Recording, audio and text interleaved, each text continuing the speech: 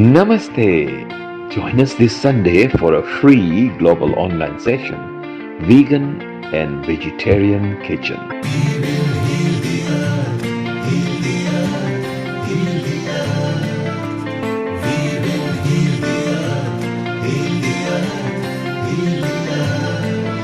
Stars, they can tell you stories which are brighter than yesterday. The streets have never been so quiet. The squirrels found a new hideaway. Tomorrow will never be the same. There is so much hope in our hearts.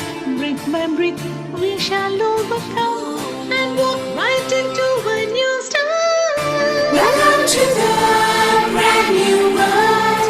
We're the children of a Mother Earth. Reach out your hands, let us lead our earth together. Heal the earth, heal the earth.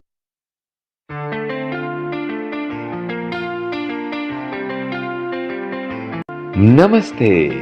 Join us this Sunday for a free global online session, Vegan and Vegetarian Kitchen. Heal the earth, heal the earth, heal the earth. We will heal the earth, heal the earth, heal the earth. Stars, they can tell you stories which are brighter than yesterday. The streets have never been so quiet. The squirrels found a new hideaway. Tomorrow will never be the same. There is so much hope in our hearts. Brick by brick, we shall overcome and walk right into a new start. Welcome to the brand new world. We're the children of a Mother Earth. Reach out your hands, let us lead our earth together. Heal the earth, heal the earth.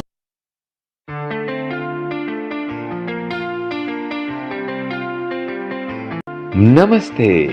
Join us this Sunday for a free global online session, Vegan and Vegetarian Kitchen. We will heal the earth, heal the earth, heal the earth. We will heal the earth, heal the earth, heal the earth. Stars, they can tell you stories which are brighter than yesterday. The streets have never been so quiet. The squirrels found a new hideaway. Tomorrow will never be the same. There is so much hope in our hearts. Brick by brick, we shall overcome and walk right into a new start. Welcome to the brand new world. We're the children of a Mother Earth. Reach out your hands, let us lead our earth together. Heal the earth, heal the earth.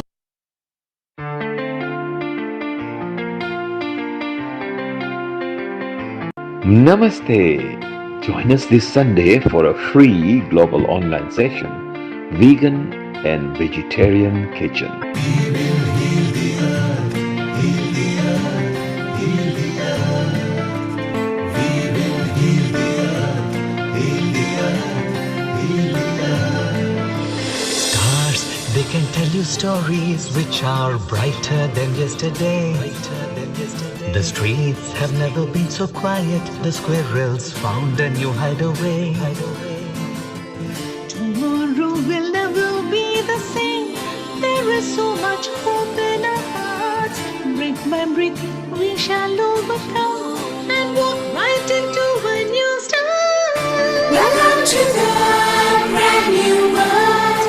We're the children of a Mother Earth. Reach out your hands, let us lead our earth together.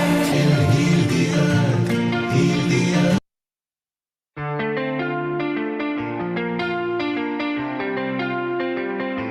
Namaste.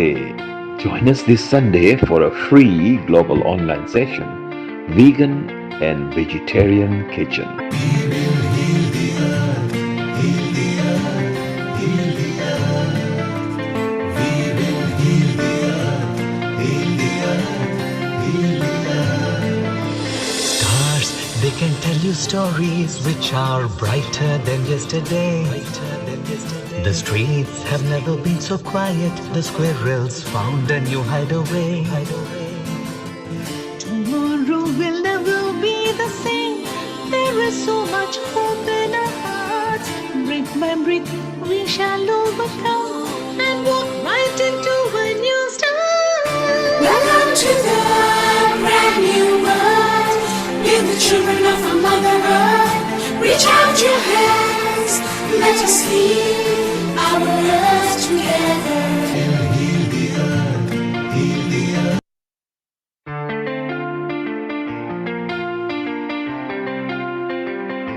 Namaste.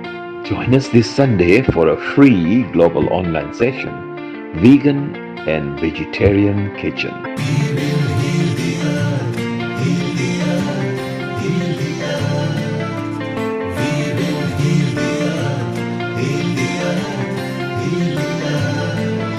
Stars, they can tell you stories which are brighter than yesterday. The streets have never been so quiet. The squirrels found a new hideaway. Tomorrow will never be the same. There is so much hope in our hearts. Brick by brick, we shall overcome and walk right into a new start. Welcome to the brand new world. We're the children of our Mother Earth. Reach out your hands, let us heal our earth together.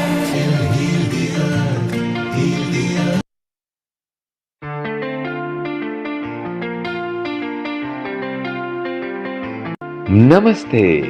Join us this Sunday for a free global online session, Vegan and Vegetarian Kitchen.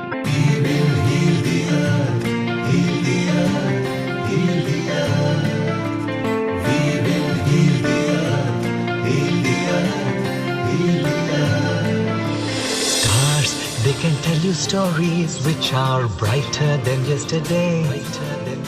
The streets have never been so quiet. The squirrels found a new hideaway. Tomorrow will never be the same. There is so much hope in our hearts. Brick by brick, we shall overcome and walk right into a new start. Welcome to the brand new world. We're the children of our Mother Earth. Reach out your hands, let us heal our earth together.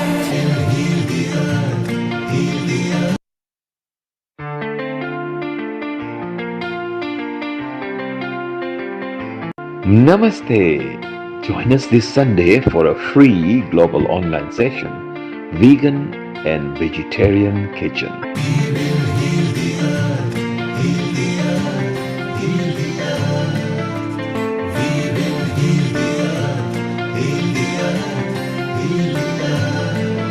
Stars, they can tell you stories which are brighter than yesterday.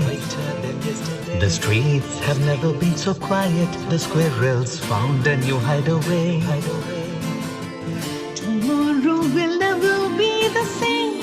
There is so much hope in our hearts. Brick by brick, we shall overcome and walk right into a new start. Welcome to the brand new world. We're the children of our Mother Earth. Reach out your hands, let us heal our earth together.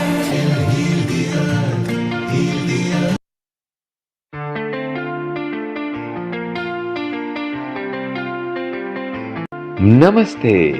Join us this Sunday for a free global online session, Vegan and Vegetarian Kitchen.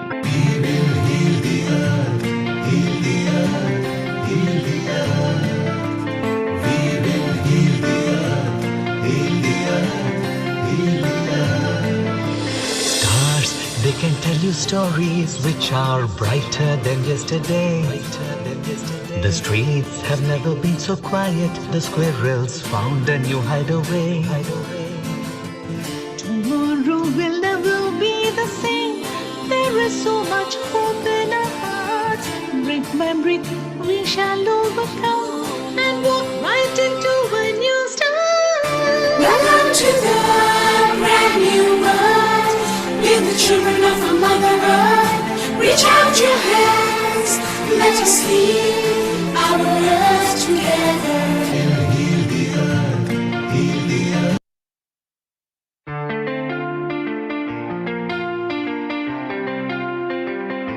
Namaste. Join us this Sunday for a free global online session, Vegan and Vegetarian Kitchen.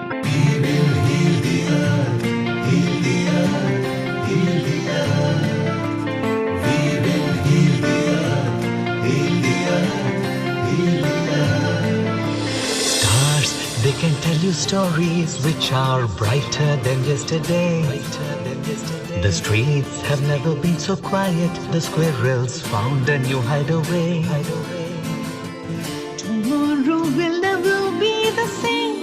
There is so much hope in our hearts. Brick by brick, we shall overcome and walk right into a new start. Welcome to the brand new world. We're the children of our Mother Earth. Reach out your hands, let us heal our earth together.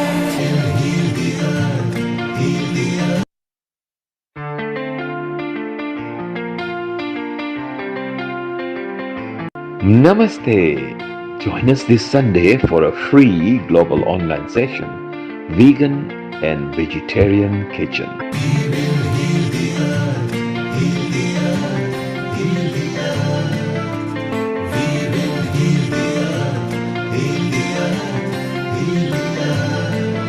Stars, they can tell you stories which are brighter than yesterday. The streets have never been so quiet. The squirrels found a new hideaway. Tomorrow will never be the same. There is so much hope in our hearts.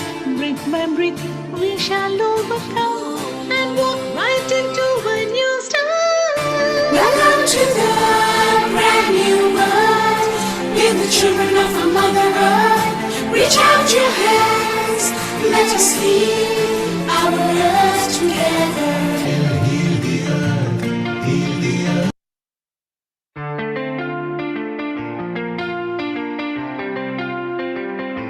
Namaste.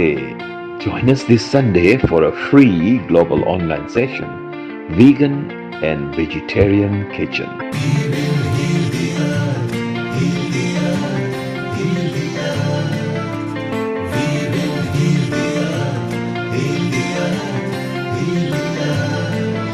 Stars, they can tell you stories which are brighter than yesterday.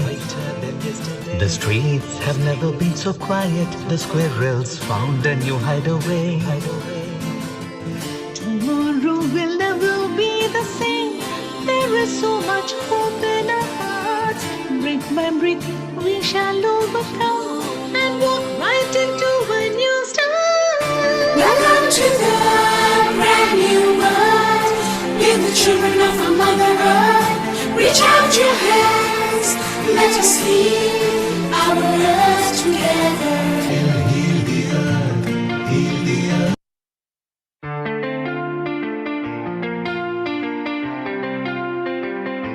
Namaste. Join us this Sunday for a free global online session, Vegan and Vegetarian Kitchen.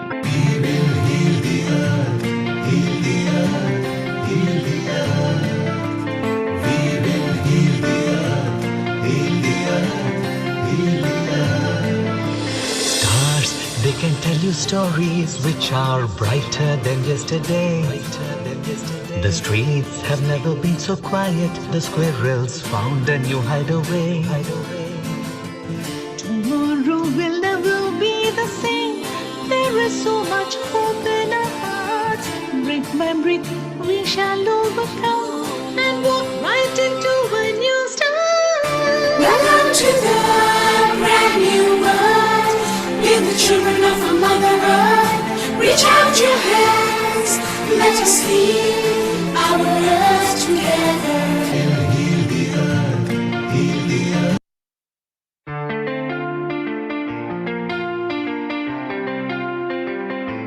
Namaste. Join us this Sunday for a free global online session, Vegan and Vegetarian Kitchen.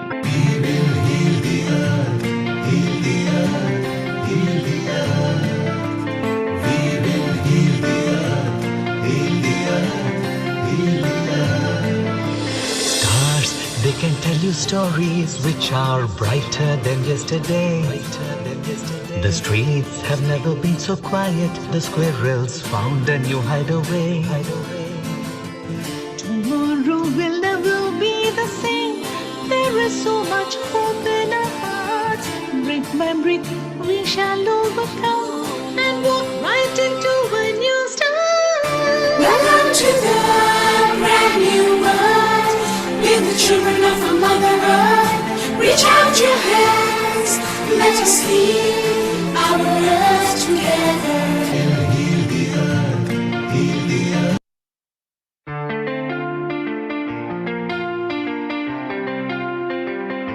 Namaste. Join us this Sunday for a free global online session, Vegan and Vegetarian Kitchen.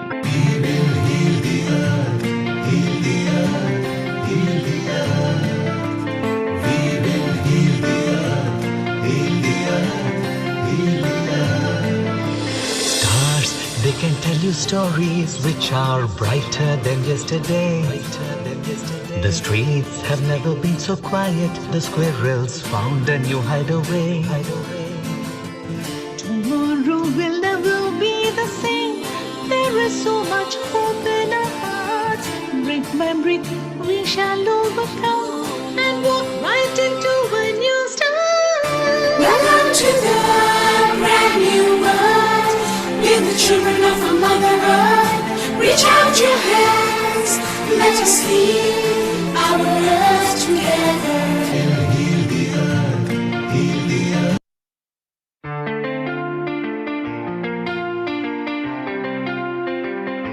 Namaste. Join us this Sunday for a free global online session, Vegan and Vegetarian Kitchen.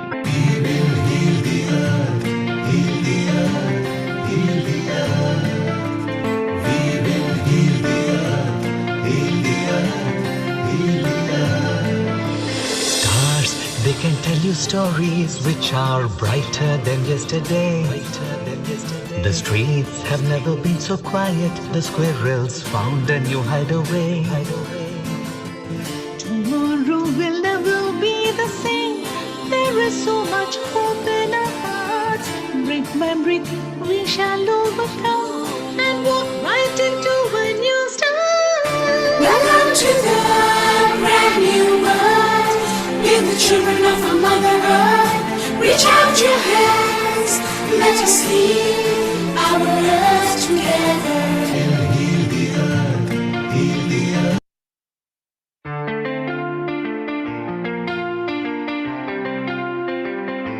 Namaste. Join us this Sunday for a free global online session, Vegan and Vegetarian Kitchen.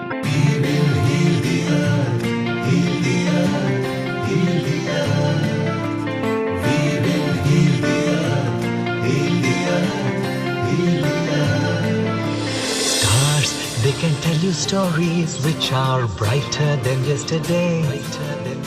The streets have never been so quiet. The squirrels found a new hideaway. Tomorrow will never be the same.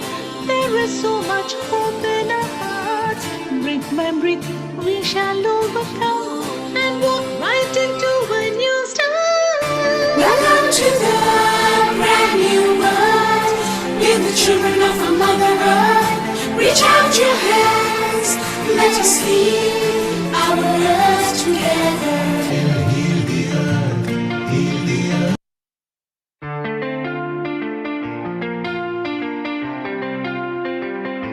Namaste. Join us this Sunday for a free global online session, Vegan and Vegetarian Kitchen.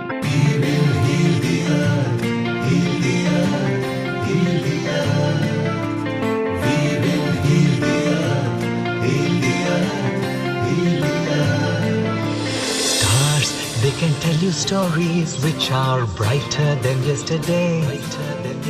The streets have never been so quiet. The squirrels found a new hideaway. Tomorrow will never be the same. There is so much hope in our hearts. Brick by brick, we shall overcome and walk right into a new start. Welcome to the brand new world. We're the children of our Mother Earth. Reach out your hands, let us heal our earth together.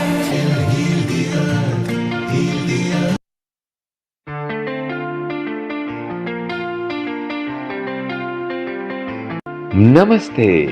Join us this Sunday for a free global online session, Vegan and Vegetarian Kitchen.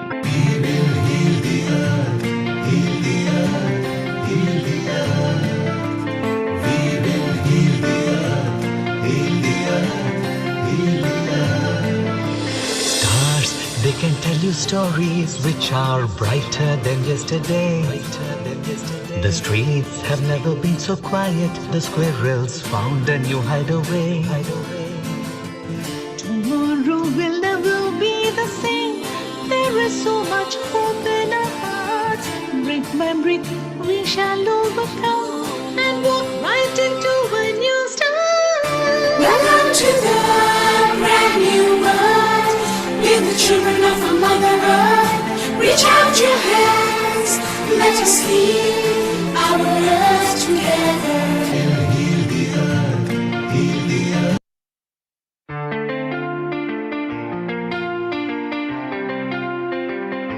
Namaste. Join us this Sunday for a free global online session, Vegan and Vegetarian Kitchen.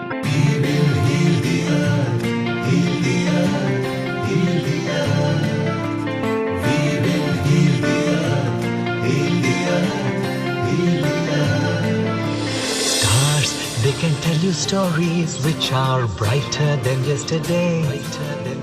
The streets have never been so quiet. The squirrels found a new hideaway. Tomorrow will never be the same. There is so much hope in our hearts. Brick by brick, we shall overcome and walk right into a new start. Welcome to the brand new world. We're the children of our Mother Earth. Reach out your hands, let us heal our earth together.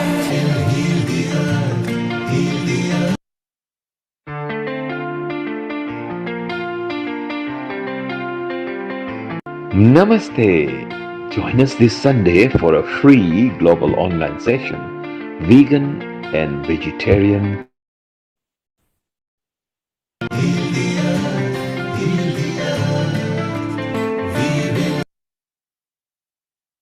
Ten, 9, 8, 7, 6, 5, 4, 3, 2, 1.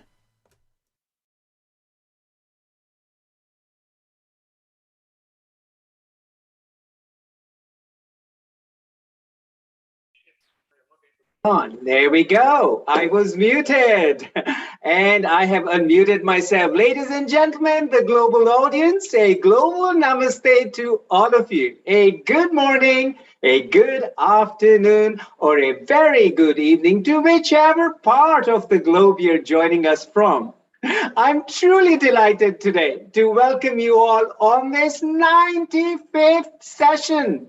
Yes, you heard it correct. It is the 95th session on Healing Our Earth, a free global online session. Today's session is on vegan and vegetarian kitchen. Let us start this session by chanting the most universal mantra that we have on this globe. So to do that, let us do one thing. Let us all fold our hands in front of our chest. Either sit up straight or stand up straight and close your eyes. Take a deep breath in and out. Let me say The Gayatri mantra is the universal mantra, but we can chant any mantra. Let us invoke a lot of positive energy. Here we go. Om Bhur Swaha Tat Savitur Varenyam Bhargo Devasya Dhimahi Diyo Yona Prachodaya. Rub your hands that are warm with energy over your face and your eyes, and let us get all energized for today's session. Now, ladies and gentlemen, I am so delighted to say that today's session is going to be on veganism, vegetarian kitchen, veganism, and all the food that they are bringing on into the market.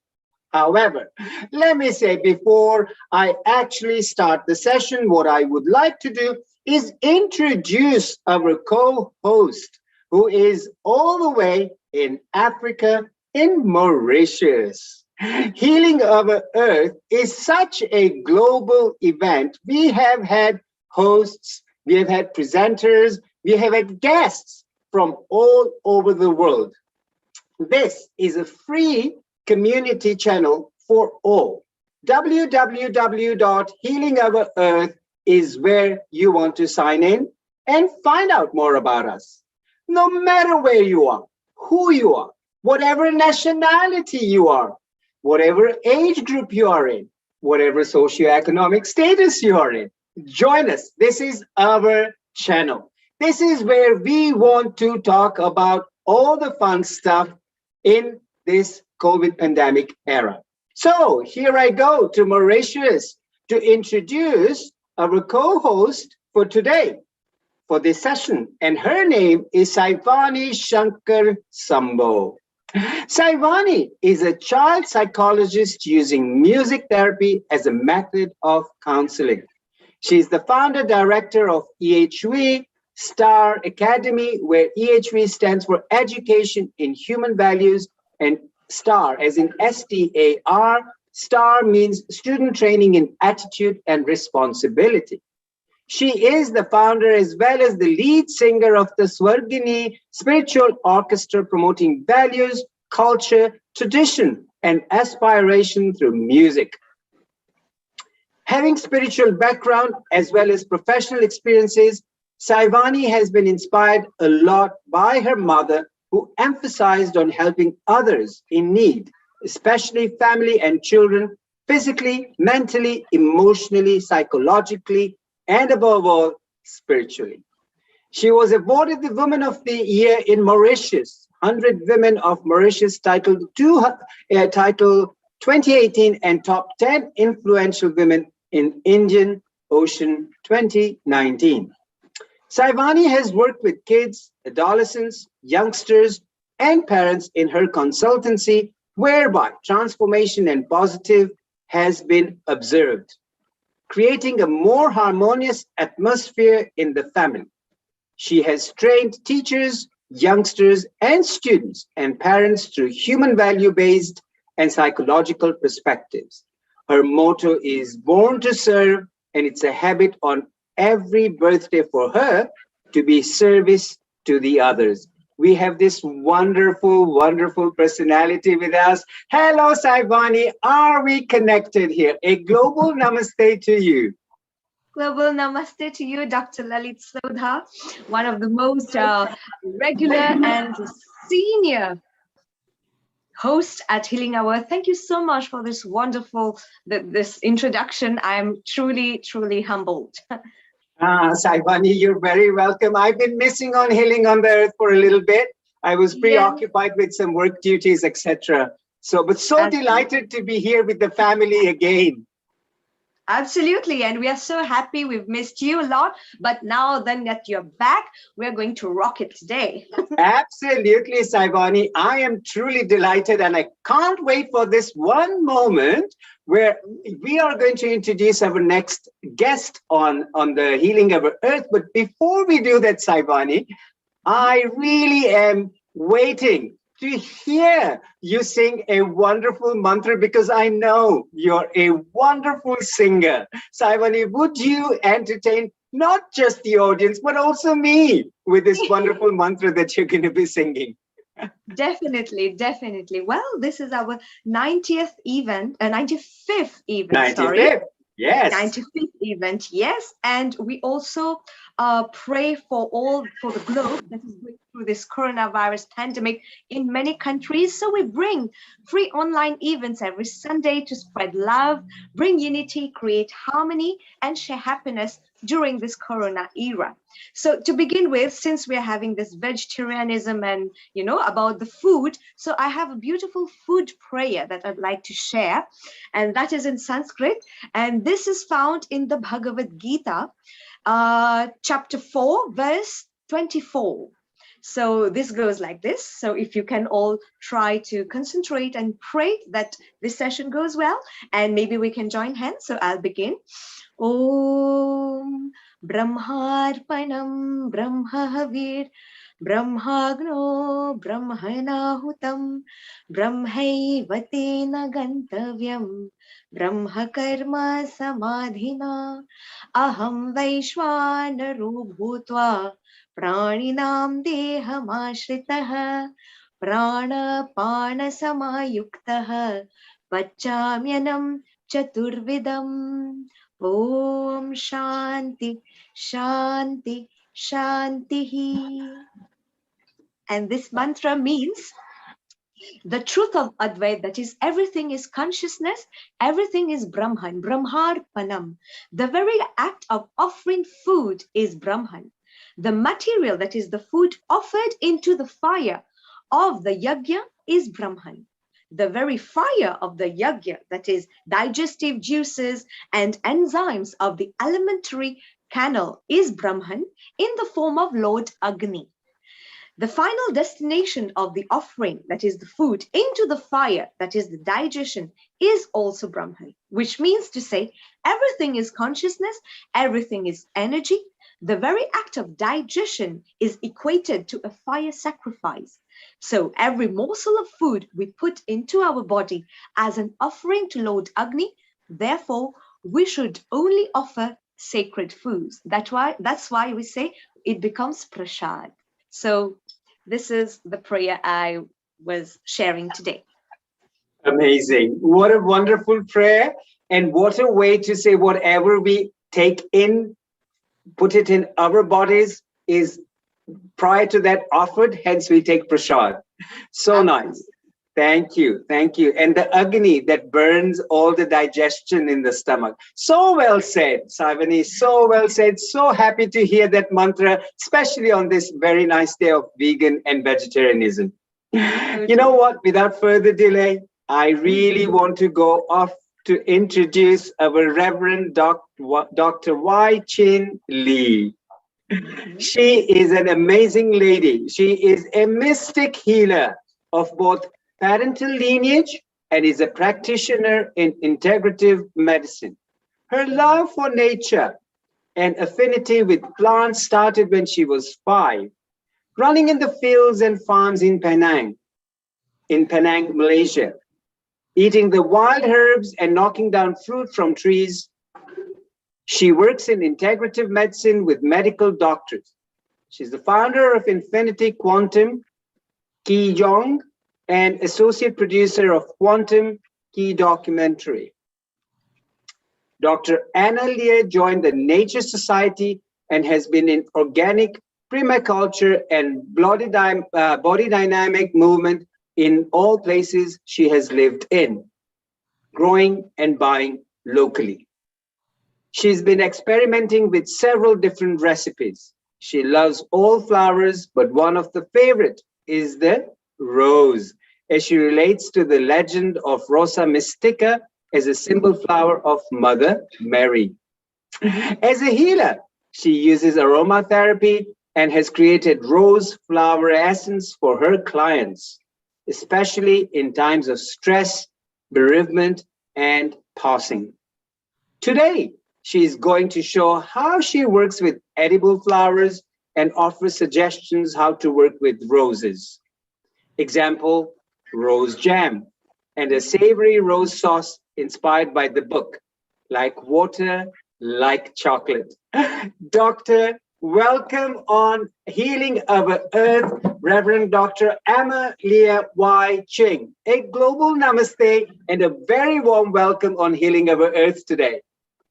Thank you, Dr. Lalit, and a global namaste to my family here at Healing Our Earth. I'm so touched to be back with you again, Dr. Lalit, Saivani, and Neil, and everybody else, and Nishit. It's always a beautiful experience to be here, and I look forward to this session with you as well. So, Absolutely. yes, I'm really happy to celebrate the rose today, and I'll start with that. And later, I would like to invite my very good friend, Professor Razai from Tehran, and he has been uh, uh, um, developing a research center in Tehran for 25 years. So I would like to bring him on later after I've given a little bit of introduction, and then I'll start now and then bring him on later after that. So if Sure. I may start, I would like to share my screen, and if you can see that, Yes, we can. beautiful. So I will proceed. So what I do work with is letting food be the medicine, and this is following the Hippocratic Oath. And also, we have to realize that we are what we are eating, as well as what's eating us emotionally. So that's why we look at the food as prasad and as divine foods that we can take in into our body to bring us to our divine selves. So it's not me. Let's see. Ah. So this is a little bit of the work that I do. So I do plant-based cooking demos and work with food, essential oils, and frequencies of plants as well. So these are some of the recipes I've done, like for example, pineapple with pomegranate and a very special uh, ginger from Southeast Asia. And then we have mango with chia seeds with blue pea flour, and then quinoa with the spices. It's cooked like a pulao. And in using essential oils in culinary creations, today I'm going to focus on the rose, and it's 320 megahertz. Now, what does that mean? If you look up the scale, it's a very high frequency. So, rose is often venerated as a flower of the highest spiritual awakening, as with lotus in the Eastern traditions and the Rosa Mystica in the Western traditions. So I want to pay homage to the rose today, and so will Professor Rezai later. And we can see that with plants and herbs, their frequency information. For example, natural and extracted plants have different frequencies. The sugar that is devitalized and processed is only 25, whereas the sugar cane is 310. So it's a high frequency. Coffee, when it's processed, 25. The Arabica, which is unprocessed, 310. Aspirin, which is derived from the willow bark, is only 250 as a medicine. The willow bark has 750. The cocaine has only 5 because it's very low frequency once it's processed. The coca plant itself, which many of the indigenous peoples drink and eat, is 540. It's medicine. Just like the heroin as well, and compared to the poppy plant, which has a frequency of 500, which is love actually. 432 is the frequency of the heart. And likewise the cannabis, 50, whereas the plant is 1920 as medicine. So we want to look at plants as just not just as beautiful companions, as we know, but also as what is nourishing to our bodies and our divinity and our consciousness. And what is most wonderful is working with flowers. I love working with flowers, and here it's some edible flowers that I've worked with. And if I may play for you.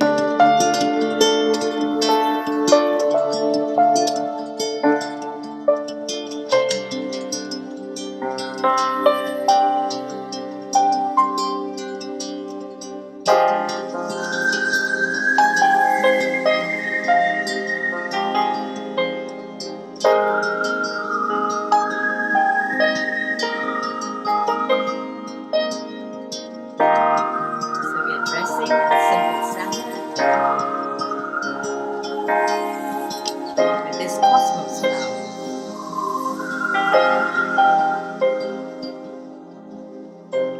The leaves themselves are pretty spicy.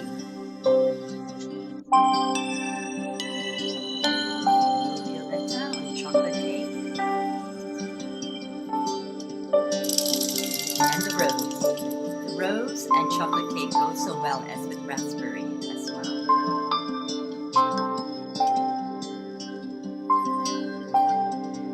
And here I'm showing you how to make a savory or sweet tofu dish.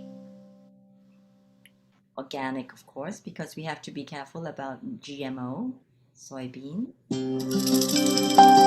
Garnish with rose petals.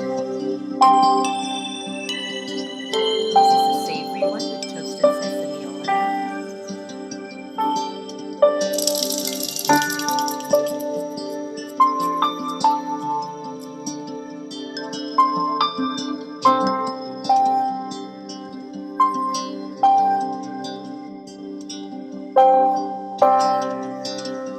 And this is a different kind of rose, it's roselle. So we're going to make smooth. I will stop here and move on to the next one. I hope you enjoyed that. And My goodness, Dr. White, that looks so delicious. I want to come and grab a chocolate cake with that rose on it. I know. I'm making something here. I will show you what I made, and it's a very special dish. So, just to carry on a little bit, I use applied kinesiology to test everybody to make sure that the foods are just right for them. And Wow. especially for us who are plant-based, we have to be concerned about whether what we're eating is conventionally grown, organically grown, transitional, or even better, permaculture and biodynamically grown, which has higher frequency. And be a little bit careful about hydroponically grown fruits and vegetables because they don't have as much frequency as well as nutritional value. And also in the way they have transported and storage because of the plastic use. So especially for plant-based diet, I think we have to be especially sensitive to that and also the water used, right? And also to get the right amount of amino acids and through spirulina or astaxanthin or quinoa and to get the right protein and make sure that it's non-GMO. And be very careful of the toxic load on the fruits and vegetables and gluten as well because many vegetarians eat too much gluten and that is very allergenic to our system. And so we would like to actually be more focused and conscious on the alkaline balance. And that's why, I advise a lot of vegans and vegetarians on how to eat to make sure that they have enough protein and also how to balance the immune system. So this is just some of the things that I do. And without further ado, let me go back to, let me see. Yes, there we go. Okay. So now today I'm really inspired to share this recipe in this book, like Water for Chocolate. And they use rose petals. So we start off, and this is a book that's a film is based on, and I watched this in 1992. And I was so enamored with it because of the poetry and the beauty of that film, and so symbolic. And I tried out this recipe, so that was an adaptation. I didn't know what pitaya was, but now I do know what it is. It's the dragon fruit. And so today I made that with it. And so today I'm going to start off with roses. So these are organically grown roses. And we've used the petals and plucked out the petals and trimmed the bottoms of that because it's a little bitter. And then I've also added some of the dried buds. This is from Hangzhou. So these roses, the fresh ones, are grown here in Malaysia, and these are from Hangzhou.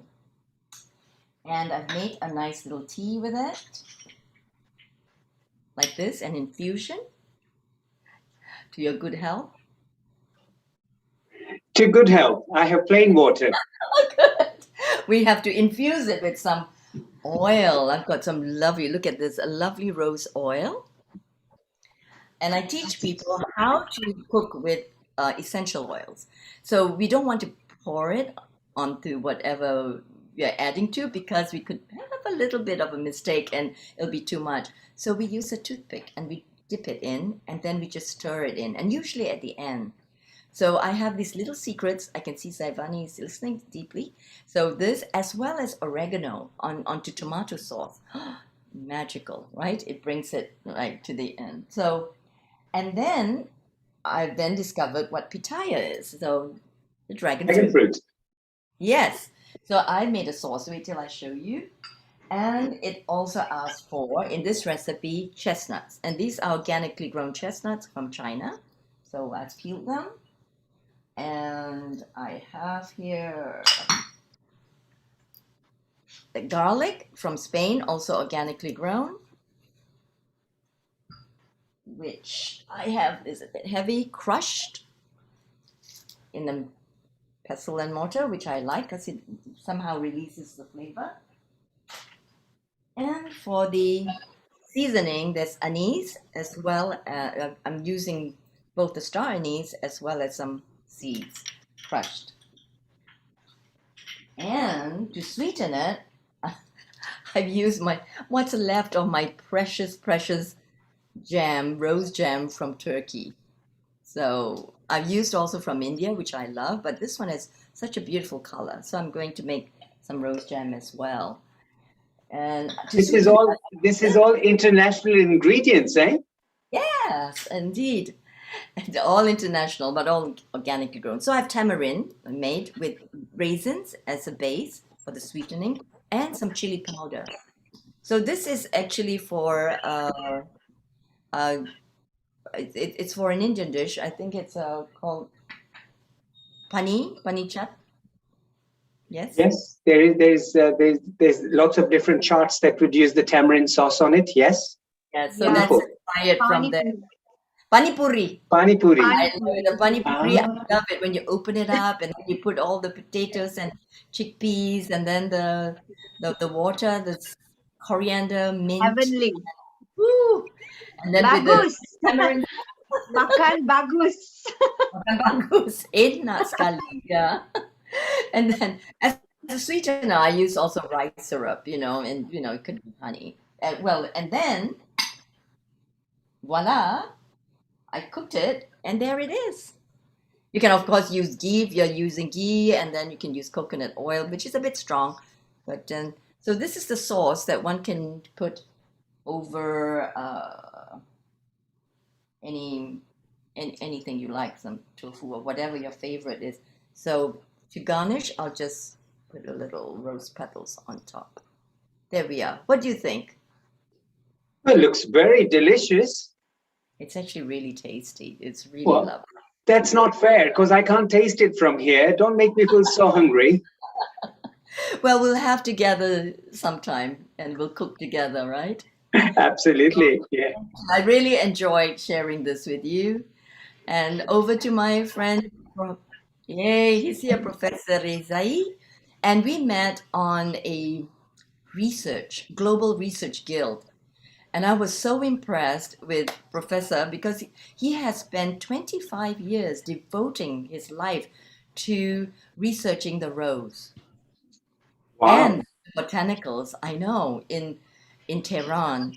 I was just in heaven, absolute heaven. And I didn't expect this on a very medical research group, right? And so I just had to, while we are talking about the rose, I just had to invite my dear friend, Professor Rezai. But Yes. I filled myself up with some rose water. Nice one. With the professor. Professor Imran, is that correct? Mohammed Raze. Yes, yes, Muhammad Welcome, Rizai. welcome to Healing Our Earth. A namaste to you. Namaste to you also. How do you do? Everything is okay? Very Everyone is well. We can hear okay? you, we can see you, and that's the main thing. Now, Yeah. Professor, what we wanted to do, we just want to make sure that the audience knows about the wonderful work that you do. And I was just going to ask my co-host, Saivani. Saivani, would you care to do the honors to introduce our wonderful speaker today Oh, on with Healing Our pleasure, Earth? much pleasure, of course. Thanks. So we have the most wonderful Mohammed Baghir Razi. So he obtained his PhD in phytochemistry from India NS Institute and has experience of more than 28 years in teaching, research, and herbal industry. He is currently a professor of phytochemistry, research associate, and co-investigator of the university and the National Institute of Standards and Technology, NIST, on herbs. He also worked full-time as a scientist in the MP Department of Research Institute Forests and Rangelands, RIFR, Tehran, Iran. He was awarded 3 national awards. As an example, the Razi Research Festival on Medicinal Sciences Award for excellent work in the medicinal plants as natural products and their biological uses field. He has been serving as an editorial board member of some national and international journals, including Herbs and their essential oils. He has published 8 books in the Persian language and 2 chapters in English abroad, nearly 200 papers in reputed journals, and supervised 25 PhD and more than 60 in MSc.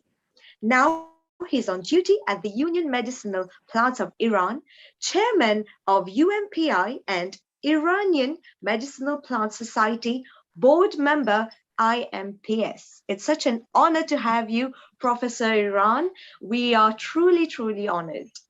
Thank you very much. Thanks very thanks to all of you, especially Liz is very well. I'm very sorry because interruption is coming in my program. Anyhow, it's happen everywhere, anytime. But I am very happy join with you all, and I hope in future we can see you at present in Iran, all of you. I invited you in a botanical garden to visit it, Iran and everywhere, and then I must start my experience about one plant which everyone knows, especially Indians, Singapore, Bangladesh, Pakistani. They have this special rose. It is a very famous in Iran. We have a lot of cultivar. May I share my power? Yes, you may. Yeah. Yes. Where is the sign to share? Okay, the technical team comes in handy with this. Share The technical, screen. yeah, they might be able to guide you through. This is They will be okay. able to guide you through. Okay, now. Okay, at the bottom of your find screen, it. Yes. there you go. Yes, it is okay now. Wonderful. We can see it all on the screen, Professor. Okay. So, with the name of God, we are starting and saying that whatever created system has not been created in a vain. It means all is having some benefit. We are starting to do things. And now I am starting to explain something from beginning, Big Bang, and some information about Iran, and some national festival of Iran, which is exactly about the Rosa Damascena, and say about little about the research of my research during this time in Iran. These are all my colleagues. It is in interest of the union, this Research Institute on Forest and Rangeland. Since 25 years back, we are working together with this group, and we enjoy very well nice light of things. So as you know, the Big Bang is starting from the 13.8 billion years ago. It means we are standing this much time up to this global started and given one plant to us and using for our health, for wealth, and for beauty.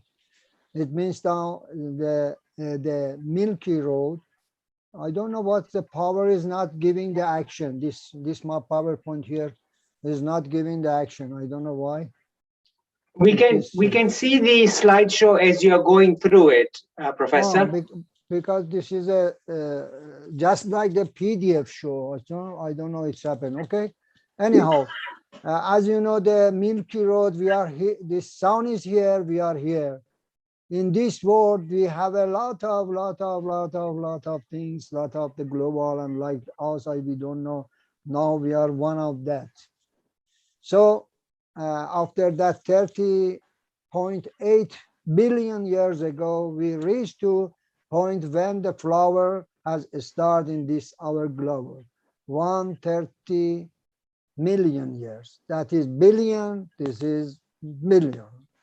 So very long back, and the people start in this earth to make their life. This much time has over now. We wanted to say, see, we must save this global.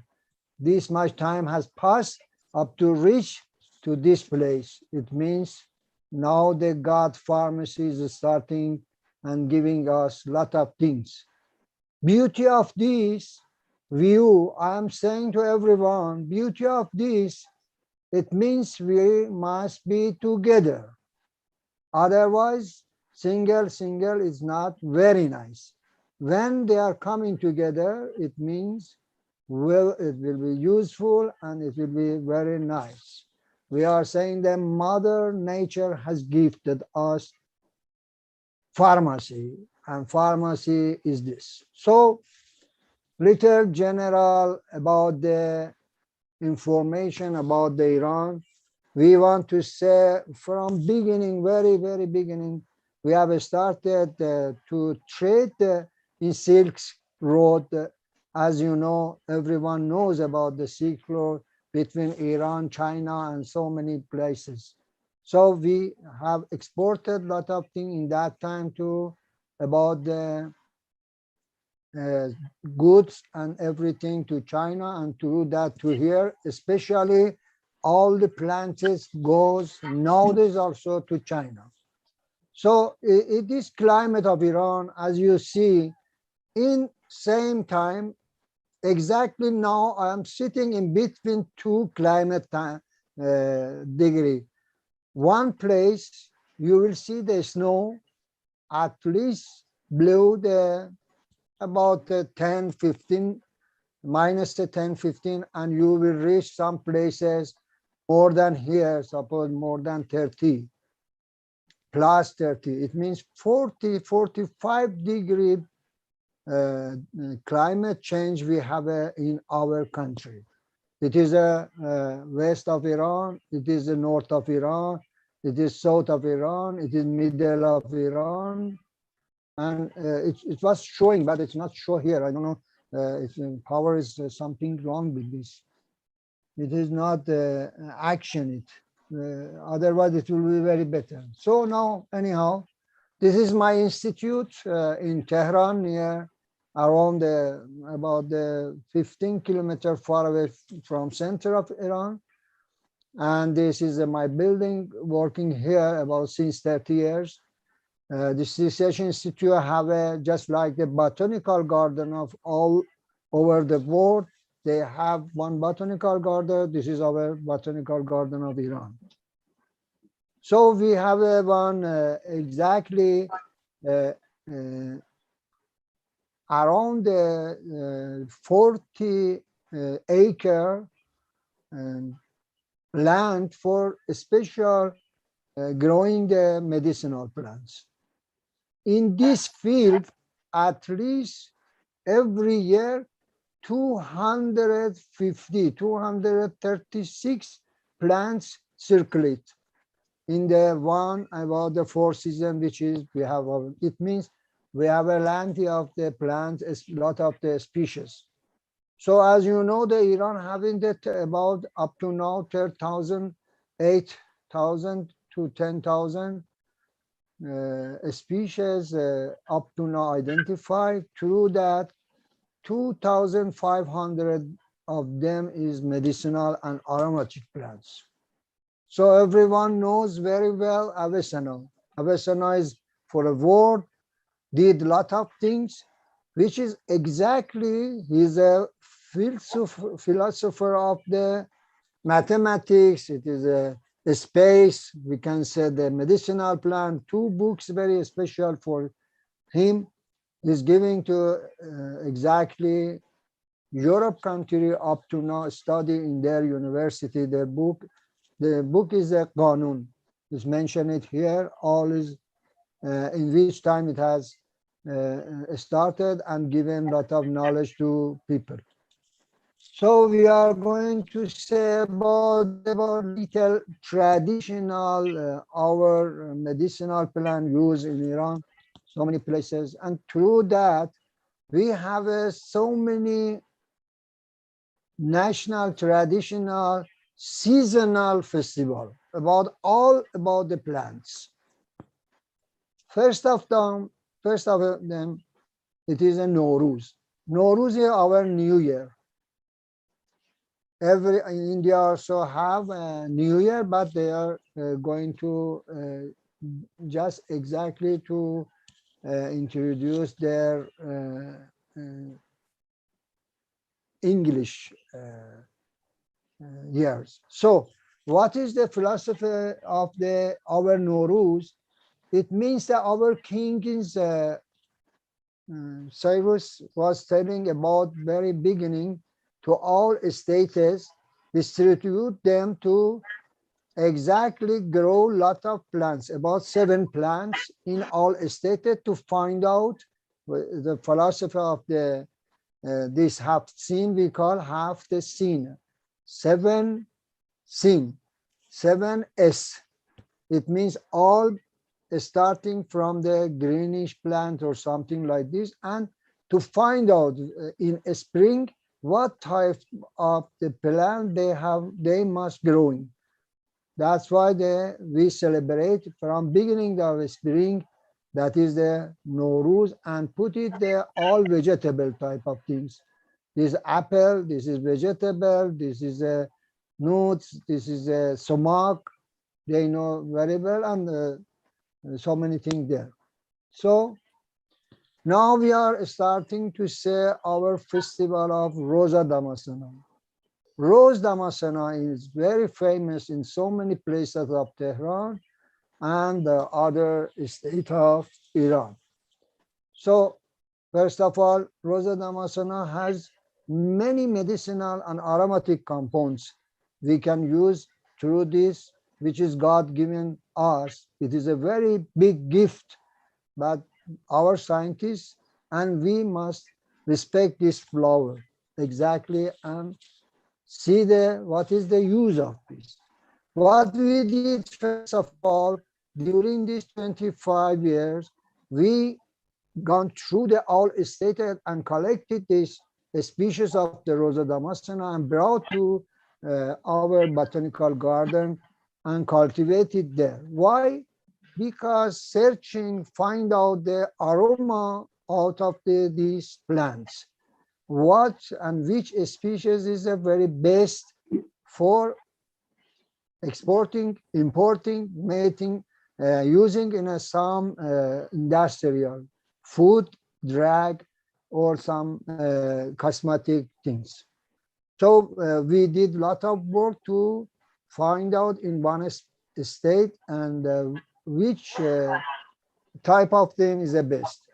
in our festival in Iran, starting from beginning, because after 1 month it will be in a December of the Miladi time years is equal to our New Year. Spring is equal to December. Starting two places exactly start this festival. One is the Khamsar, and one is Meimand in Fars. I think the Lee knows very well. She was in Iran and may remember. This is Lee is a Kamsar, as you know, the hill station, and this is also same thing, but growing and starting the two festival is there. So as you know, the starting picking of the ball or this flower from rose, they celebrate the time, and so many tourists coming to this place, these two places, and start to giving the function, sweet and dancing and everything is starting there due to this starting Muhammadi. So what next, this collection of the Rosa Damascena, as you know, and they brought it to some places, and starting to extract through that first rose water, as the list shown there. All the thing was fresh and ready with him, with her, but with us is nothing, just is a flower, just is a picture. You can use it, this picture, and then when you came to Iran, we will show you some rose water. So this rose water is starting from beginning after pick up the rose from the land, and then starting to use. One very famous from beginning time of this festival is Golgartan. Golgartan is this child when born after up to 3 months. During the time they brought the flower and put that child and mixing with this flower for an hour. Sometime I had been there, the child was sleeping, not wake up. I tell Baba, this is a problem, this aroma making a lot of problem. They said, no, it will be relaxed up to end of her or his life. It is they believe it this. And they are become the clean, their mind will be fresh all the time, and this is a very nice function, and I hope you can see the film if possible. So collection is a different type of the collection from the old ladies, family, and starting to pick up. As I can say in our state, in a Fars or Isfahan, whenever you are entering to this city, all the spaces giving this aroma of the Rosa Damascena is a very nice, because if you put it one package of the essences even in the road, it is not giving this much this aroma in all the space. So now we are going to introduce some uses of the flower in Iran, how they use it. So as you are interested to take the cake, this is also another cake here. They use this cake is exactly using the jam, the show us that they put there. That is the jam. Lot of the picture in behind this, but it was not showing. I don't know why it happened like this here. Never happened. It is not a slideshow, very good, but I don't know. So okay, we can, Professor, we can see it quite nicely on screen, so we're fine. Okay, because it is having the moving, sometimes it is better, but now yes. Okay, no anymore. So now the flower marketing is starting in a city. They brought the all flower and keep it in the road or some places to Sir, this is another way of use of the flour. And this is a boot nowadays. Every country, especially Chinese, America, or Europe country, they import this export from Iran to this country, and it is usable in a tea, for tea or some powder of that for some other goods. So this type of the flour they make as a gift in that time. All the boats they kept together. The lady is starting and making some dolls or something. It's a very nice and beautiful. Another uses of that. But honey is a very exact and time. The people they are going to this very big land of the growing Rosa Damascena and take the honey especially for. Uh, they say it is exactly very nice medicine for everyone wants to be relaxed all the time. So another thing, the tonic they make it through the mixing with some also the flour. So one traditional rose water is the same thing. They put the leaf on the water exactly and little warming for sometimes and take it out. This is a traditional way use of the leaf of flower for just making the rose water. This is another way. So this traditional oil of the rose is coming like this. They put the oil of some seeds oil. This is not having the some smell. They said I don't know exactly, not coconut oil. It should be some oil. It is not giving a smell very. Sometimes they keep for a long time. They put exactly the leaf inside of the oil and put it for some time. This is another way. It is not essential oil. It is rose oil, different of that. So in Japan, I had been several times in Japan. The Japanese is using very much about the rose water exactly for cleaning the face. We can use that one also to clean in the night after the fashioning your face, and then you can use it this also, the rose water. This is halwa. Halwa, sweet halwa leaves is starting. I have given the description of the making the halwa out of the rose. It's very tasty thing. It's exactly in springtime. You will find it. This is a way of preparing the halwa. Halwa white flour. This is white flour, as you know, everywhere is available. Butter and powdered sugar and rose. Anytime you can use it, rose oil or flower rose. Flower rose, they decorate it in the halwa, and then rose water they use inside and mix it for make it the halwa and cream or something else if you wanted that. But then it is a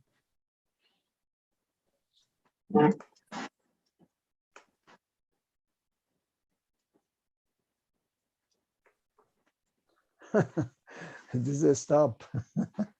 Okay. No, Are you not able to move your slide, Professor? So what happened? We can see the ingredients for the rose halwa. Yeah, now it's happened. What happened to this? Yes, I must try the rose halwa. So now, okay. There you go. Oh, after this, rose jam also is a very famous thing. See, the rose jam, everyone is going to prepare. I advise them how to prepare this. Somebody, they put the leaf of the rose in the water and boil it and throw it out. Don't do these things. Just first of all, you extract the rose water through this. and remain of that. The waste, the outsider, they say this is a waste. We are saying it is a good quality for making the jam. Then you will take it that flour which is remain in the bowl or something, and then add it the sugar. Because first of all, when you are doing starting to throw it out, why we are throwing out the water? Anybody can say? No, because of it is coming very sour, and sour is not that sour is the essences. We have to save that one. First of all, you boil it and extracting 2-3 times, and then the remain of that flour you boil with the sugar or with the candy. This is a way they throw it out 3 times, and they put the water, boil it, and throw it out. But we throw it the essences. We keep that one, and you use it 3 times. The things. This is of the description of the making the how to make it the jam. Because Lee was asking for this, I found out and is asking from some traditional ladies how to prepare this jam. It's become, and then after some time you use some acid on that, the color will return. First of all, you boil it, it will become whitish. And after boiling, it is over. Sometimes we put it some acid and it will come back. This is phytochemistry. Then you will do. So we decorate it with the bowl, and see this sweet. We call sholezad. Sholezad is some sweet rice mixing with rose water and some saffron. Do you know saffron, everyone? Yes, yes. Oh, exactly. As you know, in Iran is a first exporter of the world on saffron. And then it is a mix exactly rice, saffron, and rose water. Because sholezad is a very sweet thing. After finishing the deal and taking your food and this food, and food is very fatty, it's used for digestive and take it this.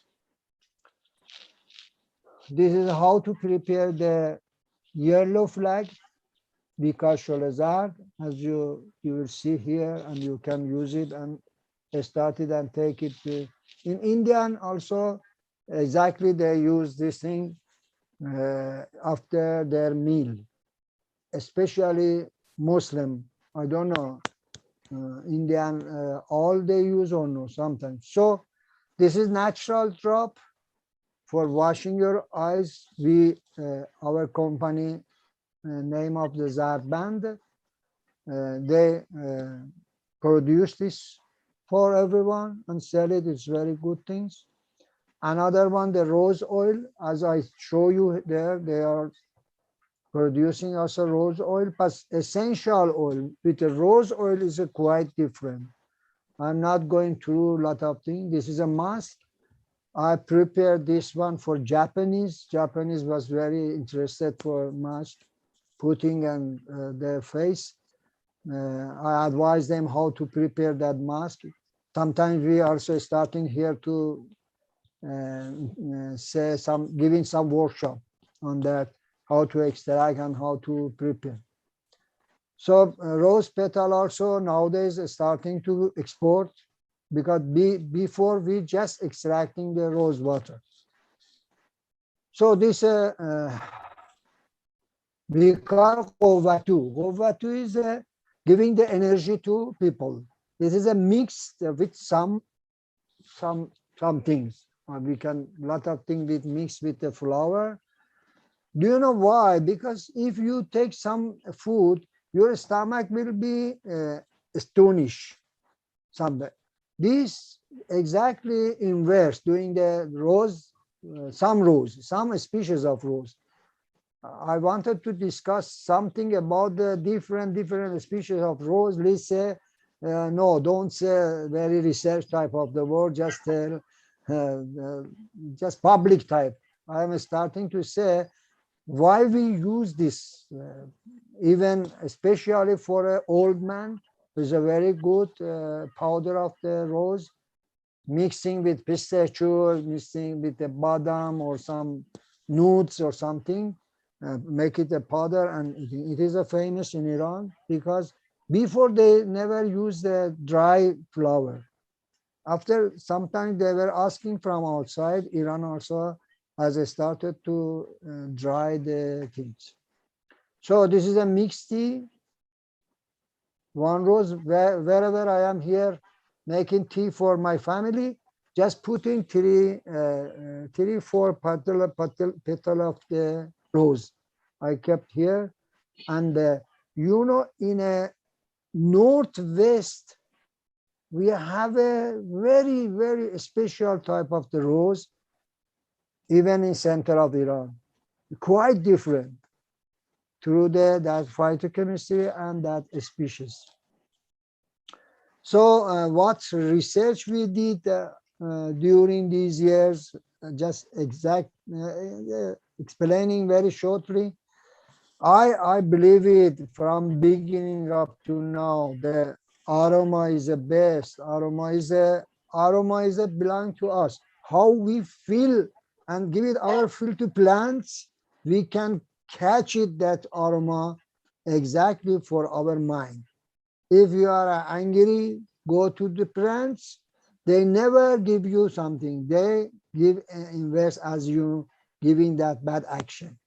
I every time I'm saying, wherever you want to go to somebody, be with a good mood, especially in a botanical garden. You take care of that and see the aroma is the best. So why we have done the work during these items? And now I'm not explaining why. And I wanted to say we searching and find out through the 56 cultivar of the Rosa Damascena to find out which is the best essences have. Essences geraniol and citronal. These two point is very important for our scientists. So what we have a magazine in Iran that is the English.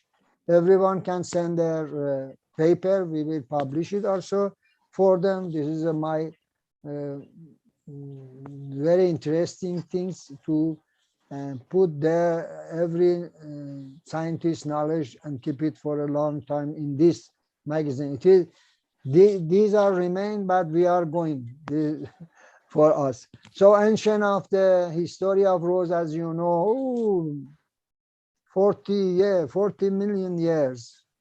Oh my God, this very nice thing. From since I had been child, I saw the rose everywhere was. But nowadays, all the building has come out and all the plant has gone outside. So now see the Iran, about the four exactly places uh, growing and cultivating 100 hectares of this Rosa Damascena. One is the Azerbaijan, another Isfahan, another Shiraz, Fars, and Kerman. These four spaces very special for us. So different cultivation we have here, and with different quality, and collection is starting for making the essences and Rosa Damascena. Uh, Training, we gave the training to people how to collect. Otherwise, you will damage the essences inside of these. This is our duty to explain, and this is a exact field to go and collecting the flower. What exactly did it? We make it the petal separate and make it a ball and different and extracting and find out which is the best way of the thing. This is a nature gold. I wondering these things are very famous for us. It is exactly we have to keep with us that essences with please showing one bottle, a small bottle. Yes, Here that it is is. essences or that is oil, It's essential oil, Professor. essential oil. Wow, very Yeah, good, very I good. know. Crown Weddings, you can have it for baby showers, and it's so attractive. Now, one more thing, since we're celebrating Persia in this session with the roses, I thought why not bring in some pomegranate, because pomegranates are have a lot of synergy with Persian cuisine and they're very heart healthy. So you have all these layers of rose, vermicelli, chia, the oat milk, you have the strawberries, you have the little arrows of pomegranate, you have the gold paper that brings that richness through. And you would need a spoon to enjoy this drink once you've sipped it halfway, so you can dig in and enjoy all those lovely ingredients. And your faluda is ready. Now, one more thing. Yeah. Celebrating roses. Add few roses. Just a few rose petals on top, and you have a very attractive faluda you can enjoy. Have it chilled. It's really very, very comforting and very cooling. Extremely delicious, and it transports me back to my childhood in Kenya. Oh, so okay, sweet. so this is the faluda. Now, you know, you can take a person out of Kenya, but you can never take the Kenyan out of a person. And we have such great quality of produce in Kenya. So you can see I have the vermicelli noodles here again. We're going to add the chia seeds. Same thing. Working with the same ingredients, but you're working with less. Just a teeny tiny bit of chia seeds. A little bit of rose syrup, depending on how sweet a faluda you wish to have. Some oat milk.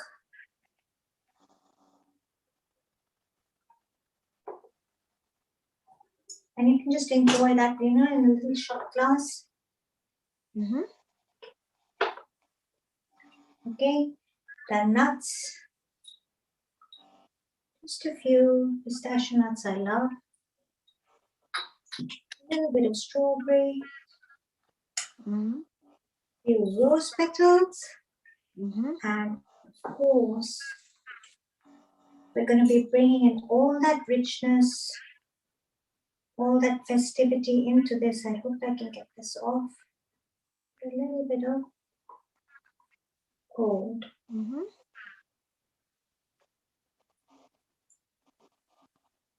Nice. Okay. There we are. Wonderful. We have these two lovely ways of presenting the Kenyan faluda. And it really doesn't take long to make it. You know, if you're in a rush and you're having guests over for dinner and you want to make a really quick fix, comforting kind of dessert, you can just make a faluda. Now, I haven't added the banana and ice cream to this, if you've noticed. Now, this is optional. Yes. Some people like their faluda with ice cream, some people don't, but let's just add a dollop of the ice cream. It gives that lovely gooey feeling to the faluda or the faluda. And you have two versions on how you could serve a faluda. Wow, and this looks you know, awesome. So you have a dessert platter and you have all these different desserts going around. You can have a dessert shot, or you can, I would call it the mummy and baby version. That's the mummy version. That's the baby version. And that's this, and it's very attractive, very delicious, very, very yummy. True. And I'm sure later on you're going to have that later on. So that's not fair. I am going to have that later on. It's today's my day off for my intermittent fasting. So yes, I am going to enjoy this later on. Well, it won't be far when I'll also join you, you know, to taste this beautiful faluda with the rose water and the petals and the seeds, pistachios, chia seeds, and all whatnot you've added. It looks very attractive, beautifully and elegantly presented. Thank you so much. Now, thing with chia seeds, they're very, very healthy. They're very gut friendly. They're very high in fiber. They're good for your digestion, and they're extremely high in iron. Yeah, and roses are very cooling to the system. Oat milk, as we all know, is very, very healthy. And you're adding a little bit of, I mean, it's not a huge significant amount, but if you use these little steps to add healthy fats through nuts into your diet, this is one way of adding us in. Yes, the rose syrup does have sugar, but you know, we all have a few healthy but naughty days, as I like to say. Okay. Absolutely, yes. That's the Faluda.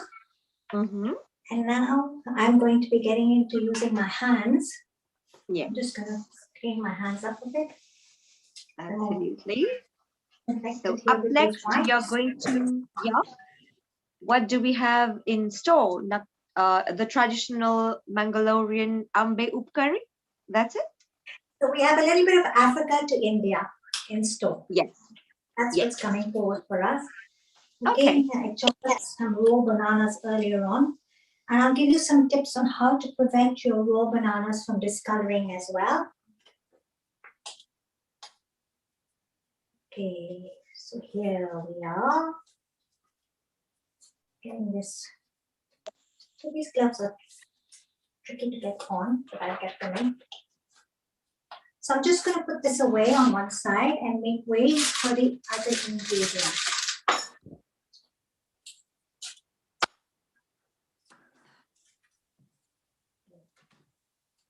So we're going to start with a raw banana curry.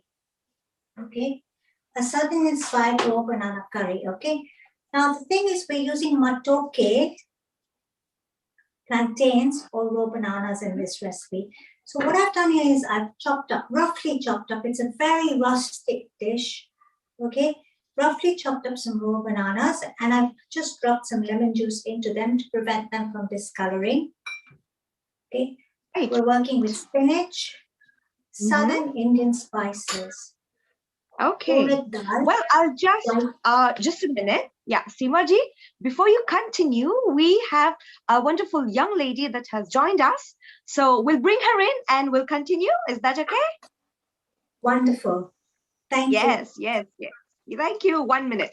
So before we continue, I have the pleasure to introduce to you one of our regular and very lovely, sweet young girl here, Alisha Jain, and she will be sharing with us something very interesting, sprouted moon bean salad. Well, what is that? Let us see. Born and brought up in New Delhi, India, Alisha moved to London at 16 years old and has been passionate about creating recipes and cooking since she was a little girl. At 22 years old, she is now a master's graduate and is passionate about well-being, both mentally and physically, and is therefore using her vegan social media page to promote healthy living, mostly through her recipes. Alisha has been vegan for just over a year and has dived into her Indian roots and started learning the health benefits of using nature and plants as her source of medicine using neuropathic and Ayurvedic teachings. Right? She also started learning about Dr. Sebi's nutritional guide to alkaline eating and how a lot of his teachings correlate with ancient Ayurvedic teachings. In this session, Alisha will engage with Seema and Alisha will be demonstrating how to make a magical sprouted salad with her tips. I'd say a global namaste to you, Alisha Ji. Global namaste. Thank you, Sevani, for bringing me in. Hi, Seema Auntie. So, yeah, I'll be joining for this session and talking about, the health benefits of different foods and, the lovely recipes that Seema Auntie will be creating. So, yeah, I look forward to joining her and all of you. Thank you for having me. Definitely. Well, you deserve it. And it's always a pleasure to have you join us. All right, Seema ji and Alisha ji, both of you, let us see how this beautiful session is going to go about. And I can see wonderful ingredients on your on your cooking top. Seemaji, please go ahead. That looks very colorful. Alicia Beta, how are you? Thank you for coming. And I want to say something. Alicia is truly very inspirational. And they say, you know, we learn from my youngers. And this younger generation is so well versed and deep in knowledge. And this girl's page at Plant Fight is amazing. You must follow her page. I follow it, and I'm gaining so much insight as I'm going along. Alicia, maybe later on you can tell us a little bit about the benefits of chia seeds, Beta. Of course, yes. Absolutely. I'm looking forward to what you're going to create. Great. Okay, so now what we're going to do, we're going to be making a southern inspired raw banana dish with spinach. Now, of course, we're taking the matoke or the raw banana from my Kenyan heritage. We're bringing in some healthy greens. We're working with southern Indian ingredients such as urad dal, mustard seeds, and curry leaves. Okay. We're going to be working with a marriage of turmeric and black pepper. Now, Alicia will tell us more about this, but those of you who have been watching Healing Aura and have watched me on the Vegetarian Vegan Kitchen, I lean so much towards turmeric, okay? Turmeric, I always say, is the Maharani, the queen of spices, and black pepper is her husband, the Maharaja, the king of spices. It's a marriage made in heaven. Both are inseparable. Once you make a dish with turmeric, please add black pepper to the dish because she's happy because her husband's there. We're going to be making a curry paste with a knob of ginger, 4 to 5 cloves of garlic and green chilies, okay, and cashew nuts, okay. Now, what I'm going to do is I'm just going to put this on the side here. And before I go and get my other ingredient out of the fridge, Alicia, maybe you can tell us some of the benefits of raw banana, spinach, mustard seeds, curry leaves, nuts, etc. while I just get the raw coconut out of the fridge. Sure, of course. Okay, so as we can see here, we have some beautiful ingredients. And the good thing about these recipes is they don't just taste amazing, but they're so healthy for you. And let's start with the main ingredient, raw banana right here. So it's, we usually eat ripe bananas, you know, the yellow ones, but raw bananas have amazing beneficial properties for your body. So they're good for more things like bloating, they're high in potassium, and they improve nutrient absorption. So that's the key over here, nutrient absorption. A lot of the times, a lot of nutrients are put into our bodies, but our bodies are unable to break them down properly. You know, raw bananas help our digestive enzymes flowing, and they increase nutrient absorption. So in that sense, they're also very good for colon health. And another amazing thing about raw bananas is they're very good for regulating blood sugar. So, you know, bananas, you know, you usually think they're high in sugar, you know, they're one of those sweet fruits, but raw bananas can actually help with blood sugar regulation. So yeah, raw bananas are fantastic to include in your recipes. What else do we have? Turmeric. I want to talk about turmeric a little bit because we talk about the medicinal properties of turmeric a lot. It's highly, highly medicinal. The main substance over here is curcumin. And what we want for the curcumin is for our body to absorb it properly. Now, the reason we add things like black pepper to it is because it increases the absorption in our body. So it's easier for our bodies to absorb the curcumin into our bodies that the turmeric provides us with. So that's why you always have both ingredients, turmeric and black pepper, combined together at the same time. So turmeric is highly medicinal. It's loaded with antioxidants, and it. Seema, can I have your attention, Seema, if you can hear me? Alicia has got no bandwidth, so she's a blank screen, and we would rather focus on you at the moment. So if you can keep talking till Alicia sorts her bandwidth out, please. Thank you. Over. Okay, so as I said, we're going to be making a curry paste with the garlic, the ginger. So I've got 4 cloves of garlic. You can use 5 or 6 if you like your dish more garlicky. 1 green chili. You may wish to use more. And of course, we're working with southern inspired dishes here. So coconut is a must, okay? And you know, the East African coast is very rich in coconuts, as is the coastal regions of India and other areas all around Southeast Asia and all over the world. Wherever there is a coastal area, you will really find that there's a lot of coconut available. So what I'm here is I've roughly eyeballed out about 2 tablespoons of coconut. You may wish to use 3 or 4, depends how coconutty and how thick a curry you want. Okay, now into this, to give it some texture, we're starting with the curry paste first before we're going to build up this curry, okay? I have a generous handful of cashew nuts. You know, you may wish to use roasted chana dal, or you could use pine nuts, macadamia nuts, blanched almonds. The choice is yours.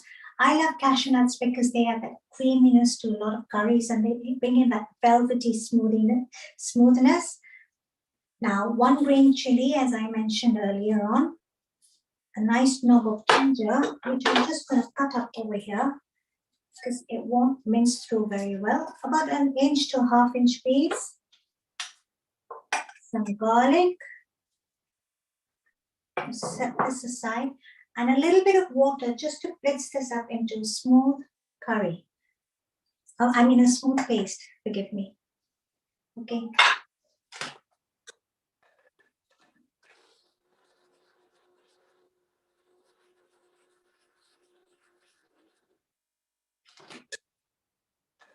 Just a little bit more.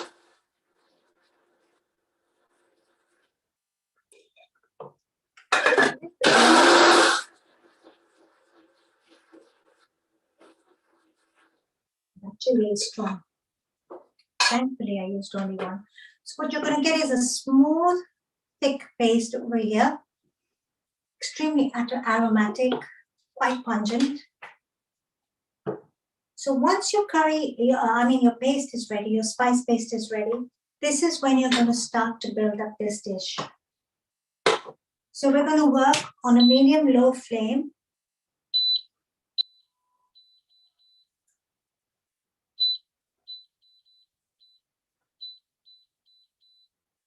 And we're going to crackle up all these southern Indian spices. And I'm telling you, when you make this dish, when you have all the crackling of the spices, the sounds, heavenly fragrances and aromas will fill the air. And this is a very, very aromatic dish. It has different layers and textures to it. It's very comforting, extremely coconutty, which is my favorite part. So we're going to heat up about 2 tablespoons of oil here. And you're going to heat the oil through. Just give that a few seconds to get through, and then we're going to crackle up these spices. We're going to add in the mustard seeds. We're going to allow them to dance, sizzle, and pop. We're going to add in asafoetida. Now, asafoetida is commonly known in Hindi as hing. It's employed extensively in Southern Indian cuisine. It's very good for your digestion. And the thing is, it's a gum resin, okay? When you smell it on its own, it doesn't smell so great. But when you add it into a fat, it actually imparts the aromas of leeks. So it's really quite a versatile ingredient in Southern Indian cooking. Let's see if this is done. With just your oil, we're just adding in a few.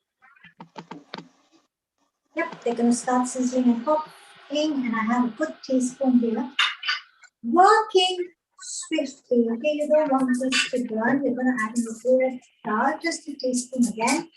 Quick stir. The red dal will start to get golden brown. As soon as the dal gets golden brown in the curry. You have a little bit of aromatherapy happening here. In with your green, about a good 1/4 teaspoon to 1/2 teaspoon. And working swiftly, 2 cups of loosely slacked baby spinach. Allow this to wilt down.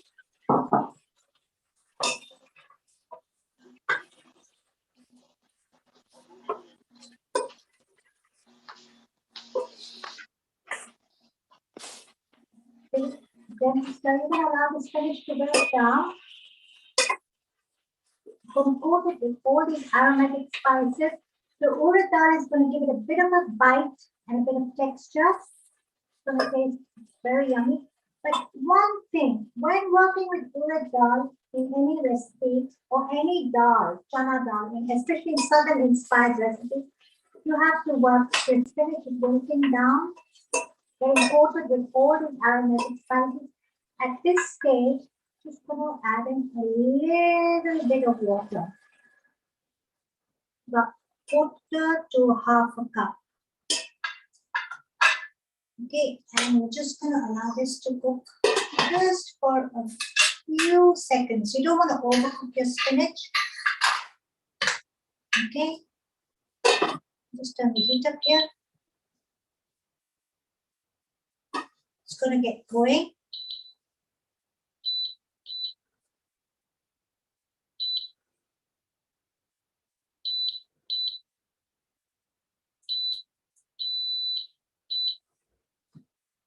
Okay, as you can see, it's bubbling. The spinach is well coated. You have this broth, this spinach broth happening here. At this stage, this is when you add in your bananas. And this lovely heavenly fragrance, aromatic coconut spice milk. Now, this brings a lot of comfort into this dish. Okay, it brings in a lot of richness.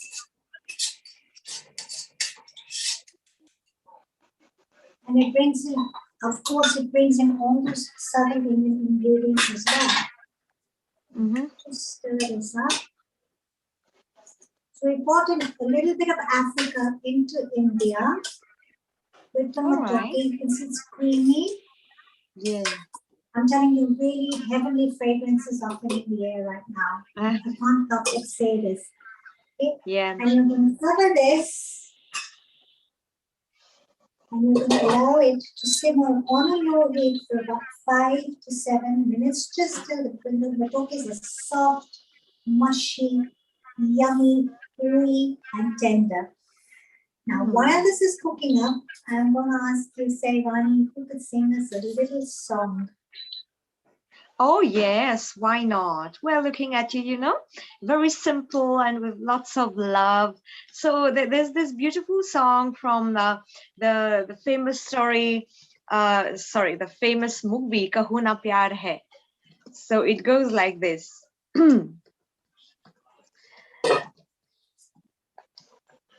Yeah. All right. चांद सितारे फूल और खुशबू ये तो सारे पुराने हैं ताजा ताजा कली खिली है हम उसके दीवाने हैं ओ ला ला ला ला ला ला अरे काली घटाएं बरखा सावन ओ काली घटाएं बरखा सावन ये तो सब अफसाने हैं ताजा ताजा कली खिली है हम उसके दीवाने हैं ला ला ला ला ला ला ला ला ला ला ला अंदाज है उसके नए नए है नया नया दीवानापन ओहो अंदाज है उसके नए नए है नया नया दीवानापन पहना के ताज जवानी का हंस के लौट गया बचपन अरे गीत गजल सब कल की बातें ओहो खुशबू आ रही है गीत गजल सब कल की बातें उसके नए तराने हैं ताजा ताजा कली खिली है हम उसके दीवाने हैं ला ला ला ला ला ला ला ला आहा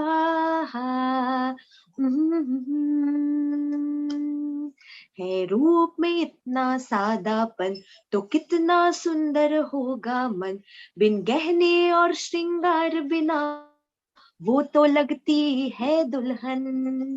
अरे काजल बिंदिया कंगन झुमकी, ओहो हाँ काजल बिंदिया कंगन झुमके, ये तो गुजरे जमाने हैं। ताजा ताजा कली खिली है, हम उसके दीवाने हैं। चांद सितारे फूल और खुशबू, ये तो सारे पुराने हैं। ताजा ताजा कली खिली है, हम उसके दीवाने हैं। Just for you, Seema ji. Thank you so much. That was wonderful. Now these are still getting done, okay? I'm just going to add a little more water because the bananas tend to drink up with the process of osmosis. They tend to drink up a lot of water.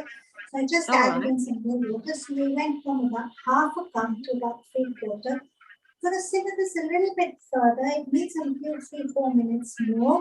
So they get really soft and mushy, and then we're going to plate it up. Now at this stage, we're going to add in the beautiful marriage of turmeric and black pepper.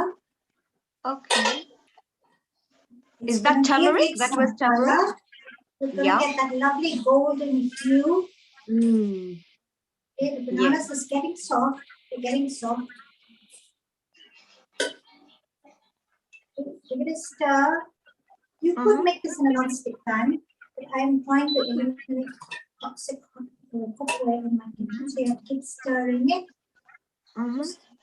Some of the bananas are softer, some are still hard. Getting there. Getting there.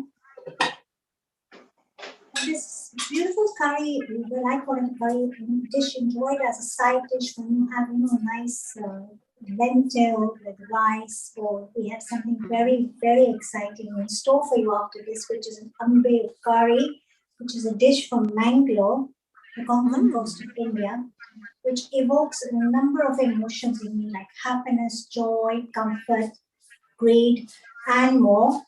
And so Mangalore is located, while this curry is cooking, Mangalore is located in Karnataka on the southwest coast of India, okay? And it's famous for its beaches, its luscious green gardens and forests. It's famous for its heritage temples, and it's an eclectic mix of cultures and cuisines. So wonderful mix of Maharashtrian, Goan, with Goan we have Portuguese, a lot of the local indigenous ingredients, and the Saraswat Brahmin and the Bant community.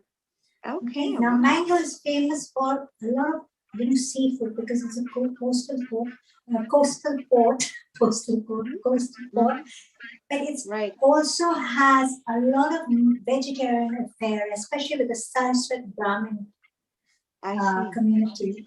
And the dish I'm going to be teaching you after this African-inspired or South Indian-inspired matoke with greens is an ambe curry, which is sweet, tangy, salty, sour. It's just this wonderful marriage of flavors. Okay, this is getting done.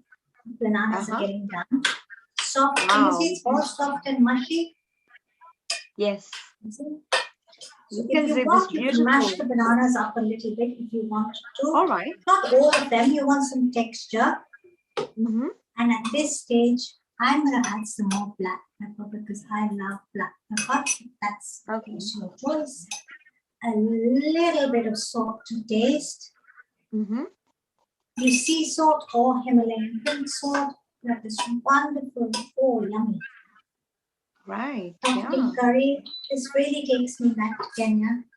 And we're going to plate this dish up, okay? Okay. Wow, that looks heavenly. And it's easy actually. All we need to do is get all your ingredients ready in advance. Mise en place. Right. Beautiful combination of color, texture, flavor, certain spices.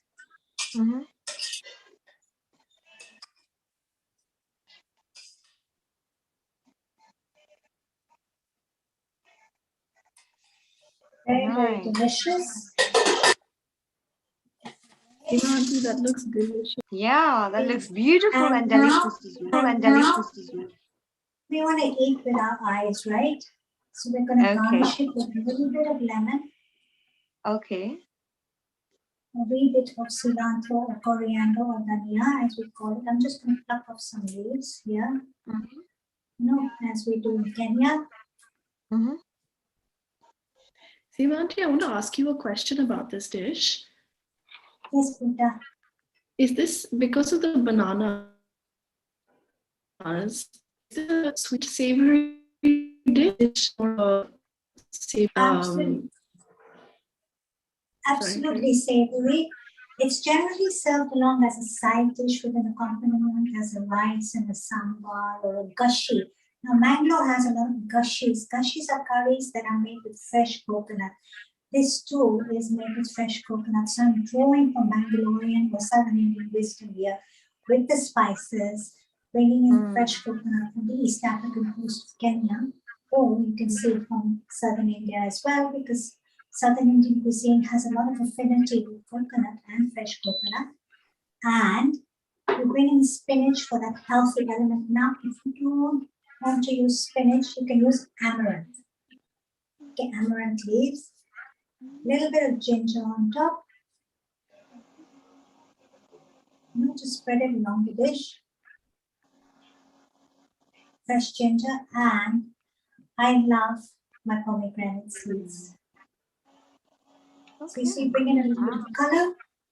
And it's, Alicia, this is a very creamy dish. It's extremely satisfying, comforting, and pretty filling. And it's filled with raw bananas, plantain, and it's also very rich in potassium. And of course, because of the spinach, it's got a lot of iron. And you could add an amaranth, as I said, or kale, if you wish to. The only thing with kale is you'd have to cook the kale longer, because kale is a lot more thicker as a leaf. But of course, it's a nutrient-dense food, as we all know, and has been celebrated in this new area as a superfood. And here we have this wonderful, healthy plantain curry with spinach. There we are. Wonderful. So that looks awesome. Okay, so that's one. Yeah. That's one dish done.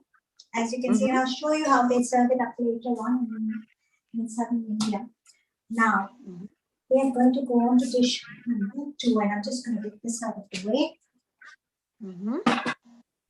Now, dish number 2 is going to take again inspiration from my East African heritage. And it's the sweet, spicy, sour, salty. It has all these flavors in it. And of course, all these flavors are going to be balanced out, especially the sweet, because it has the sweetness of the ripe mangoes and has the sweetness from jaggery, which we're going to add into this dish. It's all going to be balanced out with fenugreek seeds. And I'm sure Alicia will have a lot to tell us about the goodness of fenugreek seeds in this recipe. Yes. The uniqueness of this dish is we're using ripe mangoes. Try to go for the semi-ripe versions because you don't want too sweet a curry, okay? So what I've done is I've porcupined these mangoes, and the best part about the dish is we use the seed as well. Okay, we call this the gutli in Punjabi, or the gittuk. Okay, so I've trimmed off some of the flesh from the seeds. I've got 2 porcupines here ready waiting. Again, this is a dish where you have to work very swiftly. Again, go on a low heat to be safe. Okay, and we're going to heat up 2 tablespoons of oil. But before I begin, let me walk you through the ingredients. We have 2 teaspoons of mustard seeds, whole red chilies. Now you could use the Kashmiri chili version or these bullet chilies. I like these bullet chilies because they're small, they're pungent, and they're very attractive. We have a level teaspoon of cumin powder and a heaped teaspoon of coriander powder. My standard rule of thumb when I'm cooking is I will always use more coriander than cumin. Kashmiri red chili powder to taste. Okay. Lemon juice. Now, this is what I wanted to show you. Now, when squeezing limes, there are two ways of doing it. You could wrap it in some saran wrap and just puncture it through and squeeze. That way you don't get the seeds. Or if you have these soup bags, just knock them up in a soup bag and squeeze through. If you have half a lemon left and you need to put it into your refrigerator, this is a great way to store it in your refrigerator for use later on. I'm going with organic coconut milk. As you can see, a can. We will be adding water into this curry. Drawing from my Kenyan heritage, we have white corn in Kenya. We call it makai. Can be found in some of the Caribbean shops here. You have to soak it, bring it back to life, and then boil it. It has a lot of texture. I'm just going with sweet corn because this is what I use and it's easier and it gives an additional sweetness to the curry, which means we will add more lemon into it. Jaggery, as I mentioned earlier, and curry leaves, which synergize very well with Southern Indian cuisine. This recipe does not have any asafoetida in it. Please make note of that. Again, about 2 tablespoons of oil, just boil it in. Working swiftly. Turn the heat up. Swirl that around. Just put it away. Just put in a few seeds. Once they start to dance, sizzle, and cook, we're going to add in the mustard seeds.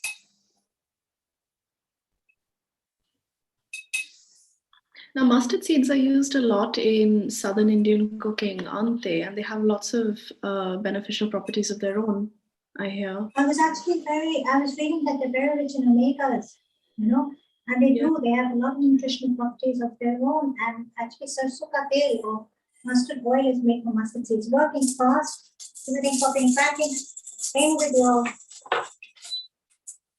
chemical seeds off, working fast. Now what we're going to do is we're going to add in the corn. Now, in the curry leaves.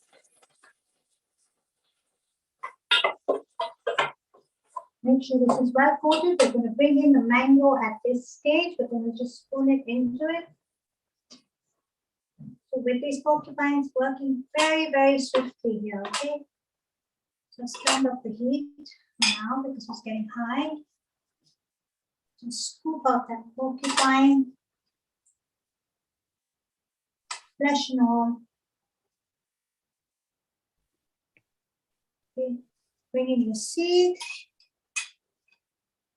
The remainder of the porcupine. So you're balancing of all the sweetness of the curry with the bitterness of the fenugreek seeds. So the fenugreek seeds are in fact replacing the asafoetida here. To get this all well coated up.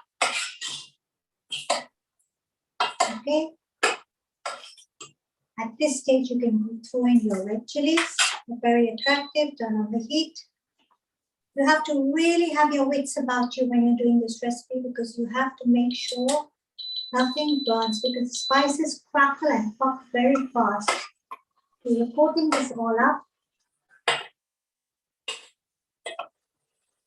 It looks lovely on its own like this, doesn't it, Alicia? Yeah, it looks delicious. With a can of coconut milk. I love this brand. It's very rich. And it seems like this has all the balance of all the different flavors. You have your sweet, your sour, your savory. You have all the different aromas and spices. So you have a balance of everything going on. For color, Kashmiri red chili powder, coriander powder, cumin powder. So you have what you have happening here is a curry. You know how we have curry in Punjab, pakode wale curry, or you have curry in Gujarat. So this is a coconut curry, okay, happening here, but it's got mango and corn in it. Corn is the African inspiration. Mango is, of course, we're taking from the Ambir curry in southern India. You're going to bring this to a bubble. Okay. You do not want to add your lemon in now, right now. You're going to add it in at the end. If you add it in now, your coconut milk is going to split. You're going to go with your jaggery. There is no turmeric in this recipe. There will be black pepper because I love my black pepper, and that will come in at the end. I'm just going to simmer. Let this come to a bubble. I'm going to lower the heat. Allow this to simmer for just 4 minutes or 5 minutes. You don't want to overcook this curry. You're going to plate it up. You're going to serve it. And the traditional way they have it in Mangalore is with ghee rice. Okay? You can have it with anything else you wish, but that's the traditional way they have it. This is bubbling up. We're going to put it there. Lower the heat. Just give it about 4 minutes and it's done. Squeeze over the lime. Plate it, salt it up, pepper it up, garnish it, and you're ready to roll. Very simple, very easy, quick, as long as all your ingredients are mise en place, ready in advance. And here we are. It's bubbling up. You can see it bubbling up. It smells delicious. It reminds me of a dish we have in Kenya. It's called makai paka. And it's a dish that's synonymous to the Smiley community in Kenya. And we cook corn with coconut. Or we have, what do we call it? Makai wa nazi, which is again another East African dish where they cook corn and coconut. The combination of corn and coconut goes beautifully. And once you add mango to it, boom, it takes it to a whole new level. So if you were in Mangalore in Southwest India, which is an eclectic mix of course, all these cultures and flavors, you would have this whole dish only with mango. But of course, I've got my East African heritage into this with corn. I'm going to lower the heat a bit. Can you see that? It's thickening up. It's getting very nice and thick. All the spices are getting amalgamated into the curry.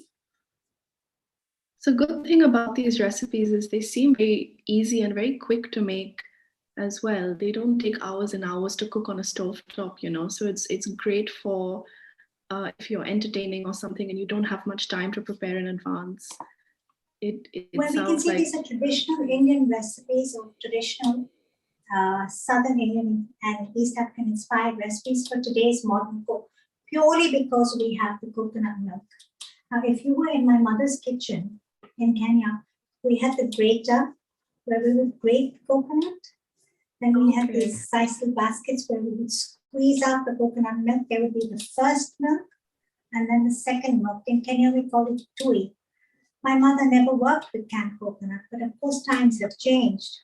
Our life has become so much faster and we have so many ingredients that cater for today's modern cook. So we have coconut. So when working with coconut milk, try to go for the organic versions. Okay? Alicia, you'll be able to tell us more on that. The mango is yet firm. So we want to get a little, slightly mushy. You know, just slightly, because you want that texture, you want that bite. You don't want it really mushy. So what we do is just give this a few more minutes. I can really smell all those aromas and the spices coming through. It's quite strong. And the red chili, actually, even though the red chili is just whole, you can actually smell that red chili and the Kashmiri chili coming through.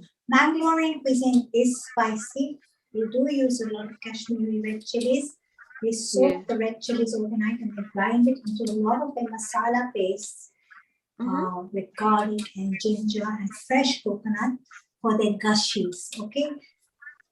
Which are the curries that are synonymous to Mangalore, which they enjoy with this lovely. Alicia, I don't know if you've had sanas in India. No, the idli-like breads that are made with yeast. Okay, no, I haven't had those, no. Okay, so the Mangaloreans make this wonderful idli, or I could say a rice cake, a steamed rice cake that is made with fresh coconut, urad dal, rice, and toddy. They use toddy to ferment the batter. The modern cook would of course use yeast, but they used to use toddy, and they have it with these gushies, with these coconut curries. Very comforting. Like I said, it evokes a million emotions in me: joy, happiness, greed, because I want to eat more. It's so delicious, and all these feelings. Yeah. Now this is pretty much ready. Okay, jaggery is gone in, so we're going to go with a generous squeeze of lemon. You'll notice your coconut milk will not split here because you've boiled it, you've cooked it through. Okay, and you can give this a stir. I always like to salt my food up at the end, so it takes in less salt. Just a little bit. Eyeball that in. Okay, and we're going to plate this up.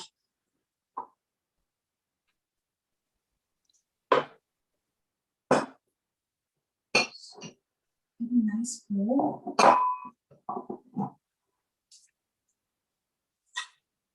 Get it up into a nice bowl. Remember, most families will be fighting for the seed because that's the best part. So lay the seed at the bottom. Layer up the curry. You know, you have this nice bite of the corn. Softness of the mango, the velvety texture of the coconut milk all coming through.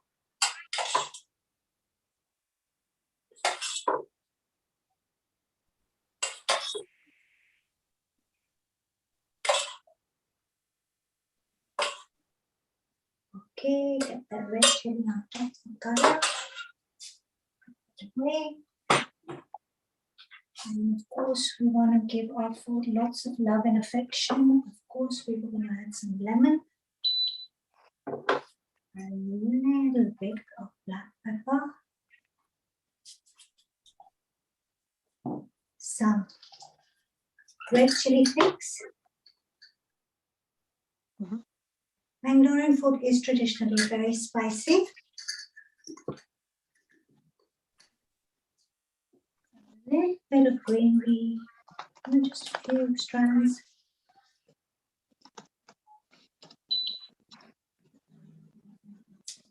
And there we are. If you want, this is optional, but I love pomegranates, especially in my curries. The arrows give it a little burst of flavor. Say one arrow itself is so heart healthy. And you have this lovely made up curry, which you can enjoy with ghee rice or just plain steamed rice. Now, the way they would present in just generally, I just use my board here. In Southern Indian, they tend to use a lot of banana leaf. So what I'm doing is I'm just showing you how they would layer it up. You'd have a meal with a small bowl of your ambir curry. You might have a banana dish that's dry or a potato dish, and you have a heaping of rice here where they come and they pour some hot oil. You'd have a papadum, some pickles, etc. on the side. So these are my Southern-inspired East African elements in my Indian cuisine. An ambir curry and a raw banana matoke dish with greens.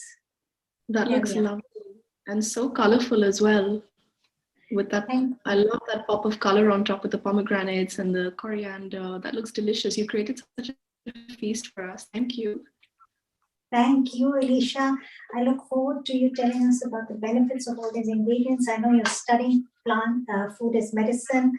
And of course, we all know that coconut milk has high anti-inflammatory properties. Am I correct? Absolutely. High anti-inflammatory properties, and it's great for immunity. The one thing I realized while I was studying about coconut milk is that it's got high iron content. It's great for women and anemic children and adults and breastfeeding women as it's high iron. So it's antibacterial, antifungal, and anti-inflammatory. So it's great. It's an overall great food group to have and incorporate into your food as well. So coconut milk is just wonderful. And it has that coconut oil in it, that natural coconut fat that's in it already. And that has the antifungal, antibacterial properties as well. So combine that with your food and you have superfood, really. I'm telling you, ancient wisdom is so intelligent. The way our grandmothers cooked it or in the ancient ages. Now you see, if you're having a matoke curry over here, raw banana curry, okay, it's potassium rich, of course. It's got fresh coconut in it. Of course, I use the frozen version that we get here in the UK. It's got the grains in it. It's got the asafoetida, which is so good for your digestion, right? And then we add ginger into it. Again, another element which is so healthy for our digestion. You know? Yeah, anti-inflammatory. Yeah. Anti-inflammatory.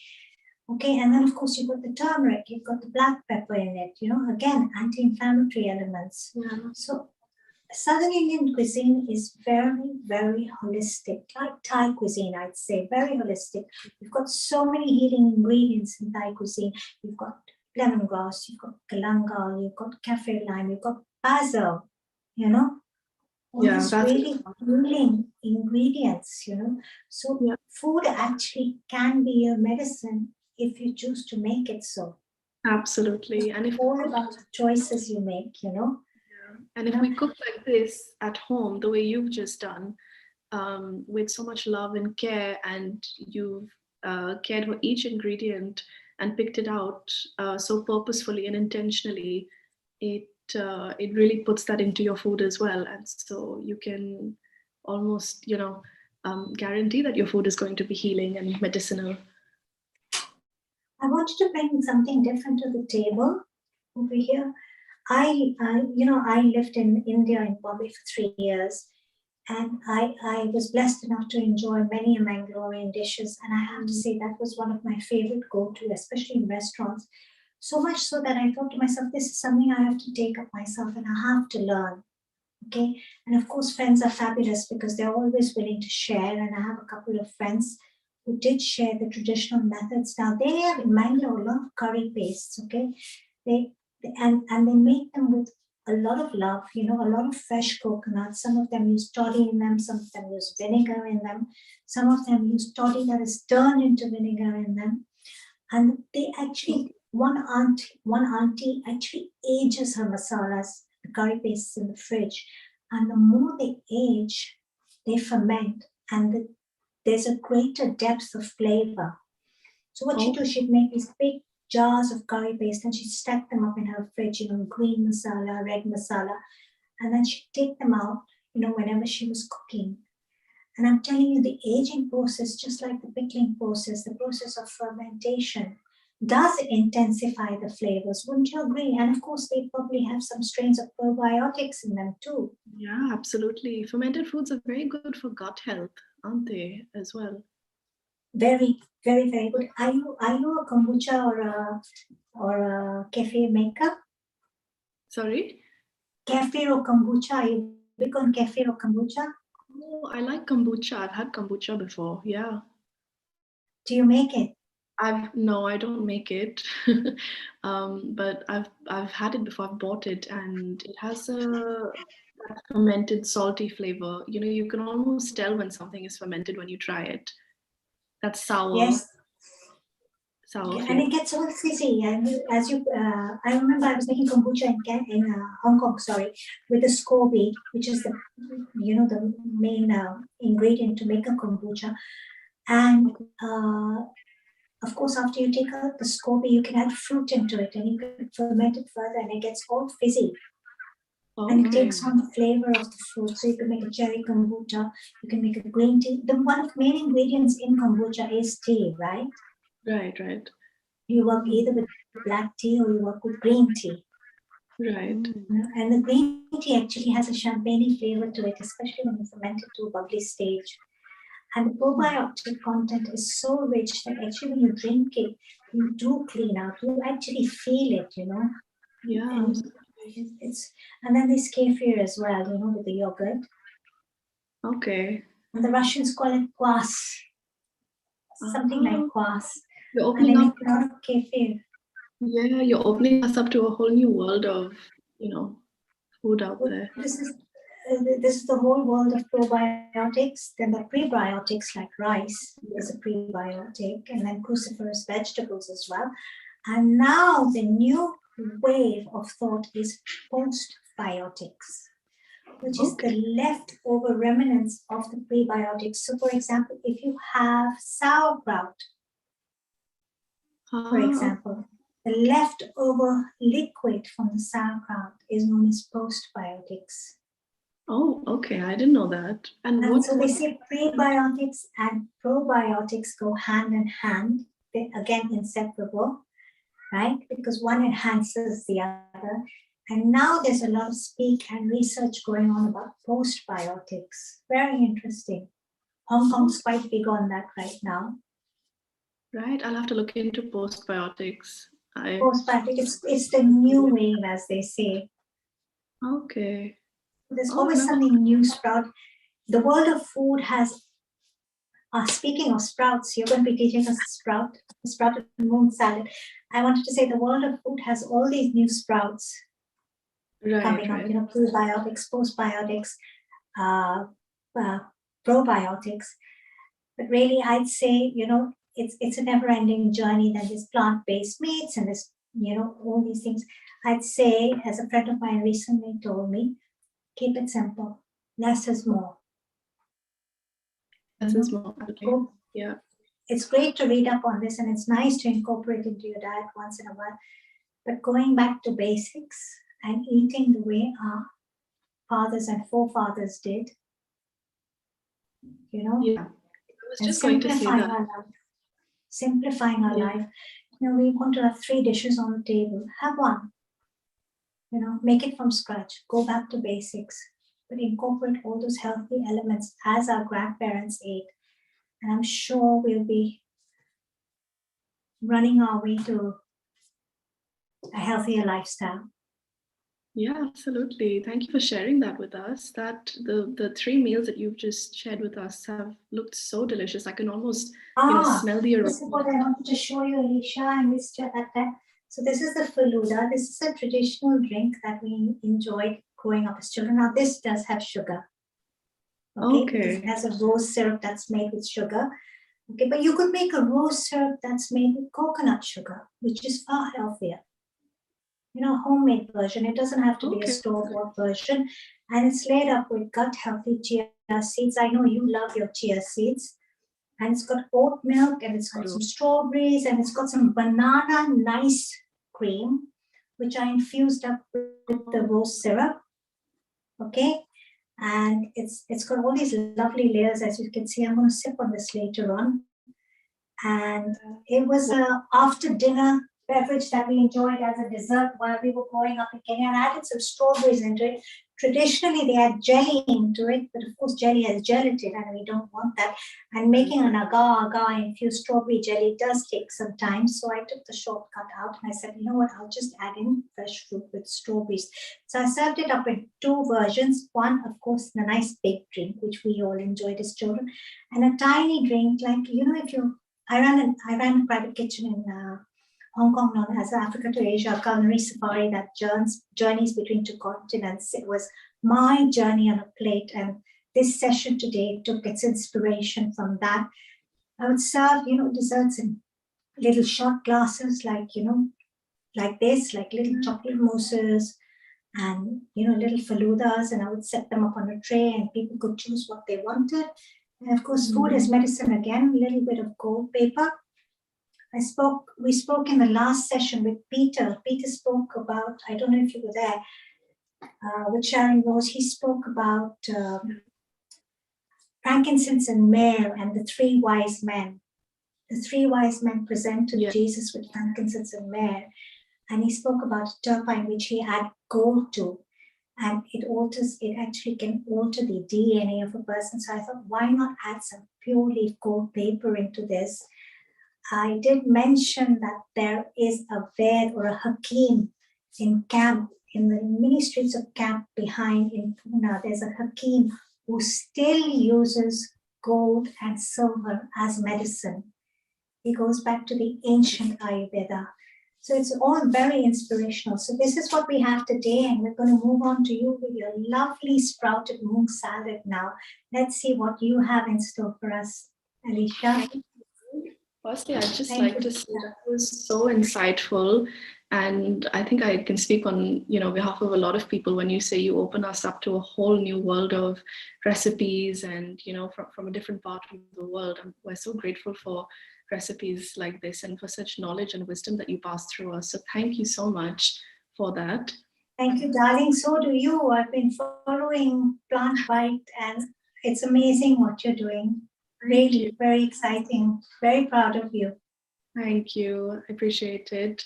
But you said you were talking about sprouts and how good sprouts are for you, correct? We were talking about it the other day. You know what? Moong bean sprouts are something that I have every week at least. I soak my beans I wash and soak my beans overnight and let them sprout for a day or two. Right. And I was doing a lot of research on why is it important to soak your beans, lentils, and legumes. Alicia, why is it so important for us to soak them?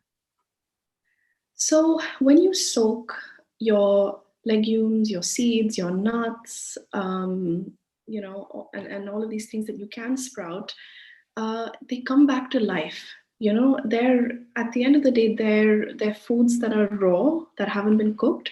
So therefore, they're still alive. So when you soak them, they absorb all that water and they come back to life. So it's at the very early stage of that germination process. So when you soak your lentils and pulses and things like that, the biggest thing that happens is all of the nutrients that were already in there, they just increase tremendously. So it really just increases the biodiversity and the bioavailability of nutrients in the sprouts itself. So I have a little note of, I did a little studying on moong dal sprouts specifically, and I found that sprouting moong increases calcium by 35%, it increases iron by 40%, vitamin A by 300%, vitamin C by 60%, potassium by 80%, and so much more. So what you're doing here is when you're bringing this back to life and germinating the seed, so to speak, it just increases the bioavailability of nutrients and all the vitamins and minerals just come to life even more. So isn't that amazing how just a little bit of water can do that? That is so magical. And so you're saying 300% vitamin A, that's quite a substantial amount. Yeah, 300%. So you're bringing it into living foods, actually. You're bringing it into a living state. It becomes a living food. So it's very high in prana or chi. Yeah. Yes, absolutely. And anyone who studies Ayurveda. Sorry. So basically with lentils and legumes, I was told that when they're growing, to prevent the sprouting process while they're growing, they are very high, they self make or create phytic acids, which are ACE inhibitors. Now, ACE inhibitors are the ones that don't allow us to actually absorb the nutrients of the sprouts effectively. So in effect, we do have to soak our lentils and legumes, to bring them back into the living state, as you say, and make them more nutrient dense, so we can absorb all the nutrients of the sprouts, right? And the lentils and the legumes. Great point. So I think I'll start demonstrating. Okay. And some lovely moong dal over here already. I don't know if you can see. And I sprouted these a few days ago. And so I also would like to mention that with the sprouts itself, I wouldn't suggest you sprout them for too long either, because at a certain stage, they tend to go acidic in nature. And I've spoken about alkaline foods and acidic foods a lot in terms of mucus in the body. So acidic foods cause mucus and causes inflammation in the body. And really, that is the root of all disease. So something like sprouts, where you have so many nutrients and minerals and vitamins, I would say, you don't want to sprout them for too long so that they grow too long and too big, so that they turn acidic and take away all that good stuff. So I like to soak mine and sprout them for about 3 to 4 days, and I like to eat them throughout the week. And once they get to about this stage, I stop sprouting them and allowing them to grow, and I put them in the fridge where it's cold, because for sprouting and germination, it needs nuts, legume, seeds. They need a moist environment. They need warmth, and they basically need a lot of water in the air. So I take them and I put them in the fridge, and that stops the germination process and it keeps them at this stage, which is what I like. So today I'm going to be making a moong dal salad. Now, this is eaten throughout India, and this is something that's incredibly healthy and something that's so easy to make. It does take a bit of preparation, of course, like you can see. It's taken a good 3-4 days to sprout the moong dal. So I'm just going to put a little bit of moong dal in this serving bowl right here. And that will do. And these ones have gone slightly pink in color, which I love. I love that color. Okay, so as you can see, they're not too long. Now, the next thing I want to add on is some tomato. So I'm just using a big beefsteak tomato. You can use plum tomatoes. You can use even the smaller cherry tomatoes or smaller plum tomatoes, Roma tomatoes. You can use desi tomatoes, which have a lovely flavor. I'm just using what's available to me in London. So these ones are very sweet, very juicy, and they have a lot of flavor. And I like them quite chunky like this because I like the different textures in this salad. So I've put some tomatoes. The next thing I want to add is some red onion. Red onion, funnily enough, is very good for things like colds and flus. And it's great to eat raw onions when you have colds, and it can prevent them from getting worse. So they're quite medicinal in a lot of ways. So I'm just putting about 3/4. Now I like to do at this stage is I like to get some ripe limes like this, the yellow limes, the ones that have gone slightly riper, because I find that they have more juice in them and they're still very alkaline. Limes are incredibly alkalizing for the body, and especially raw limes. So once you put it into your salads and things, it will help flush out the toxins in your body. It's very alkalizing, and it will stop the buildup of mucus formation in the body. So, and I like to put them over the onions because I like for the onions to release some of those strong fumes, and lemon is a great way to do that. Or lime, sorry, is a great way to stop those strong fumes. It almost pickles them, like vinegar would, anything acidic. So I'm just going to put the juice of one lime into here.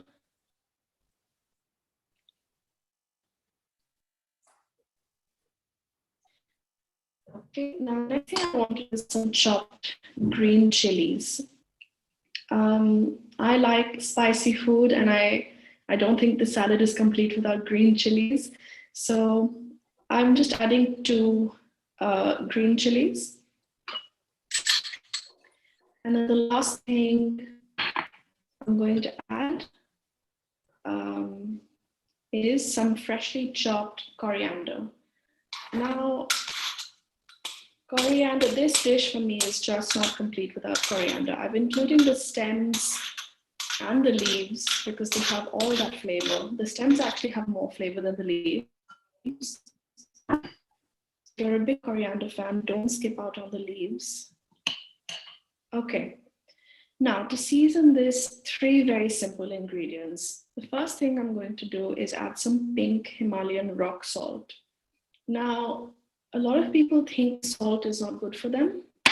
And that's true, it's table salt, but when you start swapping your salt out with sea salt and rock salt, it actually does a lot of good for your body. It provides a lot of electrolytes and minerals, and this salt is very, very good for you. Similarly, we've got some black salt. Now, this is quite sour, but it adds a lovely flavor. It's got a lot of sulfur, so it's got a high, mineral content.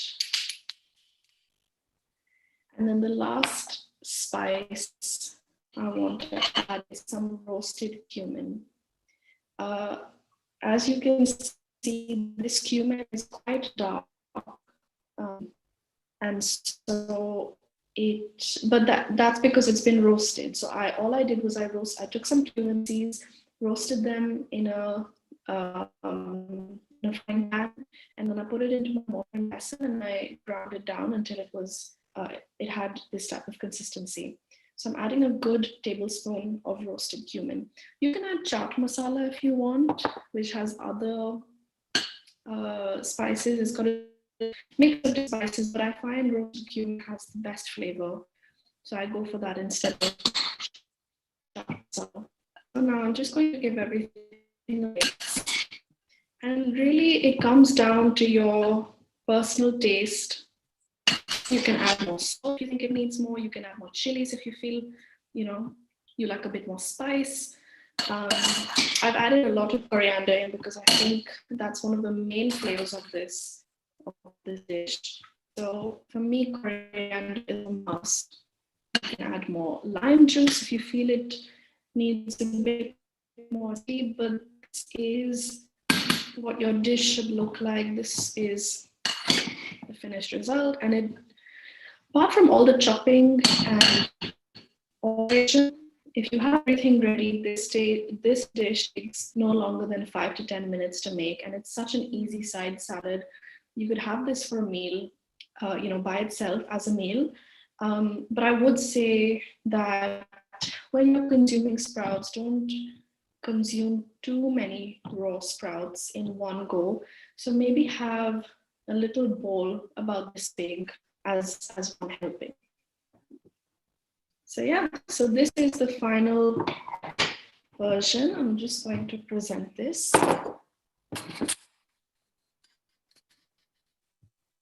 And I hope people can try this at home. Alicia, that looks so delicious. There we go. Just for lime on the side.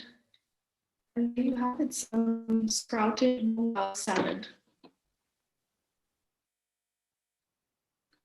That looks delicious. Thank you. And I love the colors. You've got you've got the redness of the, they say eat your rainbow. You've got the purple from the onion. You've got the redness of the tomato. You've got the green coriander. You've got the pinky green sprouts. And that burst of flavor with the lemon, my mouth's watering right now. And the roasted cumin powder. And I was just thinking to myself, I make this salad with kala namak and chaat masala, but why haven't I thought about deeply dark roasted cumin powder? What a beautiful expression of spice and flavor, And cumin, as we all know, is very, very good for our health as well. It's very high in antioxidants.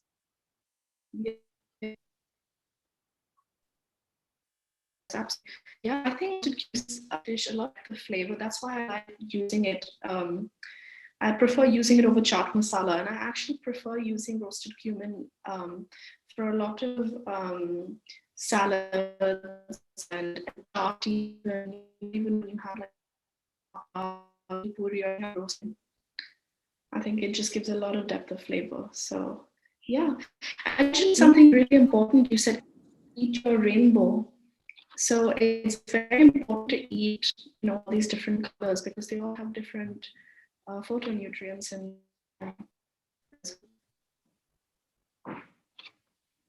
So a great way I enjoy this salad is I stick the mung sprouts into the romaine lettuce leaves, and I have it as lettuce bolts.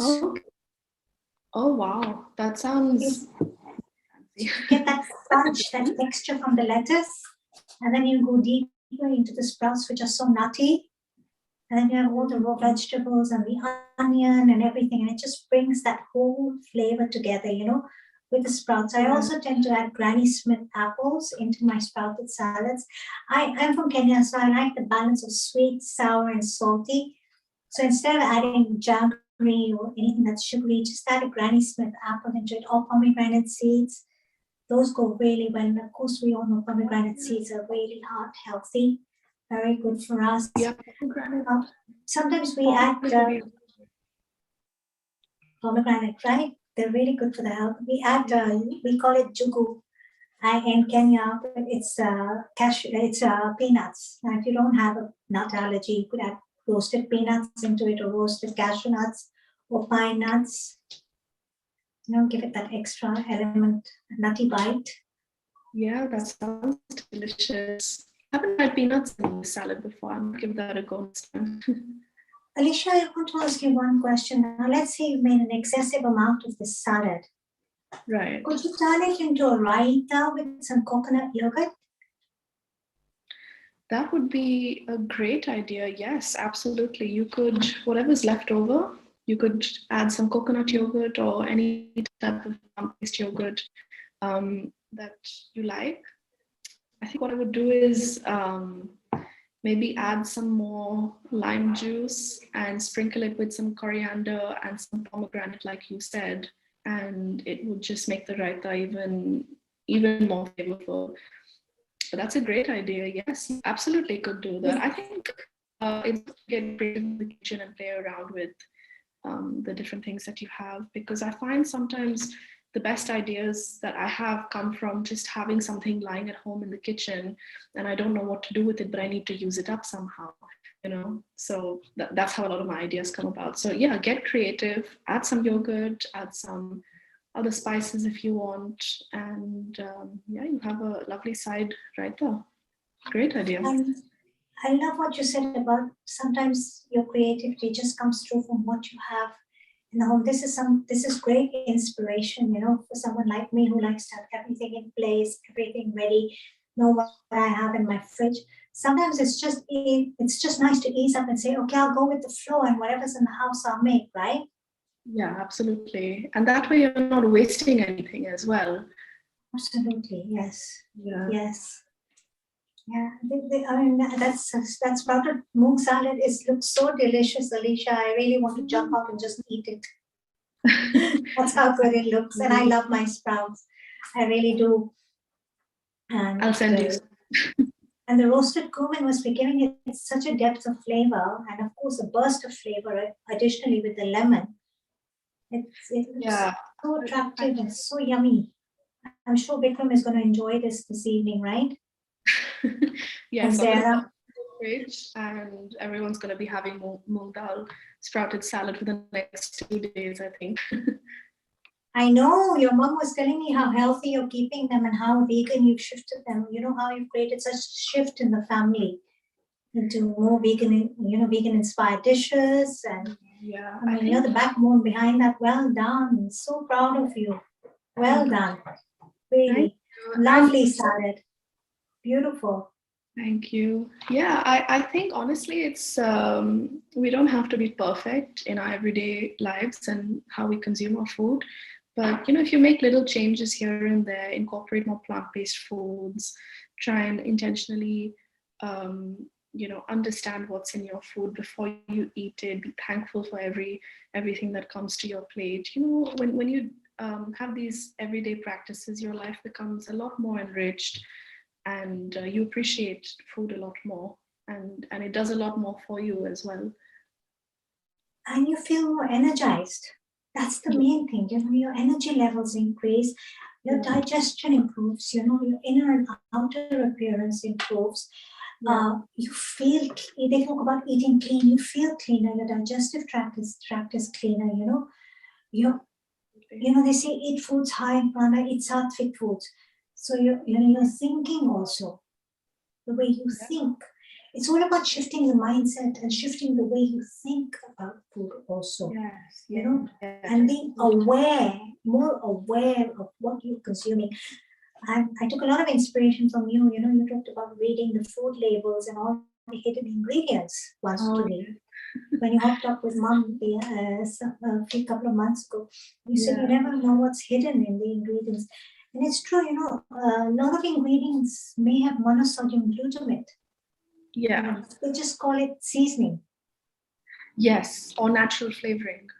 They disguise your preservatives and your artificial ingredients. They disguise them as things that sound appealing to you. So it'll say, natural flavoring, but there's nothing natural about the process of monosodium glutamate or how it's created, and when you get used to eating things like preservatives and all these other flavor enhancers and things like that, you lose the true taste and the essence of what real food tastes like, and you almost can't eat food without it. So is no added sugar doesn't mean that there's no sugar in it, in a product, right? Absolutely. So that's something I'm quite skeptical about. Whenever I see no added sugar, I put it down because I say no. They're emphasizing on it. There must be some hidden sugar somewhere, And if you do go for sugar, it's fine. Go for date sugar, go for coconut sugar. I lean towards jaggery because I grew up eating jaggery. Jaggery is very rich in minerals, very good for your digestion. But it still is a sugar, so you have to be very, very aware about the amounts of jaggery you're eating. I think natural sugars are better. Natural sugars are better than processed sugars. So at least it's better than what you would be eating, if you were just eating cane sugar or just plain white processed sugar. Jaggery is great. It's got a lot of things that are good about it. It's very good for flu season. If you've got a bad throat or some phlegm or mucus or something, some jaggery in hot water with some ajwain. I don't know what you call ajwain in English. That jaggery is good for, all these things have good things, in them. They might not be the best for your health overall, but everything that's natural, that's made from the ground up, grown in this earth, has some type of healing property. So ajwain, they say, is a brother sister to the oregano family. Oh, okay. And apparently, oregano is very flu friendly. Yes. They said if your children have a cough or cold, apply some oregano oil onto the soles of their feet, and it'll warm up the system. It's very warming up, and it really helps with coughs and colds. Ajwain, I think it's carom seeds. Ajwain kapani or ajwain carom seed infused water is very good for your digestion. I grew up drinking that. Now you've opened this whole new window for me by saying add jaggery to it if you have a cough or cold. See, we learn so much from your younger generation. You bring so much color into our lives. The element of food as medicine is never ending. Basic little things that our grandmother did when we had coughs. Pure honey. Mountain honey, the Himalayan honey from India, for example, which has no preservatives, no additives. You can buy it in India. It's extremely expensive. You get it in Delhi, you would know that. Mixed with turmeric powder and black pepper. And she would make us lick on that when we had coughs or colds. Or simple things like karas, made with cinnamon and black pepper and turmeric and ajwain and all these ingredients. We'd hold our nose and go, ew, when we were children, and we'd hold our nose and drink it. And your grandmother would be there and say, Pina padega, you have to drink it, whether you like it or not. Yeah. All this going back to, there's such an wealth of information in our grandmother's sacred recipes, or Dadima ke nushke as we call them. Yes, And yes. it's time we bring that all back to life, you know, in the West, ancient bitters for digestion. I couldn't You know? agree with you more. I think we've got to a stage in society and in humanity where we're starting to forget the true essence of the harmony of nature, nurture, and the balance of everything, and what we contribute and what it gives to us. And I think it's also because we've started living, far away from nature. We don't have our own cows anymore. In this modern day, we don't drink fresh spring water. We drink polluted water or filtered water. Things like these. I think they kind of disconnect us from the true essence of what it meant to be healthy and the essence of life in general. So I think learning these ancient wisdoms and passing them down generation to generation is really inspiring for everybody. And I know for me it's been so inspiring over the last year since I've been vegan, year and a half. I've opened myself up to a whole new world, and it's because of people like yourself and following you and your journey and the amazing and important, incredible things that you share with us. We learn so much. So in the younger generation, I think we're doing okay, but really it travels down from somewhere. So we really have to be thankful for where it came from. Beta, you know what? The inspiration can come from an elder, but when an elder sees that the younger generation is so inspired and they're going deeper into knowledge, right? We know what's handed down from grandmother to granddaughter, okay? But you guys are dissecting it. Do you understand what I'm saying? And when you dissect it, you simplify it and bring it forward for us. So in reality, we are learning from you, because this is the branch of the tree. This is the tree with its roots, and there are the branches, right? Right? And then the branches have the leaves. But okay, we have the trunk of the tree, we have the root, but you guys are going deep inside the root and finding out how, why, what, and you simplify it and you bring it forward. And that's what deepens our knowledge, like my children. I'm learning every day, constantly from my children, in different, it may not be on the avenue of food, but different ways and schools of thought, like my daughter told me the other day. She said, in the IB curriculum, they teach you to think out of the box and be a risk taker. That's important. I stopped Very for a moment, and I said, if only my mother had told me to be a risk taker. Right. Our mothers were very protective. They were, you can't do this, you shouldn't be doing this, you can't wear this, you can't go here, you can't do that. But here I have a 17-year-old telling me, Mom, I appreciate what you're saying to me, and it makes a lot of sense, and I know you love me and you want to protect me, but this is what my school says. Now, how can you defy what the school is saying, Do you know what I'm saying? Because that's the way they're teaching them how to think out of the box, be a risk taker, take that risk, Absolutely. And so your younger generation is so dynamic in that avenue, and you're bringing so much forward. There's so many incidences I can speak about. I can go on and on for eternity about children and how we learn from them. But coming back to food itself and how your generation, veganism, plant-based, I see the younger generation is leaning so strongly towards it. Asia is such a non-vegetarian society. Okay. But if you see, a lot of the startups are coming up in Asia, are plant-based startups. Hi, Sevani. Hello. I've been following you. It was you young ladies were totally, you just took the show away with all the beautiful salad and the beautiful dish that you made with banana and mangoes. And now we've been talking about how the youth, the younger generation, is bringing all the great grandmother recipes along and dissecting it. Yes, very true.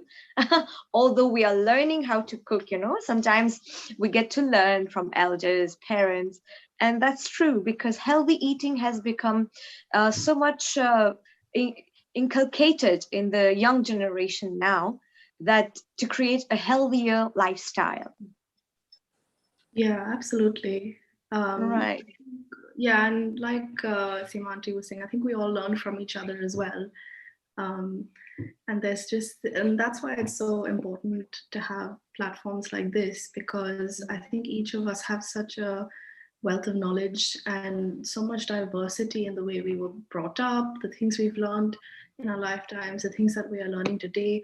And it's so nice to come together as a community and bring that forward and learn from each other. So I'm very thankful for a platform like this, honestly. Totally. That's why Healing Hour has come. Yes.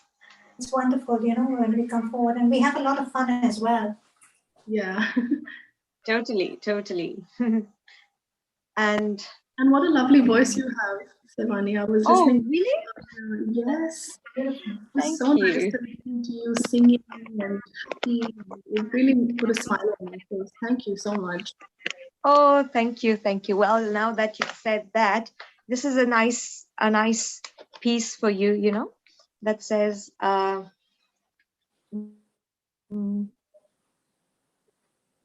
you've been talking so sweetly.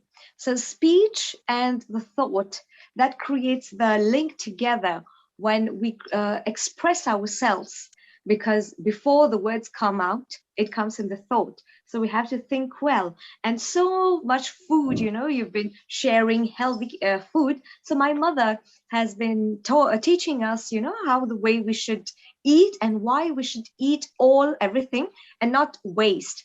So I'll just share this with you. It goes like this. Food is God and God is food. Do not waste your food. Food is God and God is food. Do not throw your food.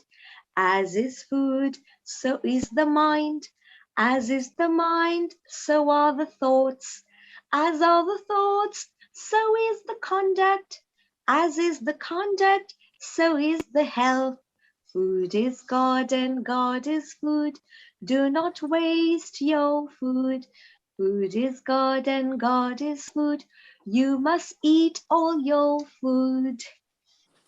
Oh, that's lovely. Thank you. We try and compose, my mother, she keeps composing human value based songs that's very easy for youngsters, maybe young kids as well, because sometimes we can see, parents, sometimes they don't pay attention. Kids are taking a lot. They're very greedy by nature. It's not their fault. But if we teach them, take how much you want, finish it up, and then you can take more, instead of taking a whole and you can't finish because so many people are starving, so it's not good to waste. So this is a way we try and contribute and help parents to train their kids to eat everything. Yeah. It's so important to have gratitude. Exactly. Gratitude that you got food on your plate. I mean, we say grace, right? And gratitude from everybody, from the farmer to the transport system. Annadatta Sukhi Bhava, may the giver of food be blessed. Totally. All the streams that bring that food to us. Do we ever think, how does it come to us? How many people have strived for it to bring it to our table? So, I mean, during this current challenging time with the pandemic and lockdowns, Yeah.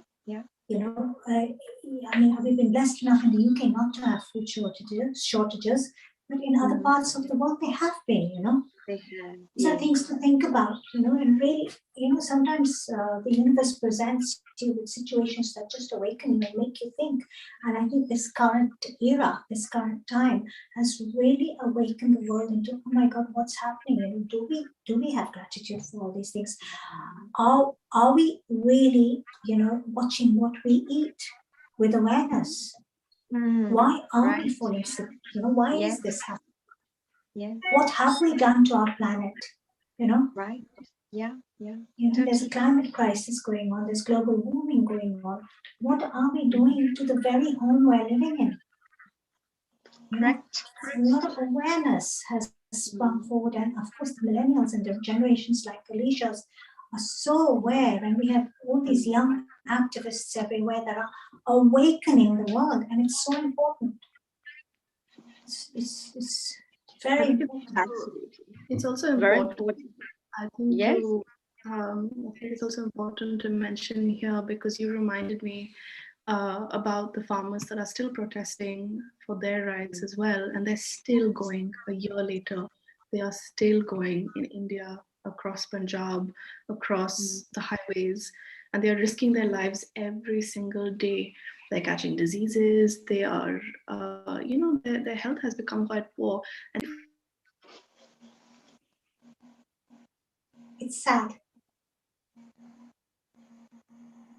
I think, yeah, okay, now we can hear you. Sorry, I think I was muted. Yeah, and I think it just makes you wonder. They're not just fighting for themselves; they're also fighting for us. Sitting. I'm sitting on the other side of the world in the UK, and these farmers are responsible for putting food on my plate as well. So I think, yeah, it definitely starts with gratitude as well, and the awareness of where that comes from. And Punjab is the breadbasket of India, actually. Yeah, definitely. Right. It's quite sad to see this situation. Yes. Absolutely. But I think through the things that we practice on this platform and the messages that we get out there, I think we're making some real change, and we're inspiring people out there, and we're being inspired as well by everybody out there. So it's great to be here once again. Absolutely. And this is the beauty of healing our earth. We try and bring out the best out of ourselves, and we share it with everyone that's watching us today. And I have to remind you, this is the 95th event at Healing Our Earth. And we thank all the viewers who are linked with us. You please subscribe, share, and like, comment on our different platforms with Facebook, Instagram, YouTube, and all the other social media platforms, definitely. And indeed, that the world is changing, because since the pandemic has come, we were all in a rush world. We were all very busy, so much busy that maybe we forgot ourselves. We were so much working so hard, got involved in our job and forgetting maybe kids. We don't have time. But somewhere the lockdown has invoked in us a sense of, okay, we have a pause now, and we try to see what can be done with the lockdown, maybe get more connected with our members physically, because every time we were virtually connected, or maybe we couldn't meet others. So now we know the value of sharing, of having family members. So the upcoming events, we have the Bollywood Fun, that is on Sunday 26th of September. So you can all come and join us with the Bollywood Fun, and from 2 p.m. to 7 p.m. British Standard Time. And just after that, as you can see on our screen, we have the motivational and inspirational. Be the change you wish to see in this world. The beautiful quote said by the Mahatma Gandhi, father of the nation of India. And that's coming up on the 3rd of October. We are going to be very much having inspirational speakers, and definitely the most awaited Diwali on Trafalgar Square coming up with a mayor of London, and in partnership with Diwali in London committee. That is coming up on the 23rd of October, that is Saturday. That's an event not to miss, definitely. So we have all this coming up to you, all our beautiful viewers. And now we have this beautiful young lady with a lovely hat, and very much awaiting us patiently. And she is, I'd like to now introduce our, all right, before we move on, our mission statement is, of course, we welcome everyone to Healing Our Earth. And our mission is to promote happier, peaceful, healthier, and inspired global communities by delivering multicultural online edutainment. So, education and entertainment, that is edutainment for all of you, and we are here for you. But without you, we can't have us together. So, you see, this is a partnership between you, viewers, and us, guests and hosts. My next host coming up here, all the way from USA. So, we're flying to the USA. This is Sharon Rose. Global namaste to you. Global namaste to you and everyone out there. It's a pleasure, as always, to be with you. Absolutely. How are you doing? Well, I wore my hat today because I was asked to. Amalia said, "Oh, you should wear that hat." But also because I spend a lot of time these days out in our garden. Right. And the sun is pretty intense here up at like 8,500 feet. Absolutely. So, Yes. since this is the kitchen show, and I'm going to be showing a little video of a red chutney that we created here. Lovely, lovely, lovely. I decided to wear this, and right now at this moment, these days, we have hundreds of tomatoes that we are harvesting. We are canning. It is nonstop, and it's just my husband and I doing all of this work. We've gotten to the point now that we can actually feed ourselves if we had to. And it feels so good. I encourage everyone to connect with the earth. We're healing our earth. Connect with the earth, connect with the food. Even for some reason on Facebook now, they keep sending me these advertisements for these kinds of hydroponic, I don't know if you've seen them. Yes. These stands and these that you can actually in your house grow organic food. And so I encourage everyone, take your children, get a little pot, have them put the seeds in, grow the food so that they make that connection. Yes, teaching them at a very young age, definitely. Well, my fair lady, before I'd like to, our viewers need to know, the wonderful job that you do. So, Sharon Rose, MAED, president of Sacred Mysteries Production. She is a filmmaker, choreographer, composer, author, and teacher. Wow, we have a multi-talented lady with us today as a scholar in world dance, music, and religion. Her training and research includes ballet, modern dance, Kathak, Middle Eastern flamenco, and African dance. She is also known for her unique reconstruction of the dance, music, and ritual of ancient Egypt. Sharon has received grants and awards for her work, including a Fulbright Senior Research Fellowship to conduct extensive research into the art, culture, and spiritual traditions of North India, where she became the first American disciple of Kathak Queen Sitara Devi. She is cooking and entertaining guests at home regularly. So she will be sharing her tips and a recipe too. We have heard that definitely. So beautiful Sharon G, all over to you. I'll be following you, and we are looking forward to this beautiful session coming up. Well, before I show you, Namaste, Amalia. It's nice to see you here. Amalia and I, oh yes, we have our new Qigong Namaste. Amalia and I speak almost every day, even though she's in Malaysia and I'm here, and we share recipes, and we send photos of all of the different meals and drinks and everything that we're making. And also, I must say that I've been totally inspired by the show, and I've learned from Seema Ji. And by Seema, I was going to say that. Yes, Seema, thank you. Thank you so much. your cooking just now just so inspired me. I had to warm up my eggplant curry and Well, you know, in Malaysia, we have a lot of coconut, right? You use a lot of coconut in your cuisine, right? right.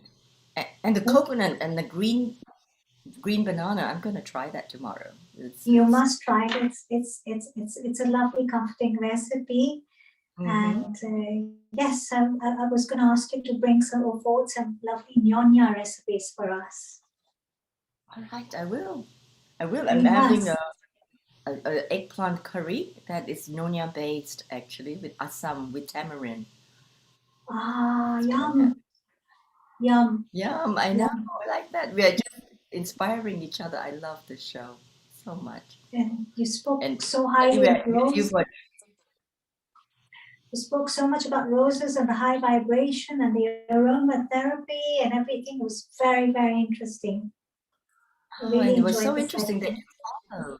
Yes, thank you. You followed up with Professor Rezai and I and the rose, and then you created the rose faluda, right? And so it's just so timely. And we didn't plan this, did we?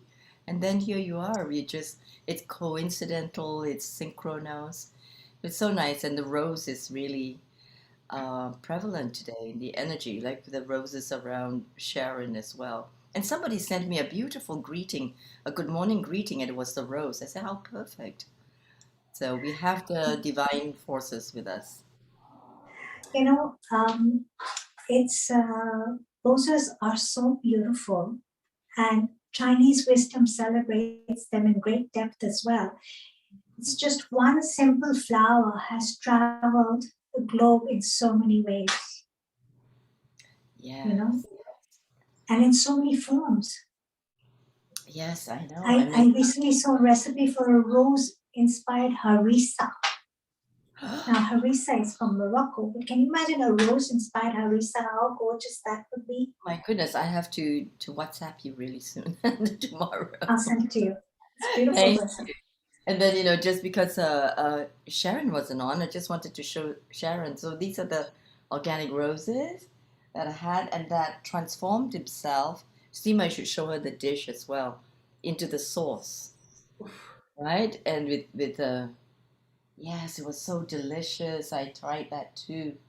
And with both Malaysian roses and Hangzhou Chinese roses and rose oil as well. And Seema, do you have your rose dish here? Just I show do. This is the faluda to Sharon. with rose syrup and chia seeds and oat milk and pistachios and cashew nuts and strawberries and golden foil paper and vermicelli noodles. So it's a dessert and a beverage in one go, something I grew up drinking in Kenya. And it's actually from the Iranian, it has its derivative, funnily enough, from Persia. Yes, and we have falude. yeah, and we have Professor here from Tehran, from Iran. Also, he shared some recipes, and the one I would like to try is the rose halva.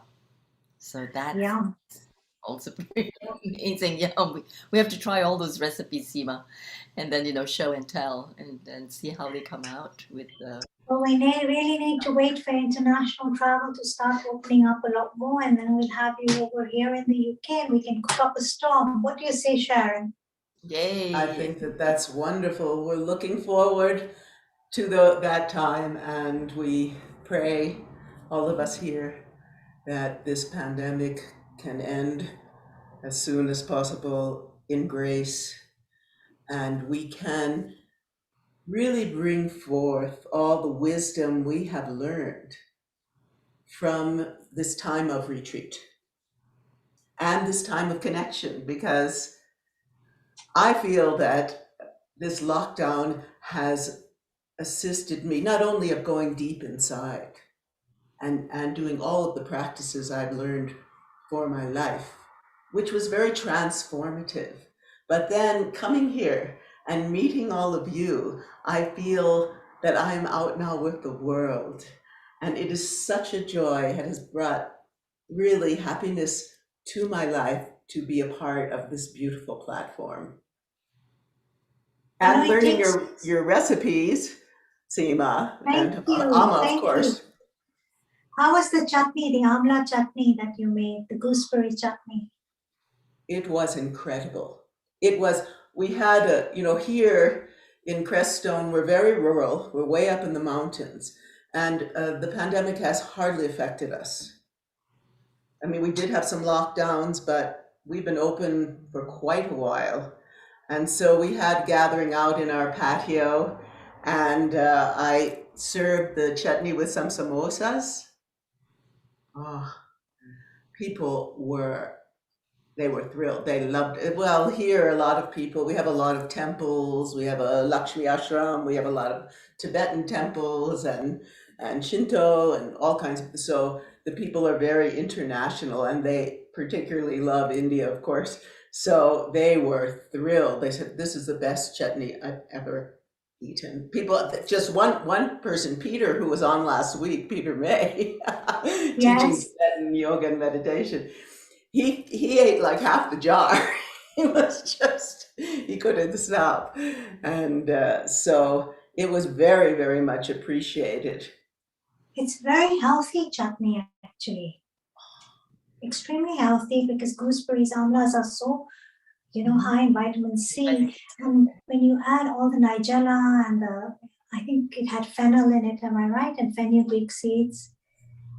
So it's actually a very basic recipe that draws from the eastern coast of India, from Bengal, from Calcutta, with panchphoron, the 5-spice.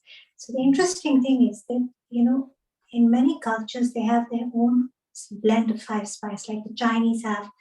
I mean, Dr. Y would know the 5-spice blend, the Chinese 5-spice blend. And we have the Indian 5-spice blend, which actually synergizes with the east coast of India, which are the ingredients I told you, because they bring that perfect balance of spice and flavor into many a chutney. In fact, you can do it with pineapples, you can do it with mangoes, tomatoes, and it's just so versatile. You can infuse it into anything and it just lifts any chutney up. I'm glad you enjoyed it. Well, any tomato recipe you have for me, I could really use it now. I'm telling you, you'll see a glimpse of it at the end of my presentation, my garden, but on the next cooking show, I'm going to actually show the progression of the garden from when we first put down the cardboard and the boxes and until, well, we're harvesting now. But we have so many, it's nonstop. It's a lot of work for 2 people, but it's so rewarding because the taste, we're going to have enough tomato sauce now for having it once a week for the entire year until next year. Also the same with pesto. Wow. And also the same with sauerkraut. And let's see. Yeah, we have some eggplant now that's ripening, and more cabbage and more basil. We've had tons of basil. So I made some pesto yesterday. It was so delicious. There is nothing like this experience of growing your own food and eating it fresh immediately. The taste is so delicious and it's so healthy. So also here in Crestone, we're really, the community itself, my friend Cindy Tate and others are really working to find ways of living and eating that really boost our immune system in this time. And as Amalia can tell you, we do a lot of Qigong. Our friend John Milton, who you will see in the presentation, is teaching a Tai Chi for liberation this week. And yeah, there's so many tools from so many traditions that can assist us during this time. And we really need, all of us should reach out, come to this platform. 95 is a 95th show. This is amazing. So yeah, I'd like to show you this little video that we did. We went to John Milton. He is a very interesting man. He worked in the Nixon administration as an environmentalist. And he coined the term, actually, environmentalism. He has his beautiful land here called the Sacred Land Sanctuary that he holds for the community and for the world, actually, and gives teachings from Tibetan, Buddhist, and Dzogchen, and Taoist and shamanic traditions. Also, he's done a lot of work in India as well. So, and worked for National Geographic, opening new places, like exploring places that people hadn't been. So I'd like to show you this little video. Now, this was inspired by Seema. It's not the chutney. These are the first chutneys I've made, even though I've had a very, okay, what's going on here? Okay, let's try this again. Video.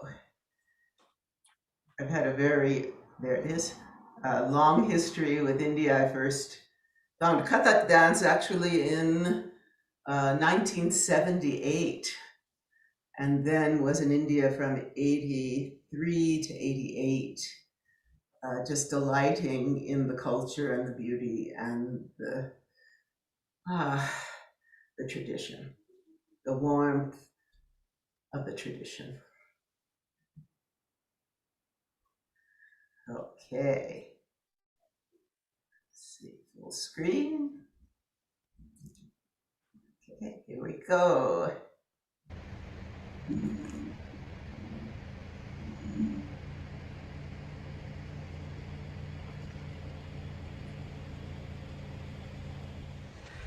Namaste, everyone. I'm here with my dear friend John Milton at the Way of Nature Sacred Passage Sanctuary here in Sacred Land Sanctuary. Yes, in Crestone, Colorado. And I'm about to pick these red currants that are growing here to make some red currant chutney. We have some beautiful both red and black currants here. You can see here the red ones. Going close. And we've been kind of honoring these for a long time here. They probably originally got here with the help of the Native American people who helped guard this land for the vision quest, the kind of work we do in the Way of Nature now, essentially, but in old indigenous days. So these currants were part of their food supply to kind of keep healthy and keep going here in the mountains. Look at these currants, they're amazing.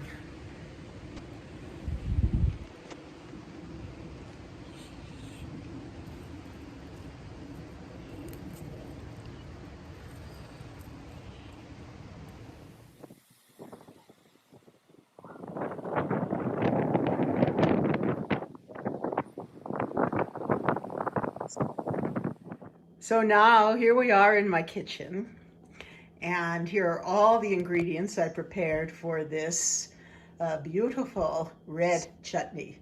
So we had about 4 pounds of currants there, so I adapted the recipe for that amount, and you can change it accordingly. So in this recipe we have 4 onions over here. We have 4 inches of ginger that we have cut into small pieces here. We have 8 cloves of garlic. We have lemon zest, a couple of tablespoons. We have organic extra virgin olive oil. We have 4 pounds of red currants right here, straight from John's land. And John is here today. He'll be filming me, so he can tell you about the power, the chi power of wild currants. I'm starting with 2 cups of sugar. I generally don't like to eat so much sugar, so we'll see how that tastes. And there'll be 8 tablespoons of apple cider delicious vinegar and 1 star anise. This is the really cool part, all the spices.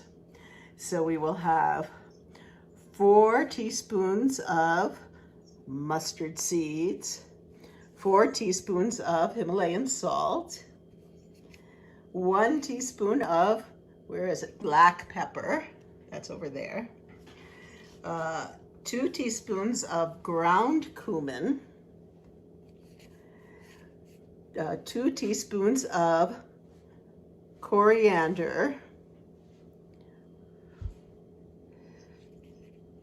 2 teaspoons of cinnamon, I love cinnamon, and 4 pieces of red pepper that have been chopped. Now this came from our garden, actually from last year, and we froze it, so it'll be great in this recipe. So there are the ingredients, and now we're going to start cooking. All right, here we are. So we're going to turn on low heat. It's a gas stove. We're going to turn this on low heat. We're going to put in 4 tablespoons of this beautiful organic olive oil. And then the chili peppers.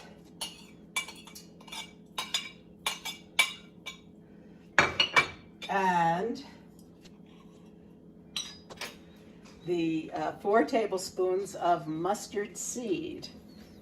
1, 2, 3, and 4. Yes. And then we can put the tops on all these. And for about a minute, we're going to stir this.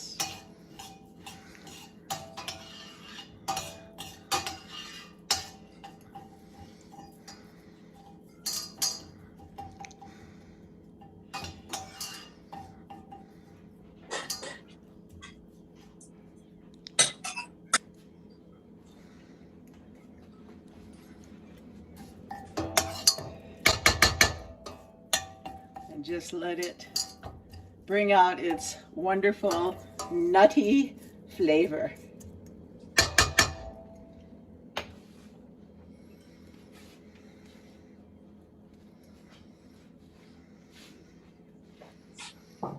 I think it's beautiful already.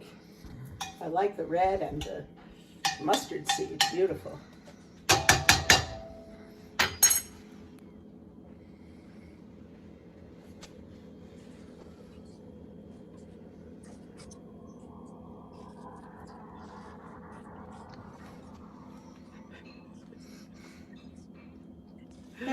Once these delicious mustard seeds start popping, then you're going to add in our lots of onion.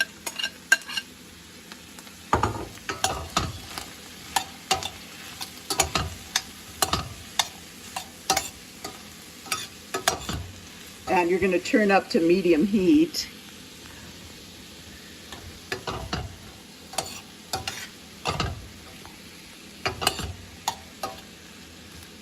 And let it saute for a bit till it gets a little like soft. Yeah, so we'll do that.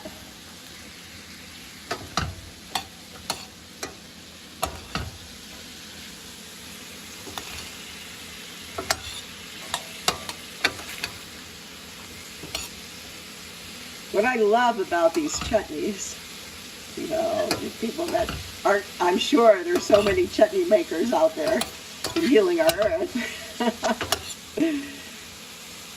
I love all the spices and the alchemical nature of the creation of a chutney. So beautiful.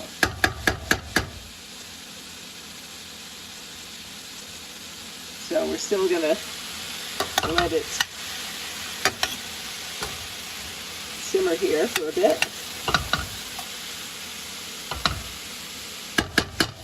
Some of these recipes, one I made that came, this gooseberry one that was delicious from our gooseberry bush that came from our dear Seema. That one was kind of similar, but wow, so delicious. So delicious.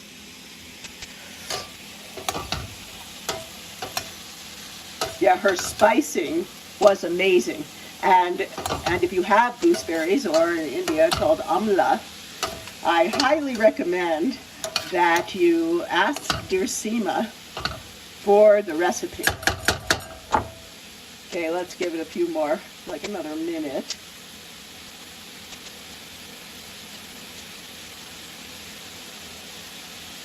I love all these colors already. We've got the yellow, we've got the red pepper, we got the red onion, which is like kind of purple.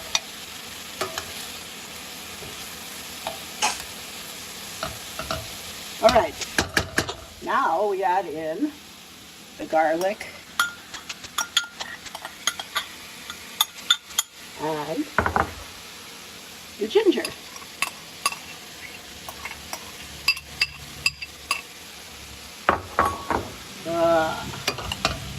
Beautiful.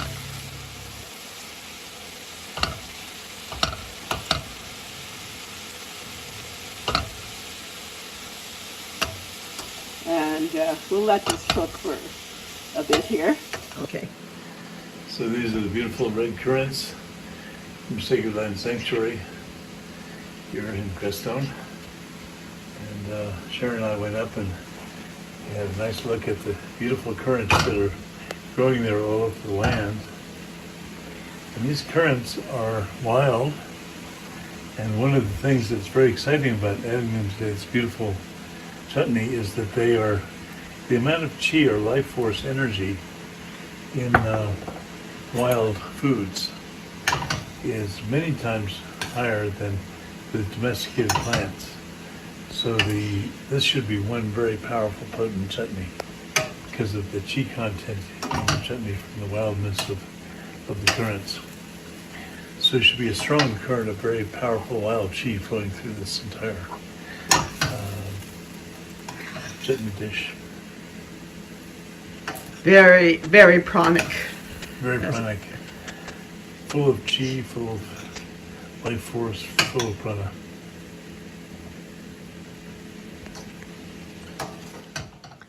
Isn't it nice to have John with us? You know, John is the director, the creator of the Way of Nature and the Sacred Land Sanctuary where we picked these here in Crestone. And he's been on Healing Our Earth, and hopefully he will return because his teachings are incredible and his knowledge of nature and the environment is profound. So now we're ready. Sugar. So I'm going to start with half of what they recommend. I don't know if even I want to do this much, but we'll start with this and then we'll see how that tastes. I personally, I don't like to have so much sugar. This is, of course, organic sugar. And sometimes I just like to keep adding it as it cooks down. So we'll start, maybe we'll have a little more.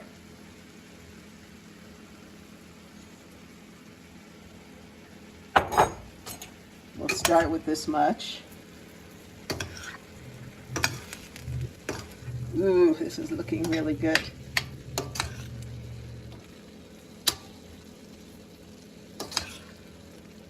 Yeah, we had some black currants too, so I just threw them in. It's a nice little variety. They go well together.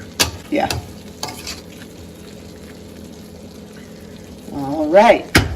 What a beautiful dish. You see the beautiful stove in Sharon's kitchen. Look at this gorgeous tile work here. Just amazing. Incredibly beautiful. Thank you, John. And the perfect complement to this beautiful meal. Well, they're the symbols are very alchemical. The sun and moon, Sun and you know, moon. and all alchemy. It's true. Look very close. Right. And then again, here's And the lizard, even down here. Yep. Primal energy. Yep. Yep. And the sunflowers. Sunflowers. We're growing those now. We have a giant one growing in the moon. greenhouse. And here's the union. Two. The moon and the sun. Wow. Very good, John. Always wonderful to have friends with you when you're cooking. Yeah. Okay. Good. Now, I like to put all the spices together and then put them in. So what's wonderful is I have a brother, Brian Beckenheimer, who is a beautiful potter. And so I'm really thrilled to use his bowls and cups and other things when I cook.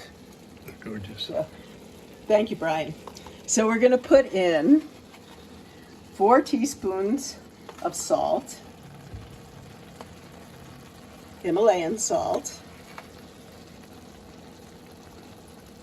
This place here in Crestone, Colorado, is very similar to the Himalayas. I don't know, do we have salt?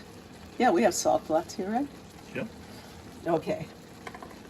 1 teaspoon of black pepper. Then we have 2 teaspoons of cumin, ground here.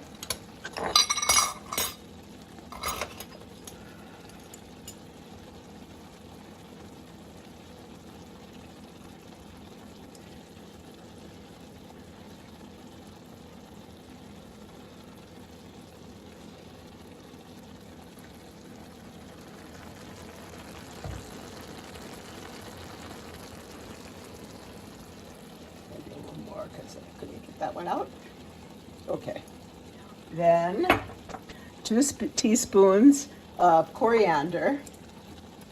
You know we all love coriander. I think if I do this, it'll be easier. 1, 2. Then we have 2 teaspoons of one of my favorite spices, cinnamon. You know, I was reading actually, my friend, Robert Lawler, who actually helped build the Aurobindo ashram in India, was telling me that cinnamon with honey actually helps you if you have a sugar problem. I haven't really tried that out. And then one, let's see if it'll come out. Take it out this way. Star anise. These are so cool. See if I can get a whole one here. There it is. Beautiful. Star anise. Right on top. Look at that. That's beautiful. So lovely. This is what I talk about with the alchemy. It's beauty, and alchemy is so much beauty. So now I'm going to stir all this up.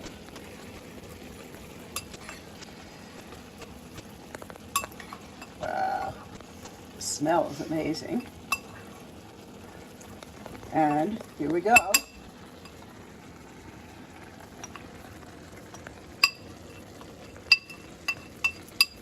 Oh my God.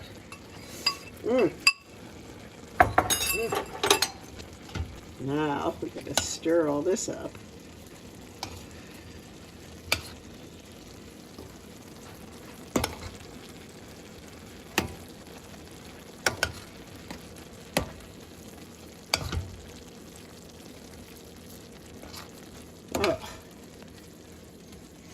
Oh, I wish you could all be here to smell what this smells like. It's so delightful.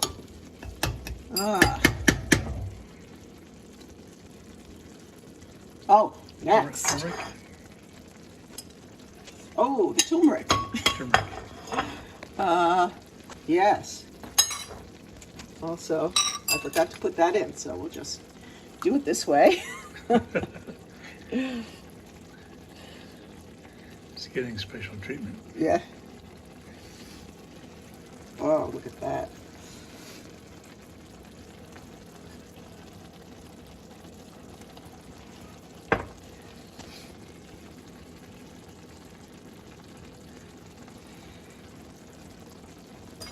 Wow.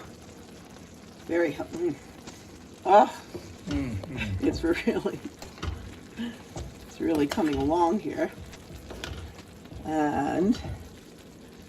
And of course, the lemon zest.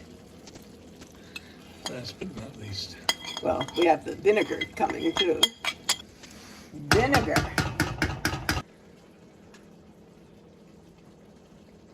One, two, three, 4, 5, 6, 7, 8.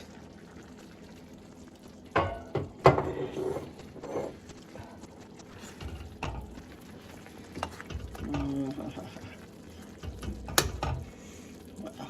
Okay. Now I'm going to taste it. Let's use my other spoon here. Taste what's happening here. Wow. More sugar. Very sour.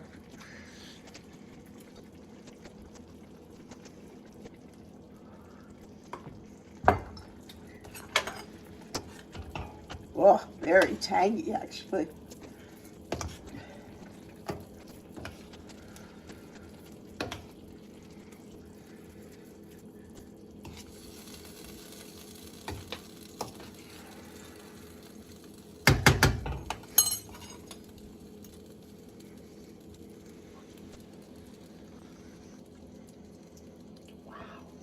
Whoa! Intense. Intense. I'll use the very last part. This is only half the sugar they recommend anyway.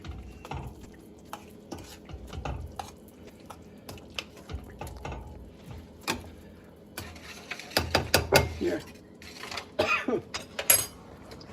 I'll, yeah, you do that. I'm going to let you taste it. Tell me what you think. If we need more sugar or what, or anything. So here we go. Oh.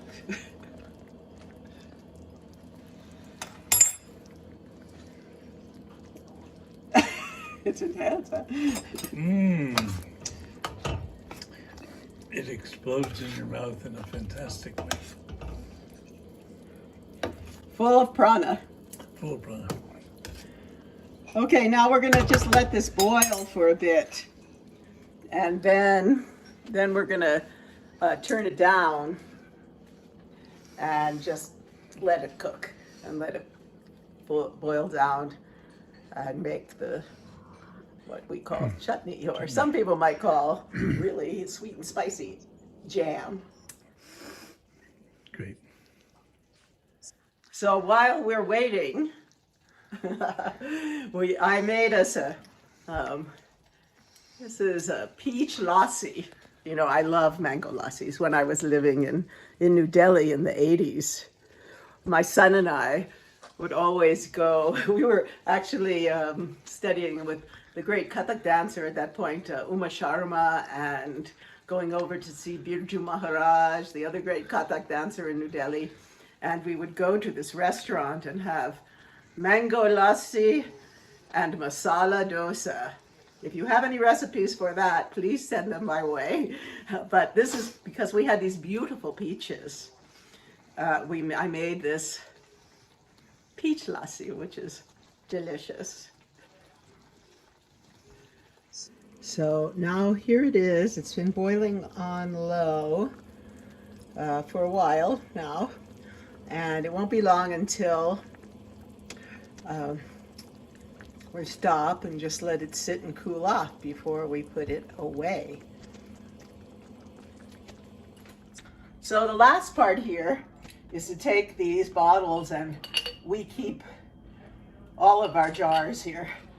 so that we can use them for storing the things we make. And you spoon it in.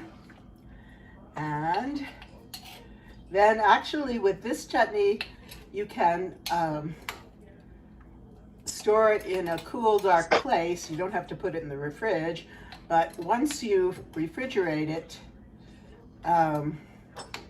then, I mean, once you open it, of course, then you need to refrigerate it. So here we are.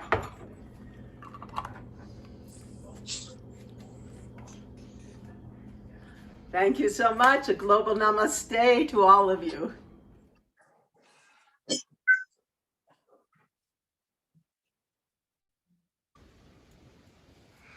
Here are the little chickadees.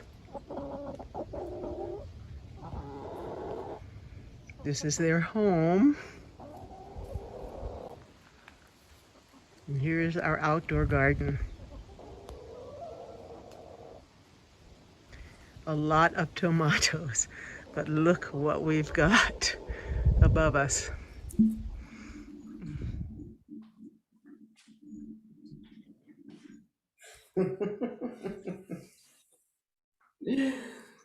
Well, thank you. Yeah, that was, I think, about the third chutney I've ever made.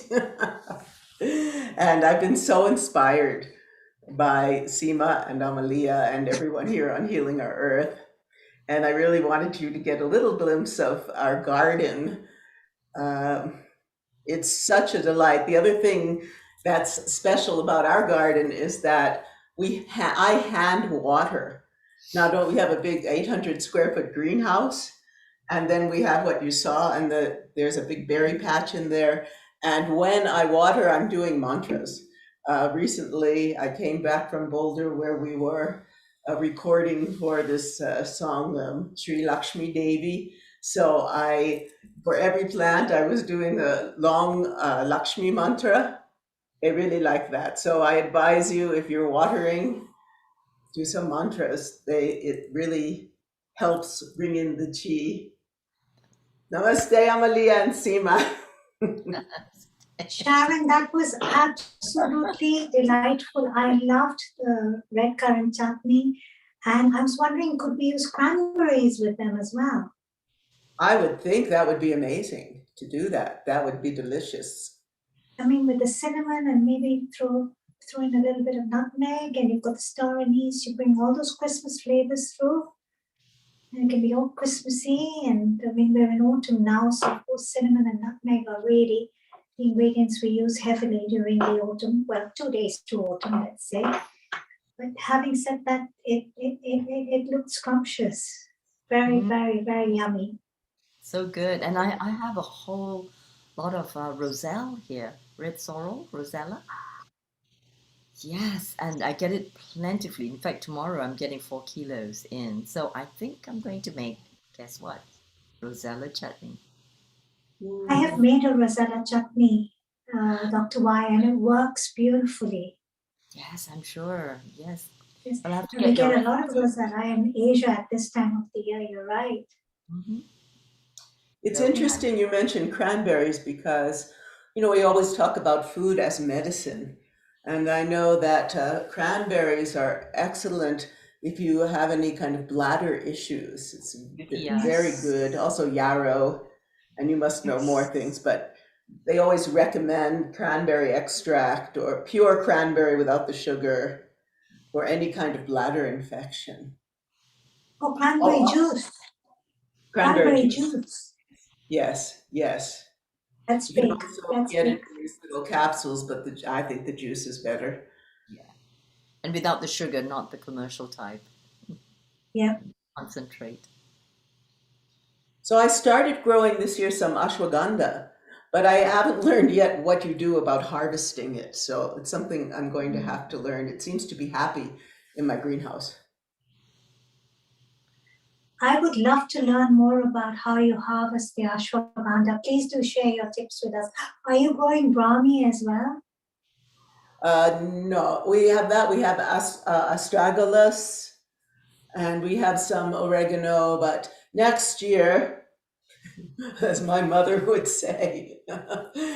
Alabai Amen, which is a Hebrew word for by the grace of the divine. I plan to have much more, take one or a couple boxes and really grow some herbs. We do have some echinacea growing now too, but more healing herbs because we need those, especially ones for the immune system these days. Well, every day. And I really feel that everything that you're bringing, and Amalia as well, is so important right now. The knowledge, the centuries old, I would call scientific, really, because it's been handed down. It's the beauty of the Vedic culture. Unlike with the Egyptian, where we have to be spiritual archaeologists because the lineage was cut. In this tradition and the Chinese tradition, the Taoist tradition, it's been handed down over generations and tested. And so the beauty of Ayurveda or Chinese medicine has so much to offer us right now. And the food area is so important. You know, I've been reading about obesity in the United States and childhood obesity. It's really off the charts. And if people could open their hearts and minds to all of these traditional ways of keeping the body healthy, it would be a blessing for us all. So, any words of wisdom the two of you would like to bring about these traditions and their benefits for people, we would love to hear them. I would always say go back to basics, as our grandmothers did. You know, let food be thy medicine and medicine be thy food. You know, as the great scholar of medicine said. And eat with awareness. Have a lot of awareness, have a lot of gratitude. Anadatta Sukhi Bhava, the school of thought that I practice, the art of living, always emphasizes on gratitude for the person who brings the food to you, you know. Saying mantras, like you say, mantras to increase the chi of the plants. There's a lot of scientific evidence now that as you speak to your plants and you play music and mantras to your plants, they respond better, they're healthier, you know, they grow faster, they're more upright, they have more chi or prana. And I think really honoring your body as the temple of the soul. You know, we don't think about what we put into our bodies. I mean, as children, I remember growing up, I used to be enamored by these Hostess Twinkies because they were so American and they were very hard to find. And my sister was studying in America and she'd say, what can I bring back for you? And I tell her all the big block candies that you get in Universal Studios and Hostess Twinkies. And she said, why are you so set on Twinkies? But now I wouldn't touch them and I wouldn't give them to my children. Sorry, no offense to the company. But, you know, they're full of sugar and I am critical, yes. And, you know, preservatives and animal fats and that are not so healthy. So I'd say eat with awareness, you know, make small changes. If you can't, baby steps, simplify your life. Instead of making 2 dishes, make one. Put your heart into it, you know. And when you go to the ashrams in India or the Buddhist centers, I've tried some really delicious Buddhist food in Hong Kong. Okay, that's purely vegetarian. Why does it taste so good? Because it's so simple. You know, the food in the ashram in India is so delicious. You know, we talked about prasad earlier on. You know, like blessed food. When you give mantras to your plants, you're blessing them. And you're actually, they are going to nourish you, but you're giving them an energy exchange as well. You're nourishing them as well with water. Maybe, you know, if they're organic, you're using the proper fertilizer. In India, they use cow dung. We call it khad. And, you know, I come from a family of farmers. My grandparents on both sides were farmers in Punjab. So my grandma would always use khad. You know, she would say, I'm not going to use any, you know, commercially bought fertilizers. I have the farm here, I have the cows, you know.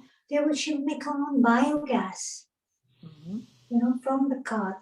So it's all about going back to basics and creating that awareness. I think the pace of life, modernization, globalization, rushing here, rushing there, has stopped us from actually slowing down and thinking, what am I ingesting? What am I putting into my body? Do I really need this? Is it good for the environment? Is it good for the planet? Is it good for my health? All these elements are so important. And when we have beautiful platforms like Healing Our Earth that give us all the opportunity to share and speak about this, on this note, I'd like to thank the founder and director, Mr. Neil Kumar, a great visionary, who had this spark in him to bring this forward, and the whole team, Shayvani, Dr. Soda, people behind the scene, Honey, you, everybody, there's so many people that are hidden behind the scene that it takes great time and great effort to bring this all together, and that too on a weekly basis every Sunday. So I'd like to say thank you very much to everyone. It's just, so much knowledge, awareness is being created with this, and change. Yes, the warmth of this community. From the first time I came in, I think it was International Women's Day, I was asked to do an interview. I was crying that day because I felt like I had come home. I felt like, oh, here are my people.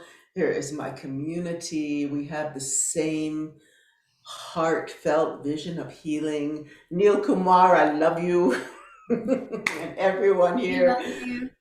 We love you. Amma, tell us about food, the essence of food as medicine in the Taoist tradition out of China. Yes, there are so many elements. First of all, we think about the 5 elements in any kind of foods, right? Where it comes from: the ground, the earth, the water, of course, and the fire, the anyi, the fire within, and then the metal aspects as well, and the wood aspect. So the food, the nutrition that we intake has to have those elements balanced. And of course, the Chinese cosmology in foods. We have heaty foods and cooling foods, and Seema would be familiar with this, living in Hong Kong. So, all the grandmothers would say, oh no, you mustn't eat this. The durian is too heaty for you. Or, that food is too cooling, like coconut water. A lot of vegans like to drink it in the morning, right? Raw foodies. And we found that actually it's not really suitable to be drunk in the morning, but more in the afternoon. So where it's hot, so you want to drink something cooling in the afternoon. So it sounds like an old wives' tale, but really, when I do muscle testing, which is what I do to test people with allergies, as you know, it really works that way. So there are certain times of the day where certain foods are more suitable, as of course during summertime or wintertime, you would not eat the same foods. Like in summertime, you eat more salads, let's say, and wintertime, maybe root vegetables, right? More grounding, more warming foods. So the Chinese are very big on this, and including, I know this is a vegan a platform, but also the aspects of eating meat has a very tonifying aspect, that it's also eaten as a medicine only when you need it, and at the same time where it's called a restorative food, like bone broth, right, for gut microbiome rebalancing. So and of course the Chinese are really incredible in vegetarian cooking. However, when we go back to basics, it's been contaminated, I must say. Highly contaminated with a lot of monosodium glutamate, MSG. And a lot of the foods are soy-based and some non-GMO, soy-based and wheat-based. And a lot of people are gluten intolerant. And so when vegetarians think it's healthy, it's actually causing more bloatedness, it's causing more celiac disease in vegetarians, and overweight.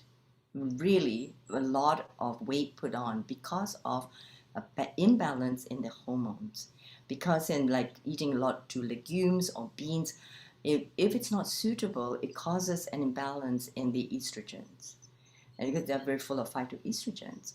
So we have to be very careful about also a vegetarian platform or diet which is too much legume based and also not enough protein that comes from a more dense source. And of course, we talked about sprouting just now, right? With the mung beans, and sprouting will activate the enzymes, yes, and be more nutritious, and also it makes it more digestible. So we do need to soak the beans overnight. And this is something we go back to the Chinese cooking, is that that's what we do. We have to do that. Otherwise, there's too much wind, flatulence. And how do they know that? How do the grandmothers know that? You know, that it does cause flatulence. So there are different ways that we can treat foods, and we have to be aware of how these foods affect us, right? And so, especially being vegetarians or plant-based, for example, you know, if we take more spirulina or seaweed, we actually have more protein out of there, or quinoa, and especially if we're sensitive to legumes. And also, a lot of vegetarians tend to eat a lot of wheat, which is then it's been GMO'd, it's been contaminated, glyphosates and so on. And so and also the gluten causes a lot of imbalance in the microbiome because it has been contaminated, it has been hybridized in the 1930s already. So we have to go back to ancient grains like, you know, the quinoa and the amaranth, and also the einkorn, which is an ancient grain of wheat. So eating a lot of chapati, okay, vegetarian, but eating too much of the chapatis and rotis and so on, it gunks up the system. And also a lot of white rice as well that has lacking of vitamin B's. And I particularly love basmati, right? But I'm trying to find the brown basmati, and it is actually lower glycemic, and I just love the flavor and the texture of it. But also we have to find out whether that person, again we go back to personalized holistic nutrition, is whether that person takes rice well, you know. So there are a lot of people who don't, and that's also the question of arsenic in rice naturally. So there's a lot of research that's done now on the vegan cooking and vegetarian cooking, and how are we balancing that in the protein intake, and also B12, which is not available in a lot of vegetables, and that's not available except like maybe in spirulina. So that's very much lacking in many vegetarians and vegans. So, and going back to the Chinese aspect, is that we always say moderation in everything, right? Because it's the middle path. You balance the two. And but also at the same time, the modern Chinese cuisine and farming has too much fertilizers and pesticides, and not enough education on how to use those, because we've heard of you know, some farmers doing like spraying pesticides on vegetables just before going to market, right? And speaking of that, I want to honor Vandana Shiva from India, who is such an amazing teacher in organic farming and really raising issues about even rice growing in India, right? It's contaminated, just like in Bali. It's contaminated by big companies selling the fertilizers and pesticides. It's really like being a drug dealer. So we also have to be aware of hydroponics. You talked about hydroponics, but there are many different chemical solutions, because hydroponics, hydroponically grown vegetables lack the groundedness of the soil, like in permaculture or biodynamics, especially where we go back to the ancient ways of growing. It lacks that. And if you try cooking hydroponics, I tried it too. The vegetables sort of like, it's the energetics of it. That's what I see. It just sort of melts away. It fades. And if you're eating lettuce and salad greens that are hydroponically grown, You notice they don't have that much flavor. And it's not like when it's ground, grown, then you really get the flavor, like, what you're doing and with the right nutrients. So I know that because of food security, we have to be concerned about hydroponics and getting enough food. But are we getting enough nutrients in our bodies? Are we getting nutritionally sufficient cuisine, and are we soulfully being nourished? Because a lot of foods are not, right? We're in a rush. And again, like Seema says, we have to eat mindfully. And I teach food meditation as well. And we have to eat slowly and chew and masticate, and which is very much Zen or Taoist, is that the mindfulness of just eating and not drinking cold water as well. I might just jump into that now because I see a lot of people, since it's vegetarian, vegan, they're eating a lot of wonderful vegetarian food, but they're drinking cold water. It congeals it stops the hydrochloric acid in the stomach and stops the digestive system, the coldness, because it contracts the stomach. And then they're taking a lot of that cold water instead, like warm soups or a hot drink. I mean, chai is especially wonderful, to get the digestive juices going. And of course, the Chinese love our teas, green teas, which is also very much a digestive. And since we're talking about that, we love our soups. I used to grow up with two different soups at the table, because one for the men actually, because they are peanut groundnut roots are good for the men, and then there's the tong quai good for women. So we have all these soups, and it's all quite personalized, just like the Chinese way of medicine, right? It's all with the pulse reading. It's personalized. So how personalized can we get? In a Western way, I'm getting closer to it, Sharon, with doing muscle testing. But that's another story. So thank you for asking me that question. I just went on a flow. Dr. Y, you spoke about the personalized soup prescriptions. That is so true. Like when I had my babies, okay, so I actually had a good friend of mine who is Chinese, okay, and she made me this beautiful soup with lotus seed and red dates and lots of ginger. Very good for pregnancy, very warming. Pregnancy and a lactating mother. Yes. And she says, you're not going to get milk with this. You're going to get cream.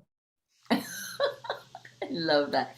Yes, and Seema, living in Hong Kong, we have confinement foods, right? Foods that are especially after the birth and before and during. So I have to ask you one question, okay? So I was in hospital after the delivery of my two children, and of course, I automatically, straight after my C-section, the day after I was made to walk, and I wanted to walk, have a bath, and I had a shower. And my Chinese friend's mother had a go at me. He said, what is wrong with you? I was going to prepare you a ginger bath, and you have to have bath in ginger water because it's, yang. Yeah, yes, that's right. There's too much yin in your body, and you have to take all the yin out, and you have to drink a lot of ginger. And it was her daughter and she that made me these beautiful soups that were really very appreciated and so timely for me at that time.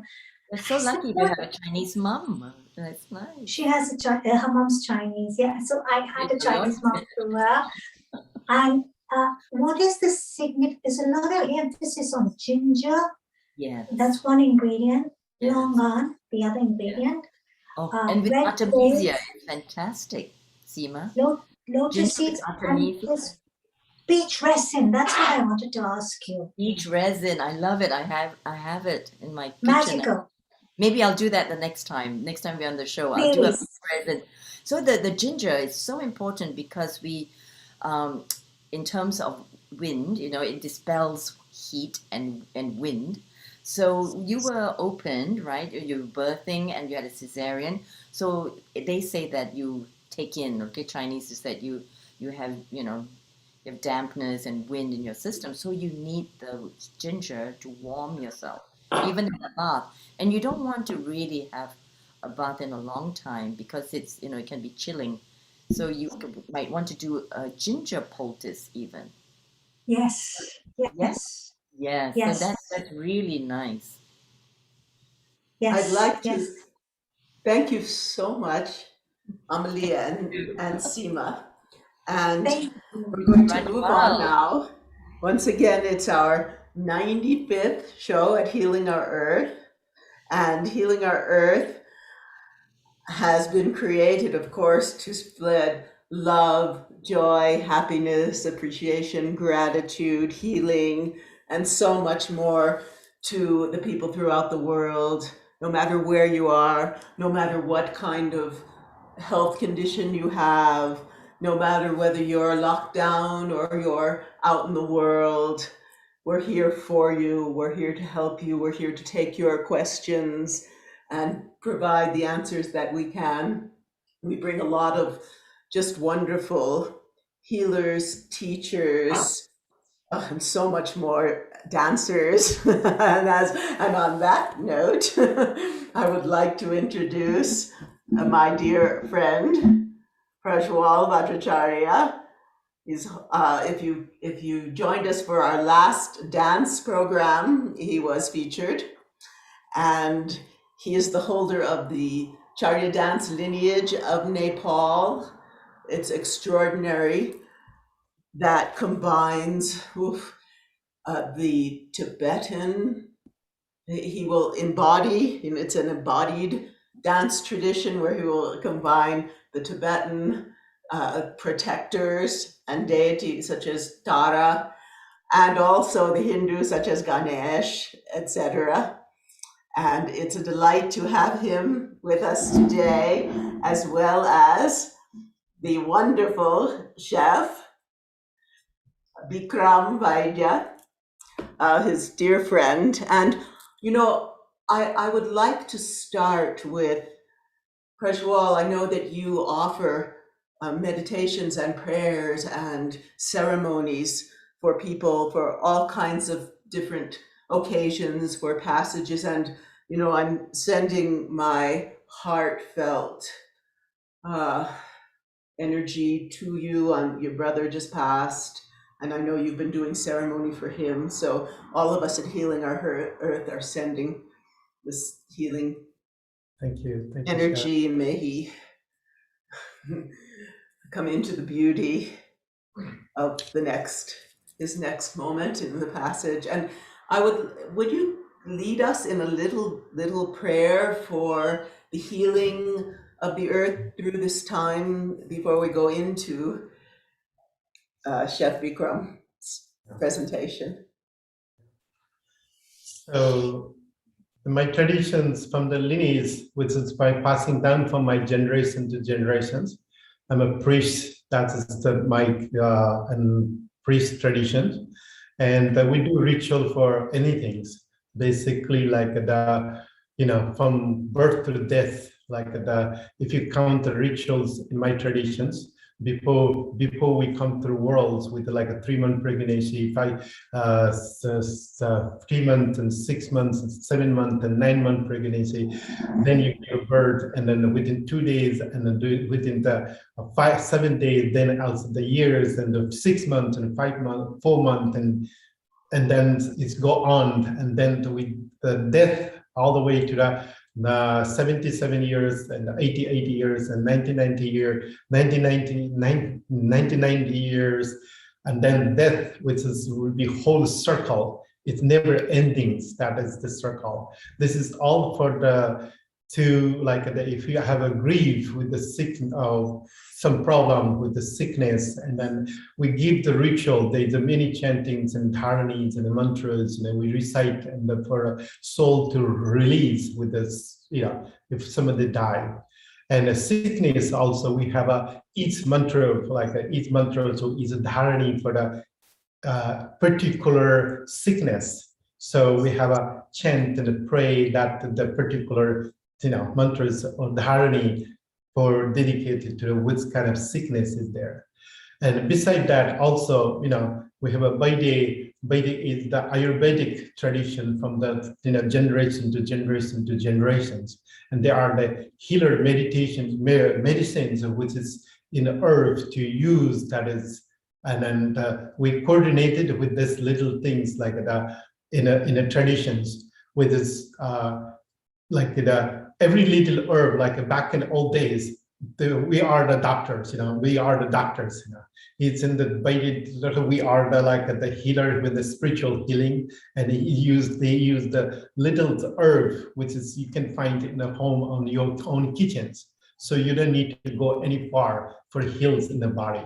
So my moms used to make it anything, like if you get the problems in the body, just go in the kitchen to grind it and some things and mix with even sometimes you don't know, just mix it with your rice and mix with your dal, what we eat in the everyday, and it just transformation, it is happening. So that's why we normally in my generation we never go to a doctor, so we have we done what do you call that as we are healed in the natural way. That's we heal. And also the eating the food, that's also the other part. My father also wrote the food for they call the food history in Nepal. How is that to work? Like every seasons we have a different eatings and a different way of eatings, and how you use the portions of the eatings, and what is help you for your genes and the bodies and nutritions and creating your body. So we don't need we need to do this substitute, or we don't need. We have a daily use in the food traditions also. So yeah, that's the way we've been from the century, and that's we try to keep up and try to make the encourage for people to take care body, because of this body. You know more than doctor, you know more than other people, because you have body. What is the cause? The whole idea is what is the cause? If anything happened, you need to find the cause. What is make you happening that way, or what is making getting problem? Because then if you start changing a little bit your diet, what you're eating, being that and then make it slightly change, it's make a difference. So we just the so stubborn and so egos in hey, I don't need to care, we need to go doctor, we just take pills and and then that's the happening. And little twist I'm also the what's called that body therapies as a dancing therapy that I do. Every little twist and every little gesture and every little movement you use, it's make you move in a certain way of a body. It's make the completely transformations. And the simple things what we do is in a morning exercise, patting is to pat with everything and shake it up, it just that body need to move the movements in little movements in every part of the nerve in the body. So if your nerve it start to moving, it just take you the 5 seconds. You can heal the whole body within 5 seconds. But we don't do that much in a tradition. We got a lady or something. So that's why it's little things we can add it, because I'm a Buddhist priest too. So in a Buddhist views, whatever it is happening because of your regions. Because in also the same way, if you have a smoker, you find a smoker, a friend in there. If you have alcohol, you find an alcoholic friend. You have a good spiritual, you find a good spiritual friend. So whatever you are, you manifested your reflections, it will be happening. So reflections is the inner word. In a Buddhist tradition, we call that the outer, inner, and a secret. So outer part, this is the body. Inner part, we have all the how you see, how you eye, how you hear, how you all difference in inner part. And then it's a combinations with everything. It's a secret part. So if you're understanding that secret part, the inner part, it can be transformation can be happen. That's why it is important to have pay attention in the body. And why people get fat, they know what they're eating. They know what is the reason why they get the blood pressure. They know what is happening. I mean, if you have a little bit pay attention with this precious body, this is precious body, it can make the transformations can be happening easily. That's why that's why we live in the pay attention with your own part of the body. So yes, and the relationship between the outer, the inner, and the secret. The way your thoughts affect your emotions, and the emotions affect the physical body. We're not too often in, Western medicine has wonderful things, for surgery, fantastic, many things, but there isn't always taken into account the other aspects beside the physical. And even, in hospitals, I wish that they could have Ayurvedic cooking or, anything that, yes. And so on that note, I want to bring in our wonderful chef and Newa Kitchen Vegan Chatamari, Chef Bikram Vaidya, was born and raised in Asan. Am I pronouncing that right? Asan? Yeah. Kathmandu. He spent years in the tourism and hospitality business before starting a culinary career. Well, great business there.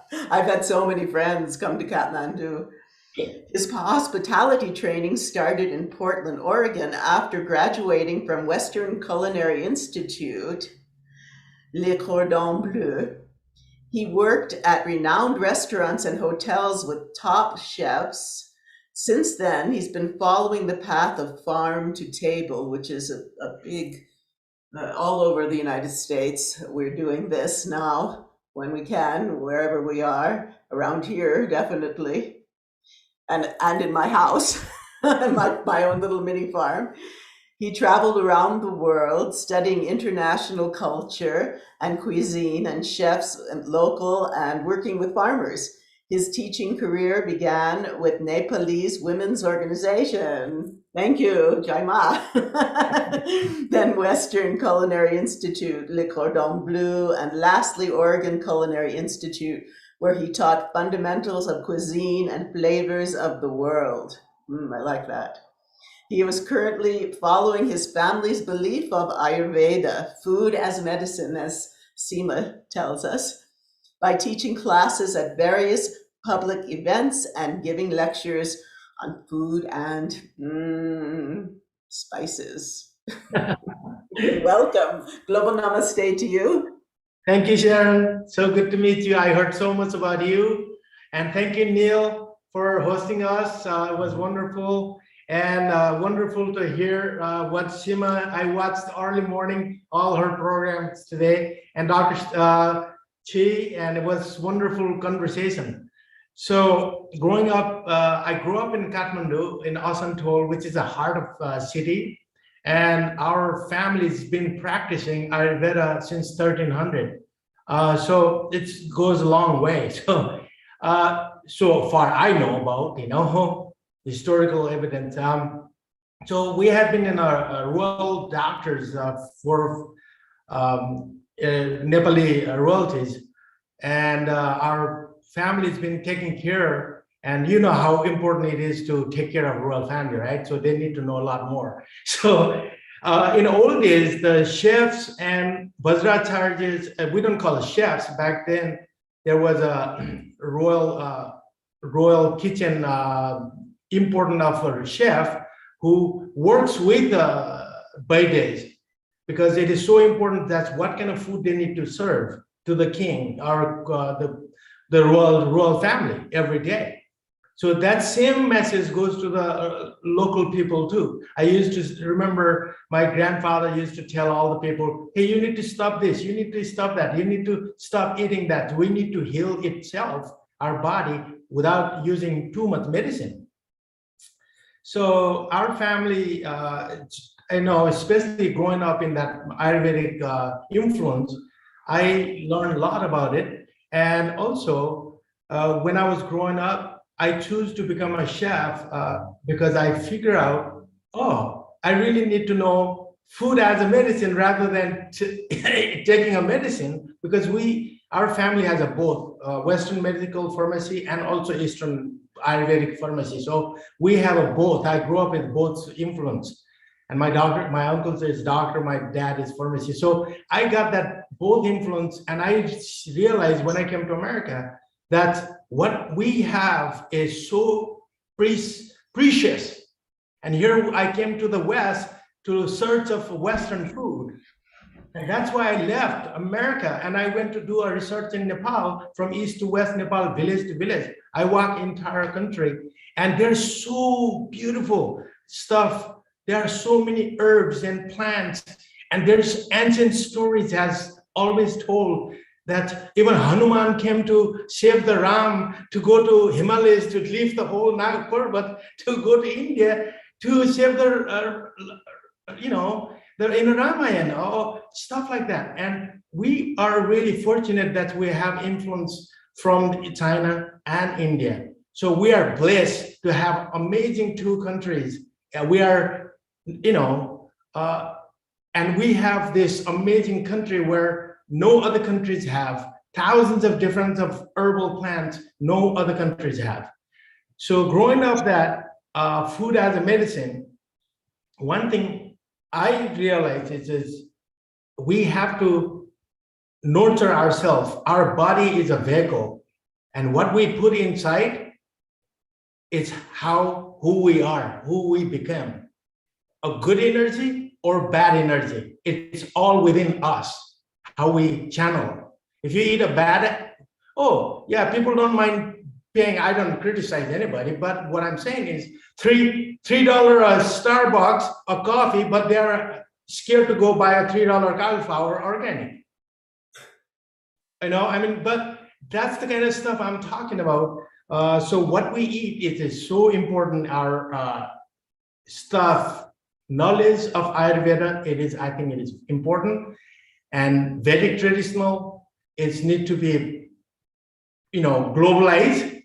And vegan diet is definitely a one way of doing, but like I heard before, there is some vitamin lack of this, lack of that. But if you balance it off everything, I think we can live well. Because my dad has been vegan for a long, long time. He's perfectly fine. He's 85 years old, and he's healthy. He does yoga, he does meditation, and he's no problem. So there is the possibilities of everything, thousands of you. We don't have to have a meat, So today I will be talking about chatamari a little bit. I'm going to tell what's the importance of chatamari, why we choose chatamari. That's why it is between, Pruzol's going to explain a little bit. Is that okay? That's fine. We're honored to have you both here today. Thank you. So chatamari is also the spiritual dish, and also the spiritual way of using in every rituals you need it. Like let's say that if you need to consecrate it, any temples and statues and paintings, chatamari have to be made there.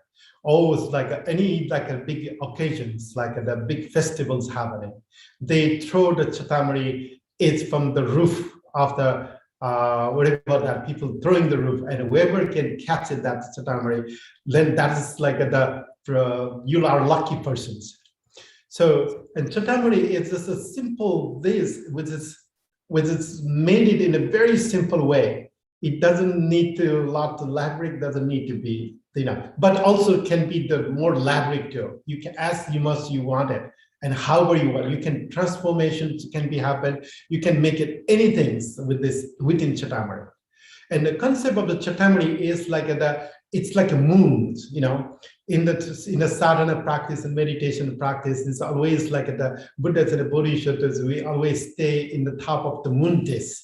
So always in the moon disk they are. So they saw that way is like it is such a joyful, such a happiness, such a serene light, which just make you in the calms and relax in the body, and it's give you in the nutrition itself within the spiritual path.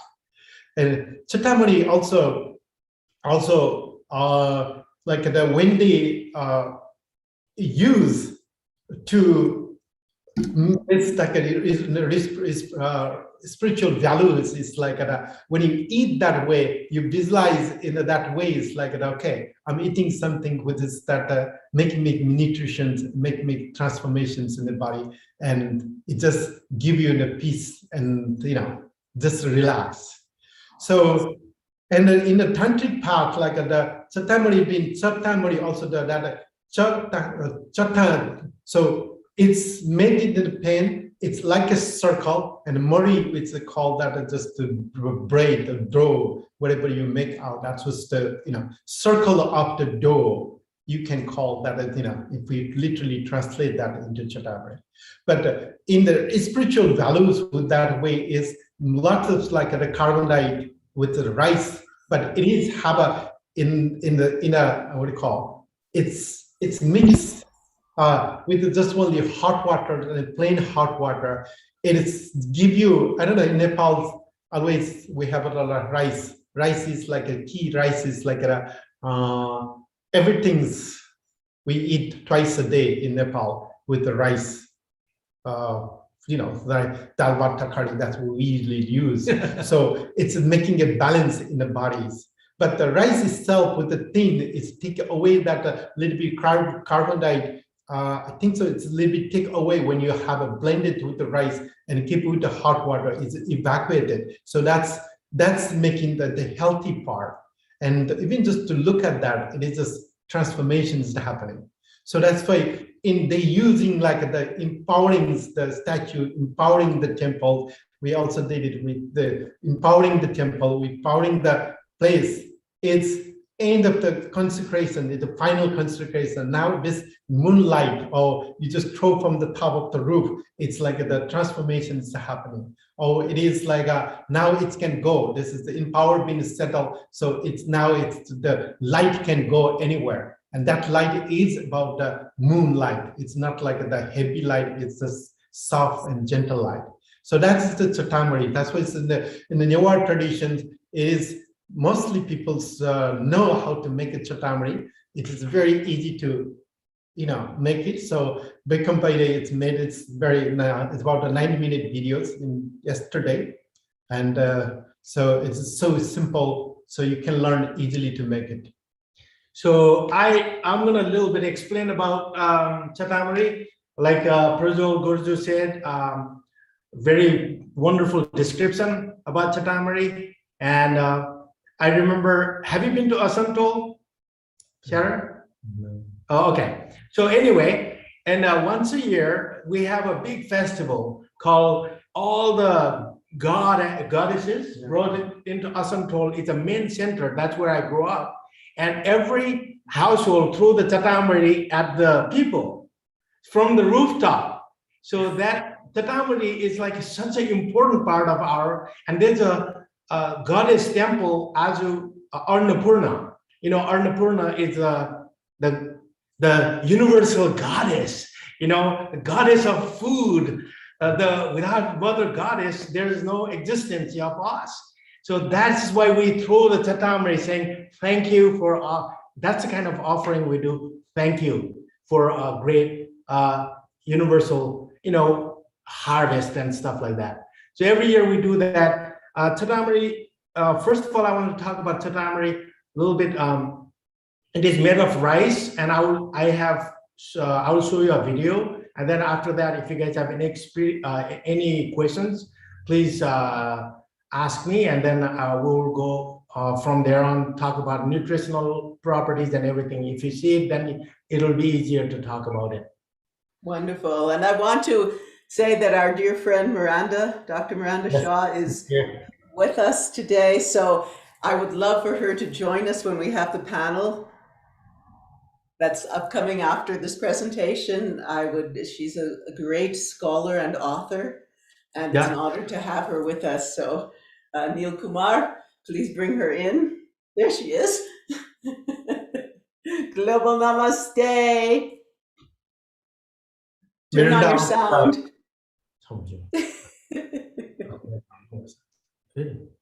Miranda saw also that she's the one who introduced me in America. So she's the one who brought to America, introduced me into the American. So that's in the 90s. I know her since 92. So that's I have to say. So Yes, and she's written a number of just extraordinary, scholarly, but inspiring, very inspiring to me books. She's going to, that one is incredible. I highly recommend it for all of you. Yes, yes. I remember that's how I met Prajwal in New York. She had worked on Fulbright, right? In Nepal. We met in India and worked with Prajwal's father. And I'm just honored to have you here with us. And please join us for the panel after this presentation. Miranda also writing its book on Sharia dance. So she's been doing it for a long period of time. It will be coming maybe next year. She's been working on what I do with the dances, tradition dance. So, okay, are we ready for the share? That I can share it? Yes. Okay, it's about 9-minute videos. So I'm going to share what's this. Sure. Yeah. Great. Global Namaste. Welcome to A Vedic Kitchen. Now I am going to show you how to make Newari vegan chatamari topped with black-eye beans. Chatamari is a very easy recipe to make. Here is a list of ingredients. Okay, I have rice flour to make a rice batter, hot water, and here these are the topping items. Black-eyed peas, pre-cooked, diced Roma tomatoes, julienne ginger, little bit of scallion, green chili, red onion, small dice, and then thin sliced garlic. And then we have different spices here: turmeric, cumin, cayenne, and oil, and salt for seasoning. This one is for garnish. It's a mix of scallion and red onion. Let's start how to make batter first. Like I said before, this rice flour has to be coarse. I am using white rice flour, stone ground, and it's really good one. First of all, you need to sieve this rice flour.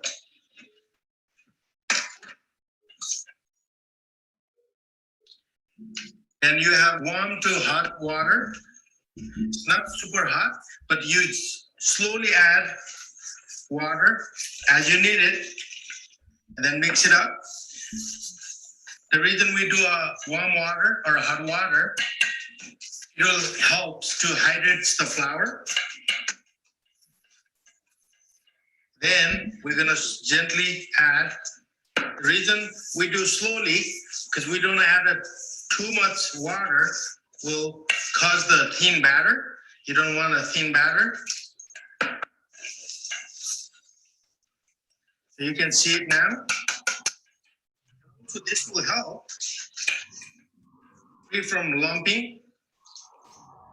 This is the point where you have to be careful.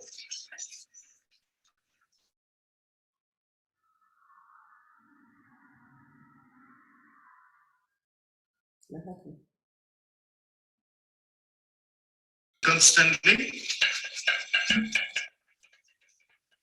It's a little bit thick. Just make sure. Add a touch more water. So it should be stick into your finger. You don't want too thin batter, for especially we're using a topping. So if it is too thin batter, it will be difficult to control. Idea is to stick into your finger like that. So that's how you do it. This is rice flour batter. So you will rest this for 1 hour to 2 hours for best rice pancake. Now I am going to show you how to make the topping. First of all, heat the pan in high heat, and then bring it down to lower the heat. Once it is lowered the heat, then it's really nice and hot, see? So add oil. Vegetable oil is perfectly fine. And then add ginger. So make sure the ginger is quick sauteing. The idea is to just quick sauteing is not, we're not cooking too long.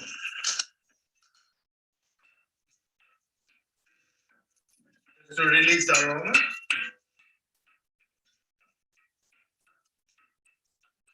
Add a little bit of turmeric.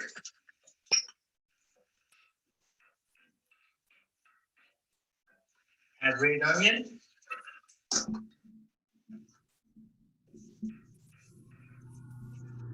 So make sure this is nicely sweet.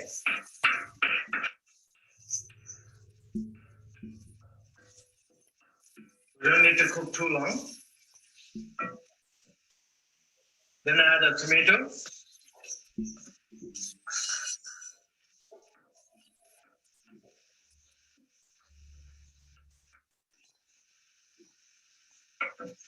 Add chili.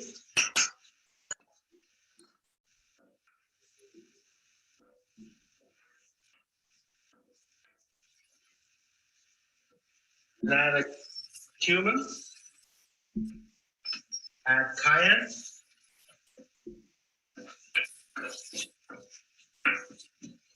Add salt. Salt. This will help to build the flavor composition. Gives really good, wonderful flavor. Then you add a black eyed pea. Then you can crank up a little bit, heat, depending on how high your heat is. So just make sure the moisture is disappeared from here because we are using for topping, so our pancake won't get soggy. Just make sure it is dry. And then this bean should not be mushy either.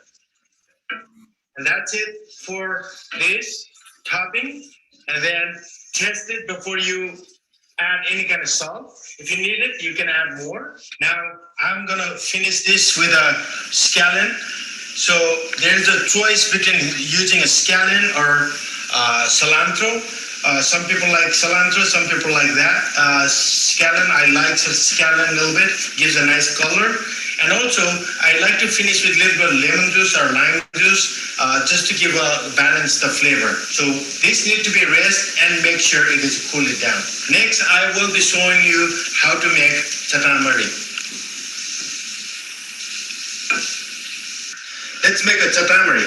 Make sure this tawa, we call tawa, this is a flat griddle, and make sure this thing is really nice and hot. Once it is hot, make sure bring it down to lower and add a little bit of water. Once you have water, then you rub it with a little bit of oil like that. Then mix it up thoroughly. Then one little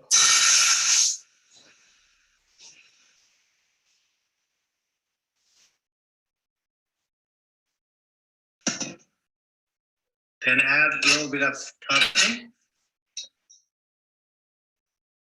Spread it up.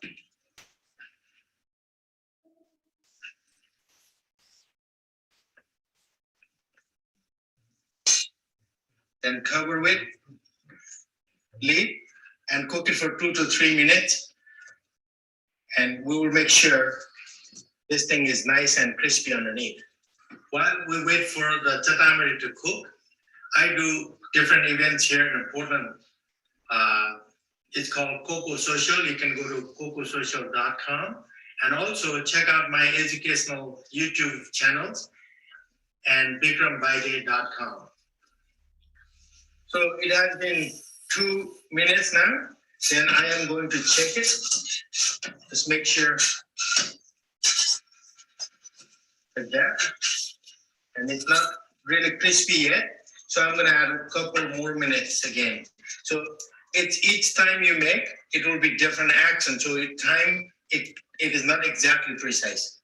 Okay, it has been 4 minutes now, total time.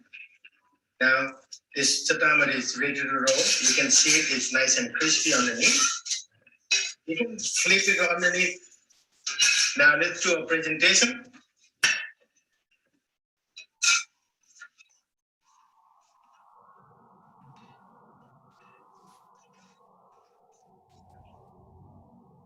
That. And then we're going to garnish with a little bit of green onion and red onion mix. Middle. Voila. There you go.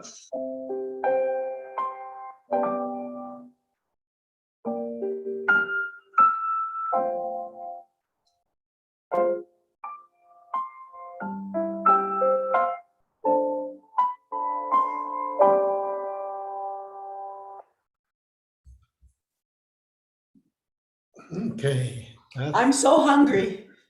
Uh-huh. That looks so delicious. Thank you, thank you, thank you. Oh, goodness.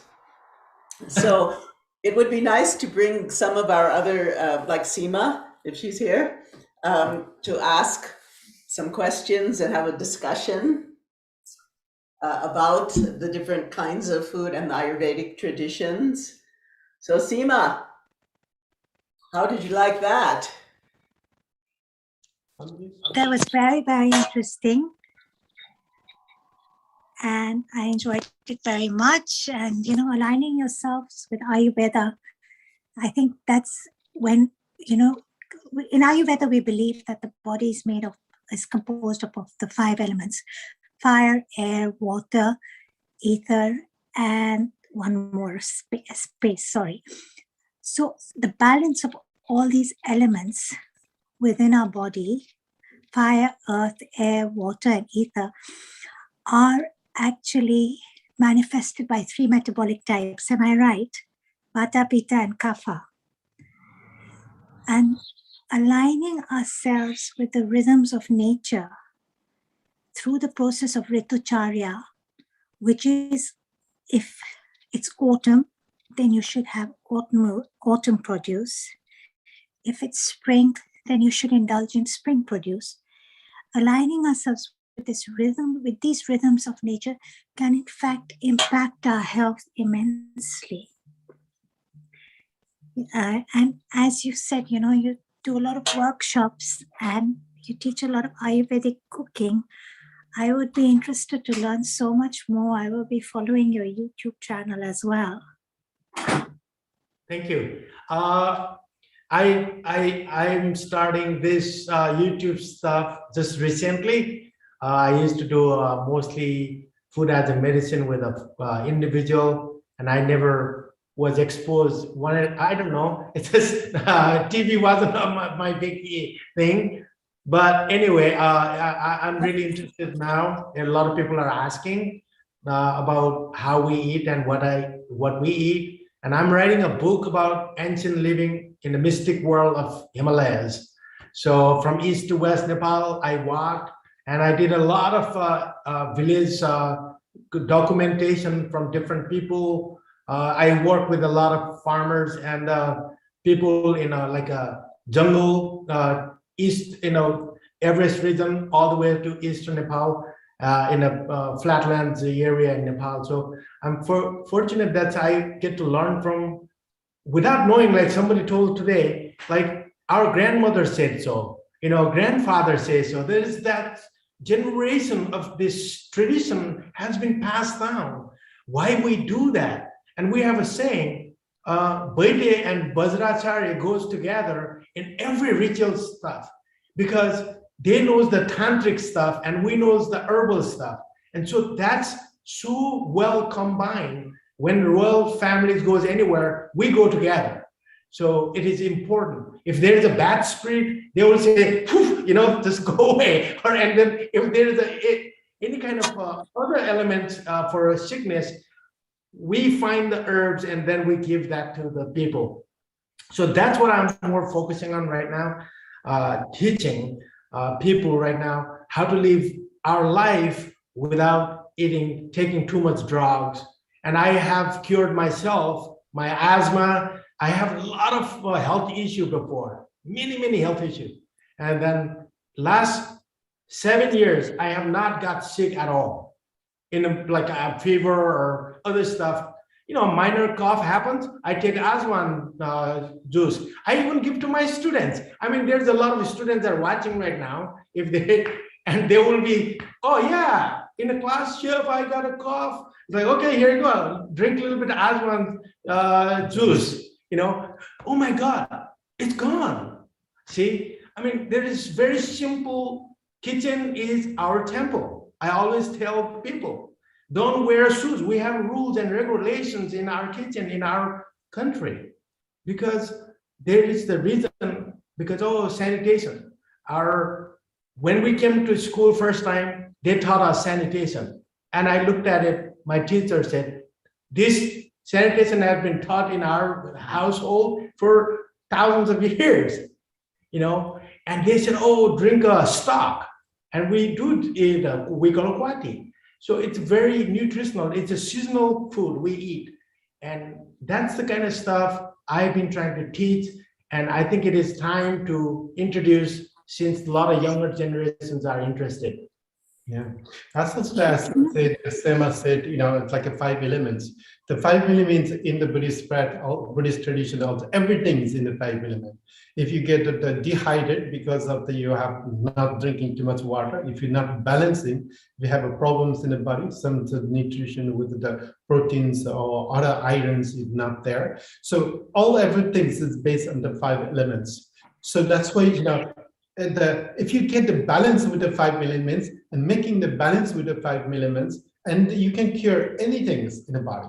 Because of the body, when you put onto your body, it's in all the nerve. It's been taking that what you're keeping into the body. So we keep in a careful way and meaningful way. That's why it's in the yogic path and the tantric path. They have what they eat. They have to make it that it's in the. First of all, they do the sodana, which means like a purify. Whatever is obstacle around from the all bad spirit there, hey, go away, then leave it there. I'm making this into nectar. So on top of that, like you take it, even like they usually make in the house alcohol, just tiny little house alcohol. It's also kill the other germ, and that's the same thing. It's also that if you get a cure with pimples come or something happen, scratch come out, that the house homemade alcohol, it can be cured with anything. And I have one old ladies in Nepal. I was growing up, and I went to visit in Nepal just recently, and she's like 96 years old, and she just go up and down, up and down, up and down. Wow, you're still 96 and you're still up and down. What is your diet? And she said that one sup in a little bit, that's all is take to heals in the body. And she's really healthy, conscious mind, everything, because she just drink with a homemade little bit, and it is made out of the rice, mostly home in Nepal, they make it. So that's why those are the Ayurvedic in that way, used as the tool, as the medicines, and it can heal. And that's what's the element that balance in the body, which is all the 5 elements. So if you understand the 5 elements in my tradition, then you live anywhere, you can balance. That's what the yogis and the yoginis, they just can drink and breathe, and then making the different gesture, they can also live that way too. So that's why it is really important to have the 5 elements. So that's what I want to just say. Balancing earth, air, wind, fire, and space within the body, the 5 elements, is fundamental to living a healthier, happier, more joyous, stress-free, and disease-free life. I do believe this. And when you speak of the little shot of alcohol, it takes me back to my time in Korea. Oh. They have ginseng, and they have medicinal ginsengs, and they have different varieties of ginsengs that are apparently extremely potent and very, very good for health. you know. Indeed, my grandmother used to have it. Just a little drink. Yes, with ginseng infused and all kinds of decoctions and concoctions, right? And all of them, they don't have it, but they take a Benedictine or some little cognac before bedtime. So, and also the alcohol is a medium like water for the herbs to be steeped and to be preserved, right? And so, that can be used for externally. Our martial arts training also, we use a lot external and internal, very similar. Because And the herbs would macerate, right? The herbs will macerate in the alcohol, and they'll release the essential oils. Am I right? Right. And ginseng is adaptogen, so it's absolutely wonderful. And of course, in the Himalayas, there's the cordyceps, right? Yeah. Yes. Ajwal and Chef says yes. And, when we tell people what it is, they get like, oh my goodness, worms that grow on top, of, I win of the to head. search for that. The sprouts on top of the worms, Hmm? I We have a recipe for that. I would like it. Yes, I have a little. I went to 18,000 feet in an ice lake to find that worm. Wild ones, And yes. yeah, it's prohibited for any tourist to go up there. And I went with the local people. They used to come to our house for cure. And I said, hey, I wanted to see that stuff alive, up there. And it was really fun to go see an ice bed in October, November. I went up there, still ice flat. It was incredible. Half of them are ice. But anyway, it is really fascinating stuff out there. But I just wanted to mention, do you guys have any questions about any of about chatamari? It looks like a delicious recipe, but I'm very interested in your rituals, in the food rituals, and especially with the royal families, because I'm quite involved in royal cuisine and royal families as well. So I'm interested to hear from your perspective. About chatamari, so just like he talked about it. You're talking about royal family as itself, or the rituals that are involved with royal families, yeah. And the I am not very familiar with that part. I'm sorry. About rituals, how they eat or what they eat.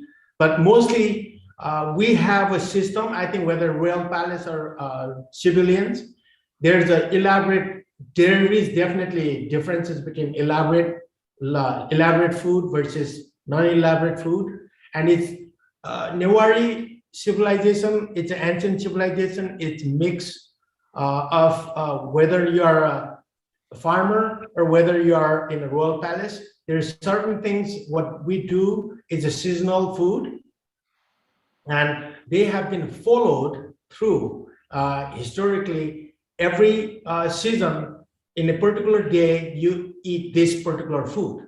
In that way, whether you are a royal palace inside or whether farmers or whether whoever, doesn't matter, civilians, they will eat this very similar food. At least they will have all those items. And even the poorest of poor, they save the entire year to save enough money. Instead of going buying a TV, they will go buy a food to serve that particular day. So they wait for that particular day to eat that ritual that particular food. So they might, in a royal family palaces, they might have 200 different dishes, and a locals, they might have 36 different. That's the only difference. Definitely, if we talked about Newari cuisine, we have over 200 different dishes. I mean, it's serious. When we cook, there is no 7 course. There is 550 different courses of food, and it takes 2-3 hours to finish from beginning to end. That's the ritual. It's just sequence of food comes from beginning to end. It's just elaborate. I hope that helps. Yes, and I would like Miranda Shah here, Dr. Shah, knows a lot about rituals, specifically feminine, for worshiping the feminine, for the feminine essence. And I'd love for you to just bring out a little of your knowledge to us since you are here today. All right. Well, I was just trying to think of where my knowledge intersects this conversation. And so I think it was the alcohol that, the Rakshi, or these very strong spirits that are made by Newar women. That is their purview, right? To brew the alcohols. And there's at least 5 different kinds. So for certain rituals, 5 different colors or 5 different kinds are needed. And I think the nearest equivalent I can think of is how strong it is maybe sake. So when Prajal says a little bit, but I mean, it will burn. I mean, it's, like, you're drinking something. It's so I wanted to bring out the reason why it's women. So for one thing, it is a women's art that is passed from generation to generation. And so because that is required for many rituals, particularly of any kind of tantric ritual, so that contribution of women is absolutely necessary. And it's also served from their hand. So from a vessel, right? Because it relates to the feminine essence and gift to life, which is first birth. I mean, it's like as Bikram Vaidya said, that the women are necessary, or the mother goddess through women is necessary for life, right? And all kinds of fluids are necessary for life. And so, but the immediate equivalent in Tantra or Vajrayana, is nectar. That women bestow the nectar of life. And so that can be seen as joy, as happiness, fullness, richness, but then there's also the gift of health and well-being, right? This nectar is strengthening and enlivening, enriching, and life prolonging, as it so happens. I was just reading a story about that this morning. So in the ceremony, when a woman pours the nectar or the rakshi, from the vessel, that's just symbolizing the whole female part of creation. And then sometimes the different kinds of bowls are used. And then the vessel itself refers to the source of life. The womb, the source of life. And so in any given ritual, the deity is made present in a vessel, right? And so there's liquid there, and then the mantras are said over. And so the living deity is invoked in a vessel, just as all life takes form, all life takes shape in that vessel. So when you look at the Newar rituals, that the female part of it is always present, but we might not have the eyes to see it. But now I've given you one of the keys. Thank you. Thank you. It's interesting that I heard in the rituals with ayahuasca in Peru and in the Amazon, that very often the men will be the women will sit in the circle with the men, and the men will take the ayahuasca. And it's the women who haven't taken it who will really do the traveling. So that's I always talk about the psychic, energetic, emotional landscape of society held by the feminine. And so to me, it's fascinating. And Prajwal, as a dancer who dances both the feminine and the masculine, tell us about that experience for you. Well, for me, it's like a dancing is the liberations, dancing and singing. Without dancing and singing, there's no way to understanding this body and no way to liberating our body, no way to enlighten with this body. So because dance is like well, there's many different aspects on the dance, but my traditional dance is passing down from the generation, and that is done by those yogis and yoginis in the back in the old days. So those, and every gestures have to be meanings. Every gesture have to be something there in the movements and the like you have a fully awareness with this. Every movement is that, and every how you look, how you see. So whole body is completely awareness when you're dancing, and that's also the other part like that. It's this body is like that. It's the elements and also the it's internally start awakening, then you know that's what you needed and how you can heal the body. So that's why it's for me like the healing aspect is anyone can dance, but dance is just not like rock and roll just without conscious mind. But once you start with the using in a conscious mind and every movement, the movings with the hands, like how it did move with the hand, feels with the hand, and it's make a difference and a tradition. So that's why for me is I've been dancing almost 42 years right now. So I just more you dance, more you learn, more you dance, more you just awareness. It's like a never ending, this body is never ending to learn, like that's why in the yogis and yoginis say that when you are childhood, you are carrying the same body or you carry in a different body. So every step of the life, like every, they call like for a woman, it's like every 7 years, it's a change. Men, it's like 8 years, it's a change. Transactions are happening. So you're not anymore with what you are in the 7 years before. You're only completely different. So I just move on that way, and it's getting more and more you learn. So that's and then for me, it's like the movement, it is the key.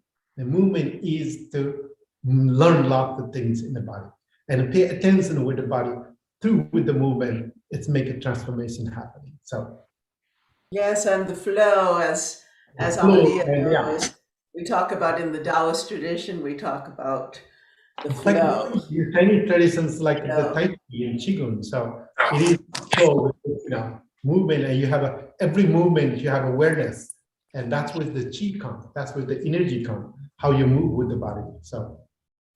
Also in the food you eat, think about the chi in the food. Yes. In our garden here, I'm able to go out and just, we have this beautiful romaine lettuce right now that has so much life force. I want to also share you one picture. That's Rachel, Royal Rachel. Thank you. That's only I just did in San Diego. It's a 5-month young boy's ritual, and they need to feed this much food in a young boy with only 5-month-old. And the introduction of food. Introductions of food, and it's make it, and this will be go to the spirit. So this go to offer to the spirit. So your body, when you growing up, your baby will be strong. You offer to all, so doesn't distract with any bad spirit. That's the kind of rituals how we did it. And so that's like he was talking about this chi. It is so important. But one thing from my knowledge, what my grandfather says and what I've been telling people and my experience, I teach a lot of people spices. And from my one knowledge, a lot of people this is becoming a really trend, especially right now, taking spices. And Dr. Lee, I think you mentioned about some problem can cause that problem, carcinogenic and stuff. Like spices, not suitable for everybody. Because I will tell you that very important part, don't just shove it in spices or, I'm going to eat a lot of spices food. And that's really not good for your body. That's why I eat such a little amount of spices, just to enhance. Spices you put in a food as a medicine, not to like gobbly gob, I'm going to be healthy. That's not what it is. And also turmeric, one thing, a lot of people misunderstanding about turmeric, it can be a problem. We don't know what kind of powder turmeric is, where it's come from, because I've done a tremendous amount of turmeric research, and my grandfather used to grow those particular turmeric in particular soil, and then they grow and then they cure underground. They build the house underground, and then they store there and cure it, ginger and turmeric. Then they pull it out after 6 months. And then this is the Ayurvedic way of living. This is not where you turmeric found from market and then pour it and no, that will work, but I don't think it is not designed for it. And that's why I showed people I cut myself and I put a turmeric fat and showed my students 3 days later it healed with those my turmeric roots. I brought it from Nepal. And those are true healing power it does. But we need to find out where it's come from too.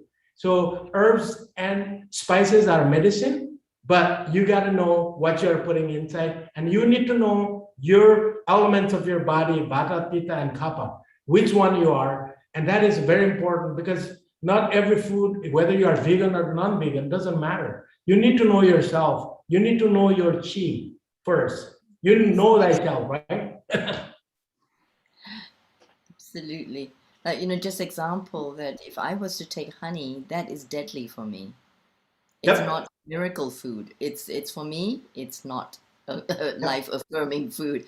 Nor sesame. If I take a lot of tahini, it's not, because I know from my own testing, and it's a system that's called applied kinesiology. And it's something that I think people need to learn for ourselves because it's very useful.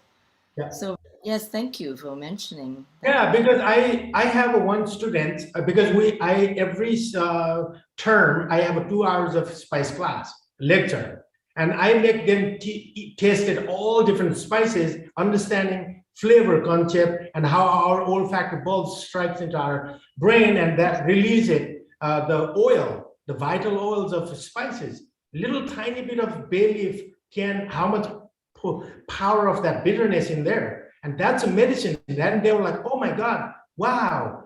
And that, because one time we were experimenting coriander, one girl just started getting completely high. Yes. And oh my God, I was like freaked out. And I had to call 911. Exactly. And also the throat, when you sometimes, if you're experimenting, the throat, the pharyngeal will close, right? Yeah. And they can't breathe, and also so that's an allergic or sensitive reaction. Absolutely. So people have to know, And cilantro too. Cilantro juice from cilantro stem is very powerful, and those oil can be really effective to other people's body. Yes, celery. A lot of people throw it away cilantro stem, but that's where all the nutrients are. I don't understand why people throw it away. Cilantro. It's powerful, the flavorful to the roots. Absolutely. Yes.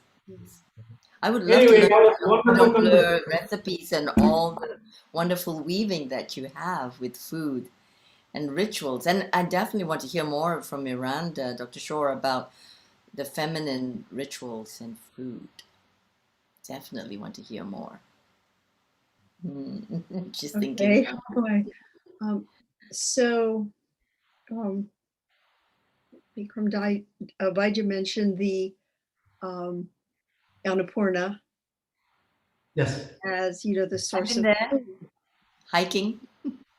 Yeah. No. Have you?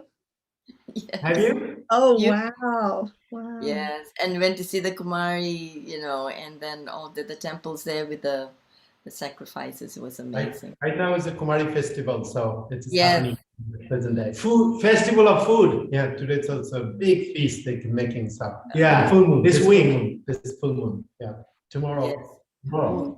Yes. Every day for 7 days. Yeah. Oh, wonderful! I just love the combination of ritual and food. The Chinese, we love that, right? I mean, look. May I, Sharon, the dear host, I was very excited because during this, I received the packet of mooncakes from my auntie. Oh. The full moon is the harvest moon, and then all this is vegan, and this is a nut one. I'll just show you. Mixed nuts with melon seed. So I was receiving this at the full moon, and I'm sharing this with you now. The moon cake. So Miranda. Well, so I could comment on, Vasundara or Vasundara in the in the Newar Buddhist tradition, and so she is a great bodhisattva. She's one of the most, I would say, honored, revered deities in Nepal. One of the most, wouldn't you say, Prajal?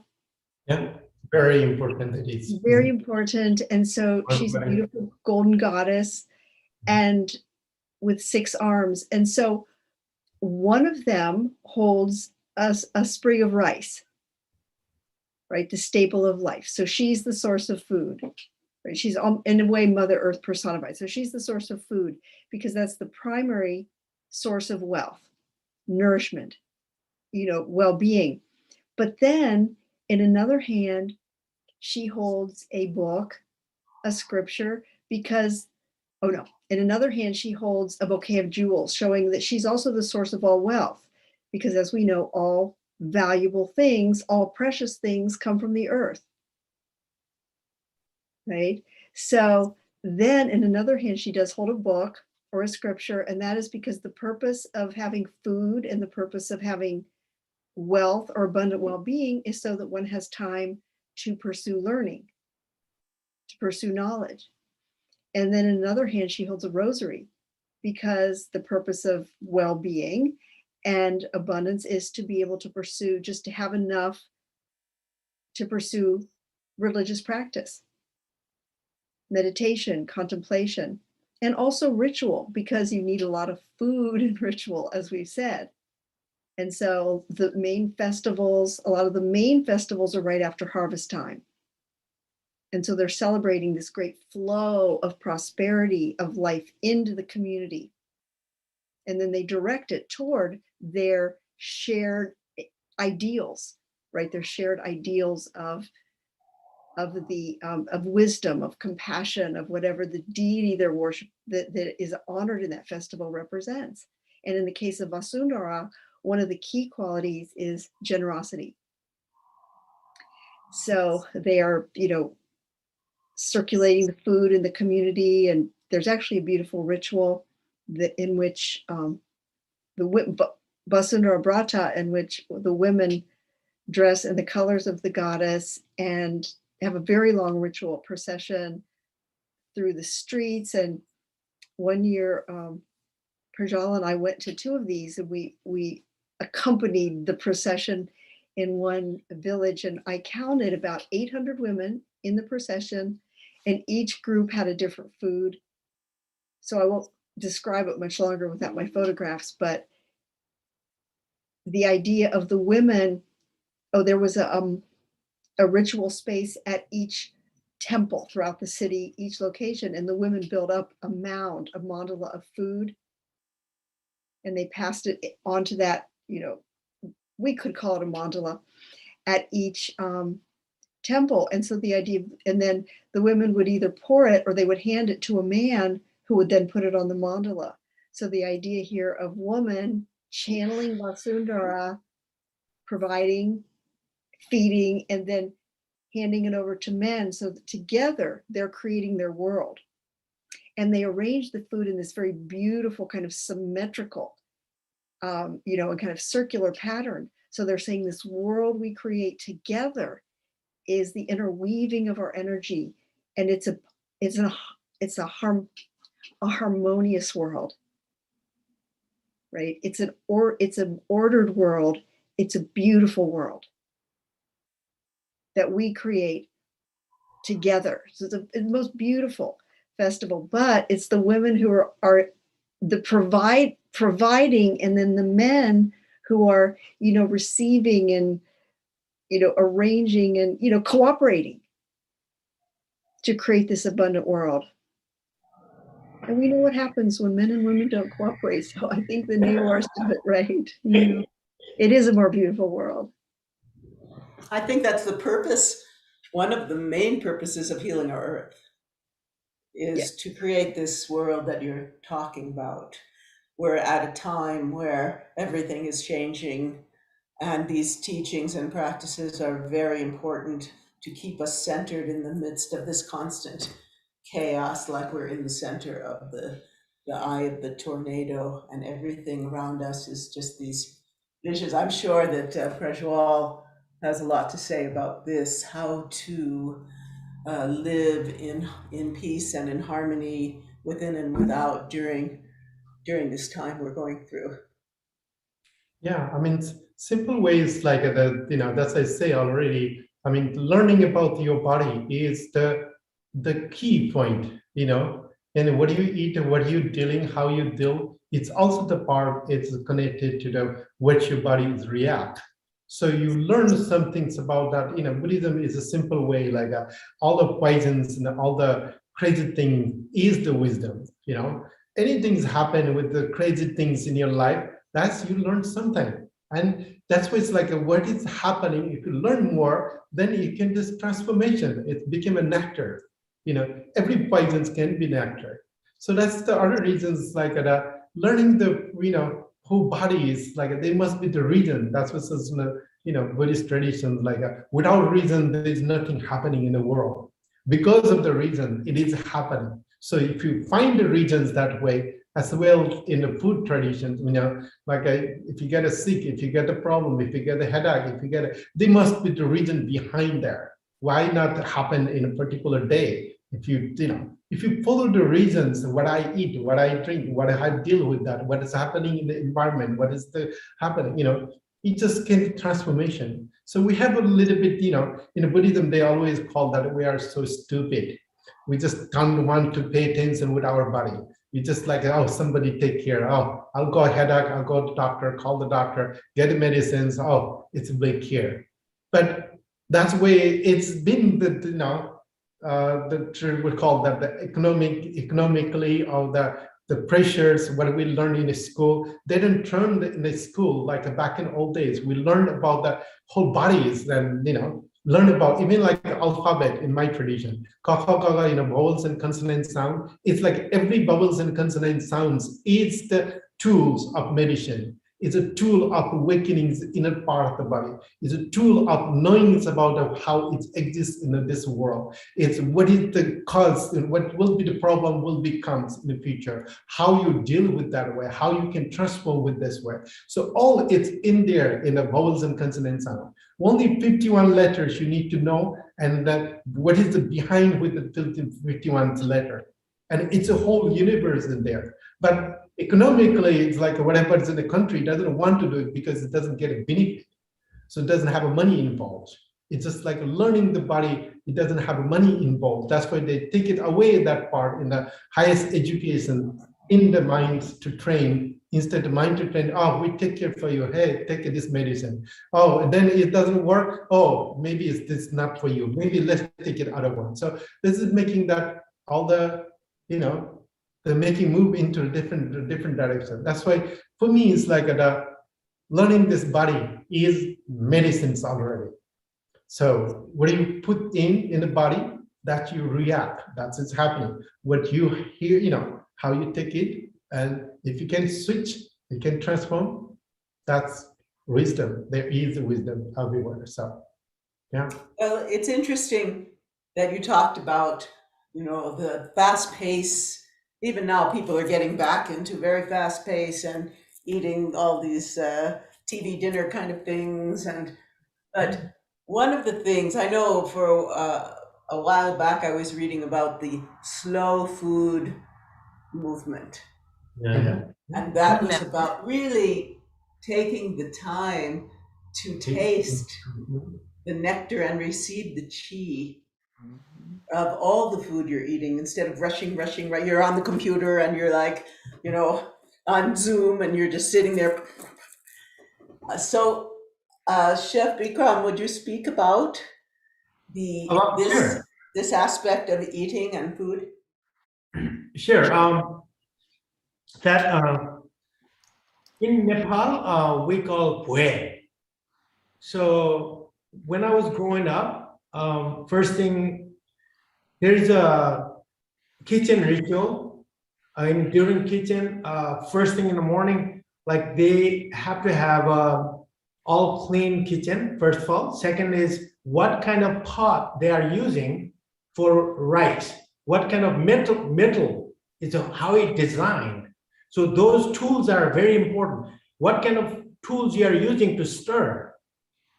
So whether it is made out of brass, but is that lined inside to cook it? Whether karai, we call cast iron made out of. So dal is cooked in a cast iron, has very high, it's a natural iron, and then dal is cooked in iron for 1 hour. So slow cooking, really low. And we have a stove, which is 6 burner. So 1, 2, 3, 4, 5, 6. So the lowest part is the coolest, so the front one, the fire goes from this side. So the heat transfer all the way in the end, and there's a chimney goes up. So slow cooking. So hot, the satya item, or they need to cook food here, and then the slower, the longest you need, whatever needs to cook is all the way in the bottom. So there is a rules on that. Second thing is like what time we eat and what we eat. That menu is pre-planned all the time. So that is based on my grandfather, what he told to all the, farmers, they brings what they need, what is fresh. The fresh items are brought, and all the winter time, what we eat is completely what kind of rice?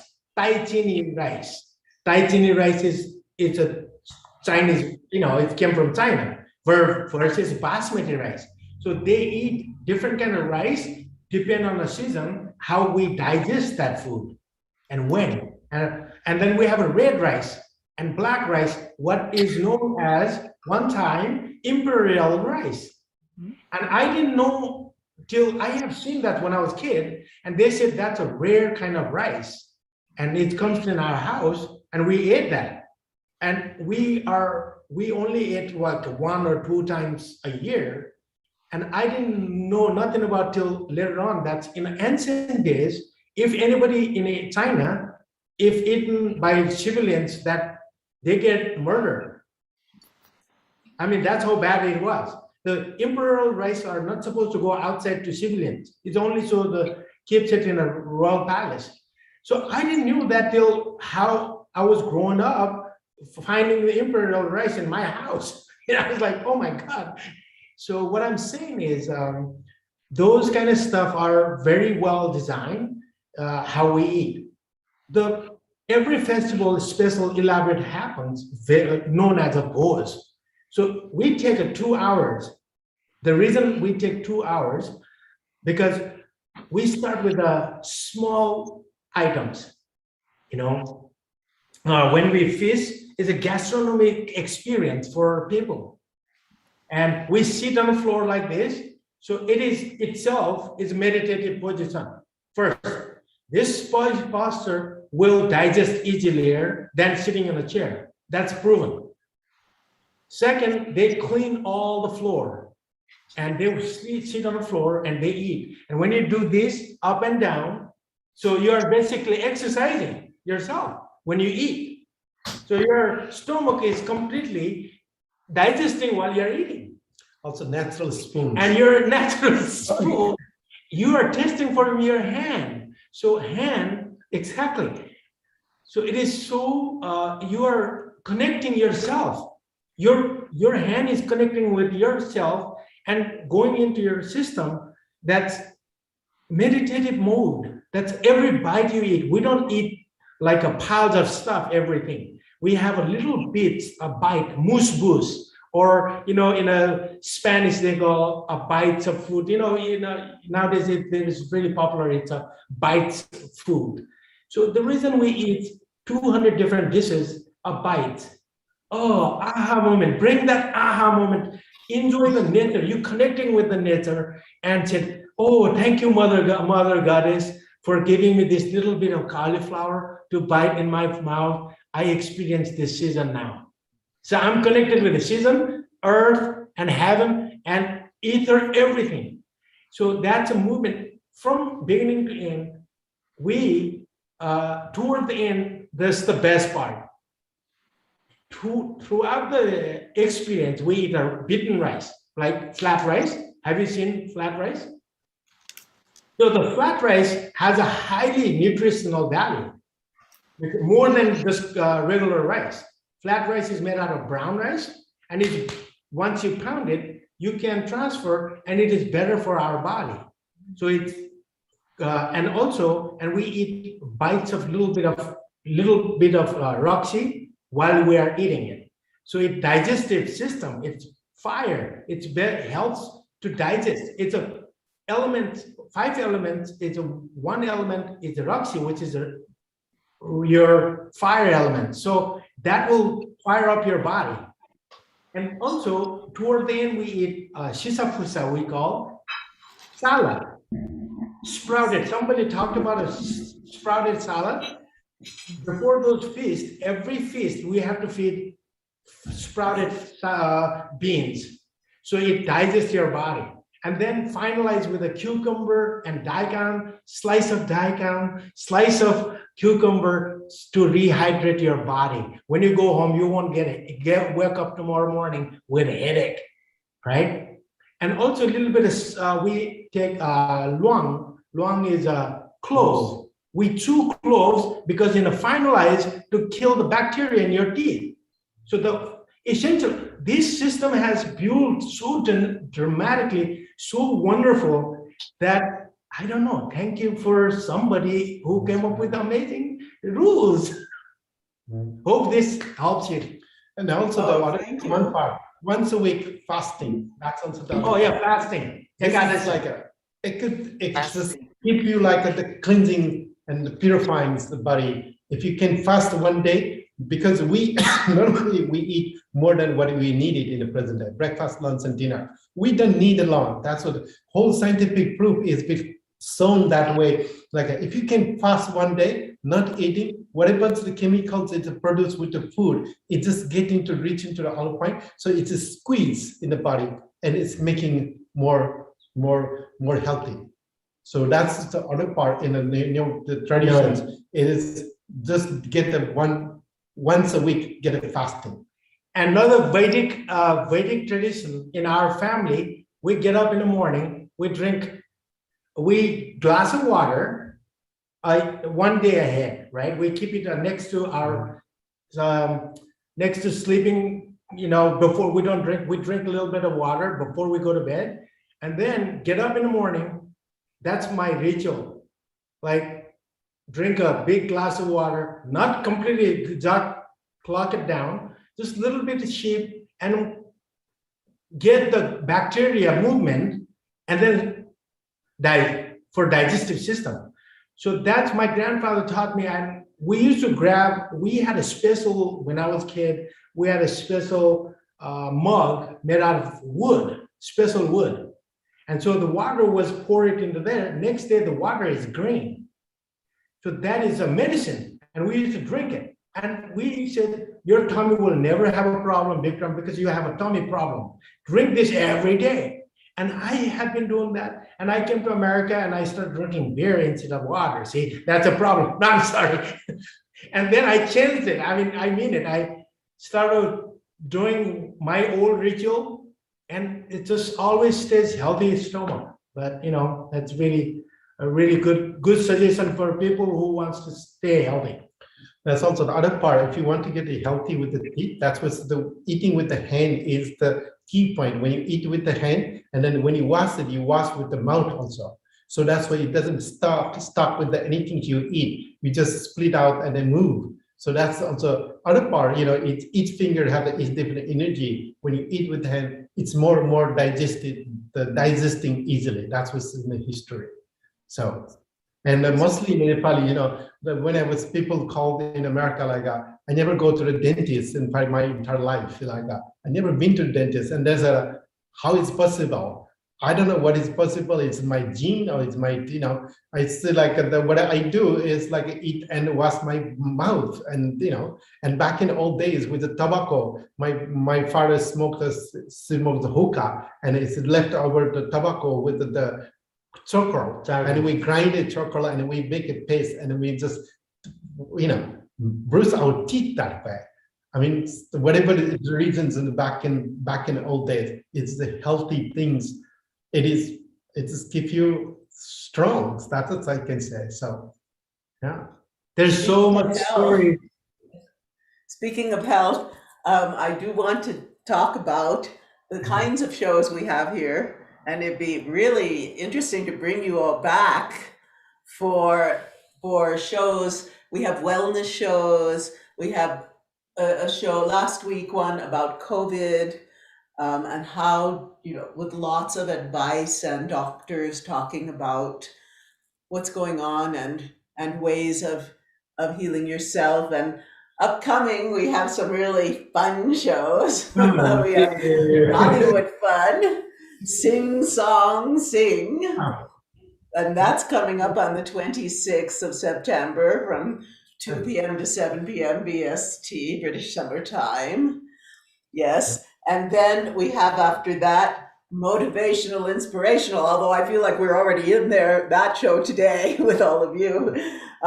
Be the change you wish to see in the world, and join us for this free, always free, because of Neil Kumar and the wonderful team here at Healing Our Earth, who are working, so selflessly, and that's the beauty.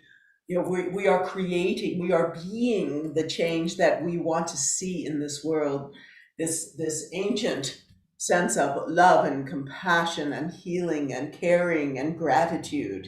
So join us for that session on Sunday the 3rd, and then the exciting Diwali on Trafalgar Square, Saturday the 23rd of October. Neil Kumar has been doing this, from what I understand, for years, and it's going to be so much fun. The Mayor of London is involved, and so please join us. And then after that, I'm sure we'll be having more wellness shows, more dance shows, music, and all of that. And it's a pleasure to be here with you. And we have some of our team members here, and I'm wondering if, like Meeta-ji, would you like to come in and ask any questions?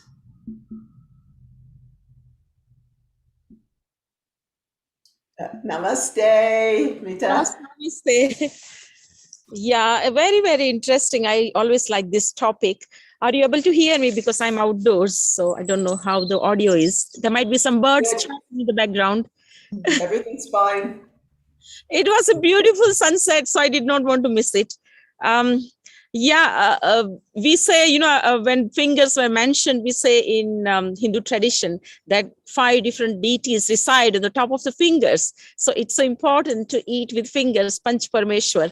And of course, the fingers have to be clean. So yes, it is. The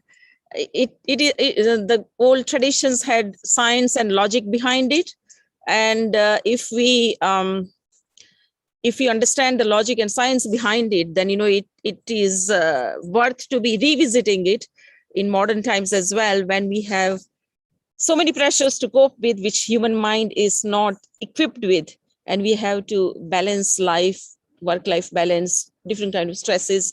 So I think the ancient wisdom of Ayurveda, which Seema ji mentioned about, the Panch Tattva, which reflects in our body as well, the space, the water, ether, fire.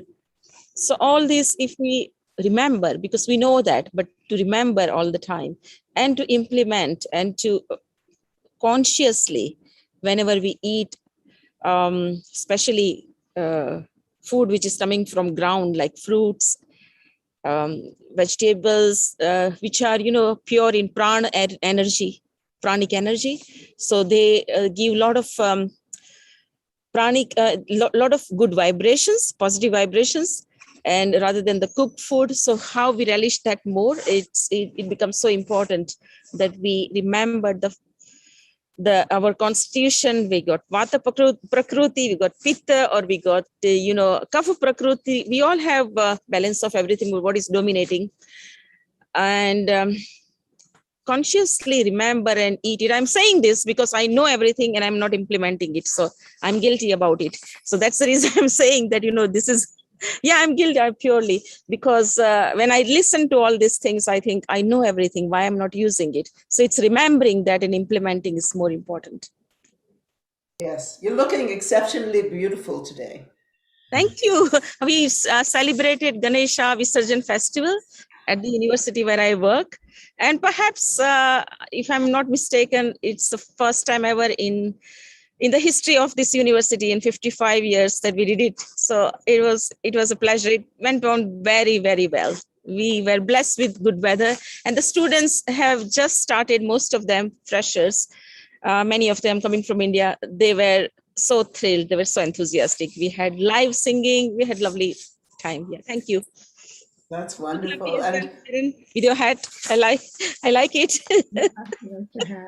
That was, Amalia was saying, you have to wear the hat. I'm like, okay. I wear it in the garden actually, because the sun is strong here at 8,500 feet.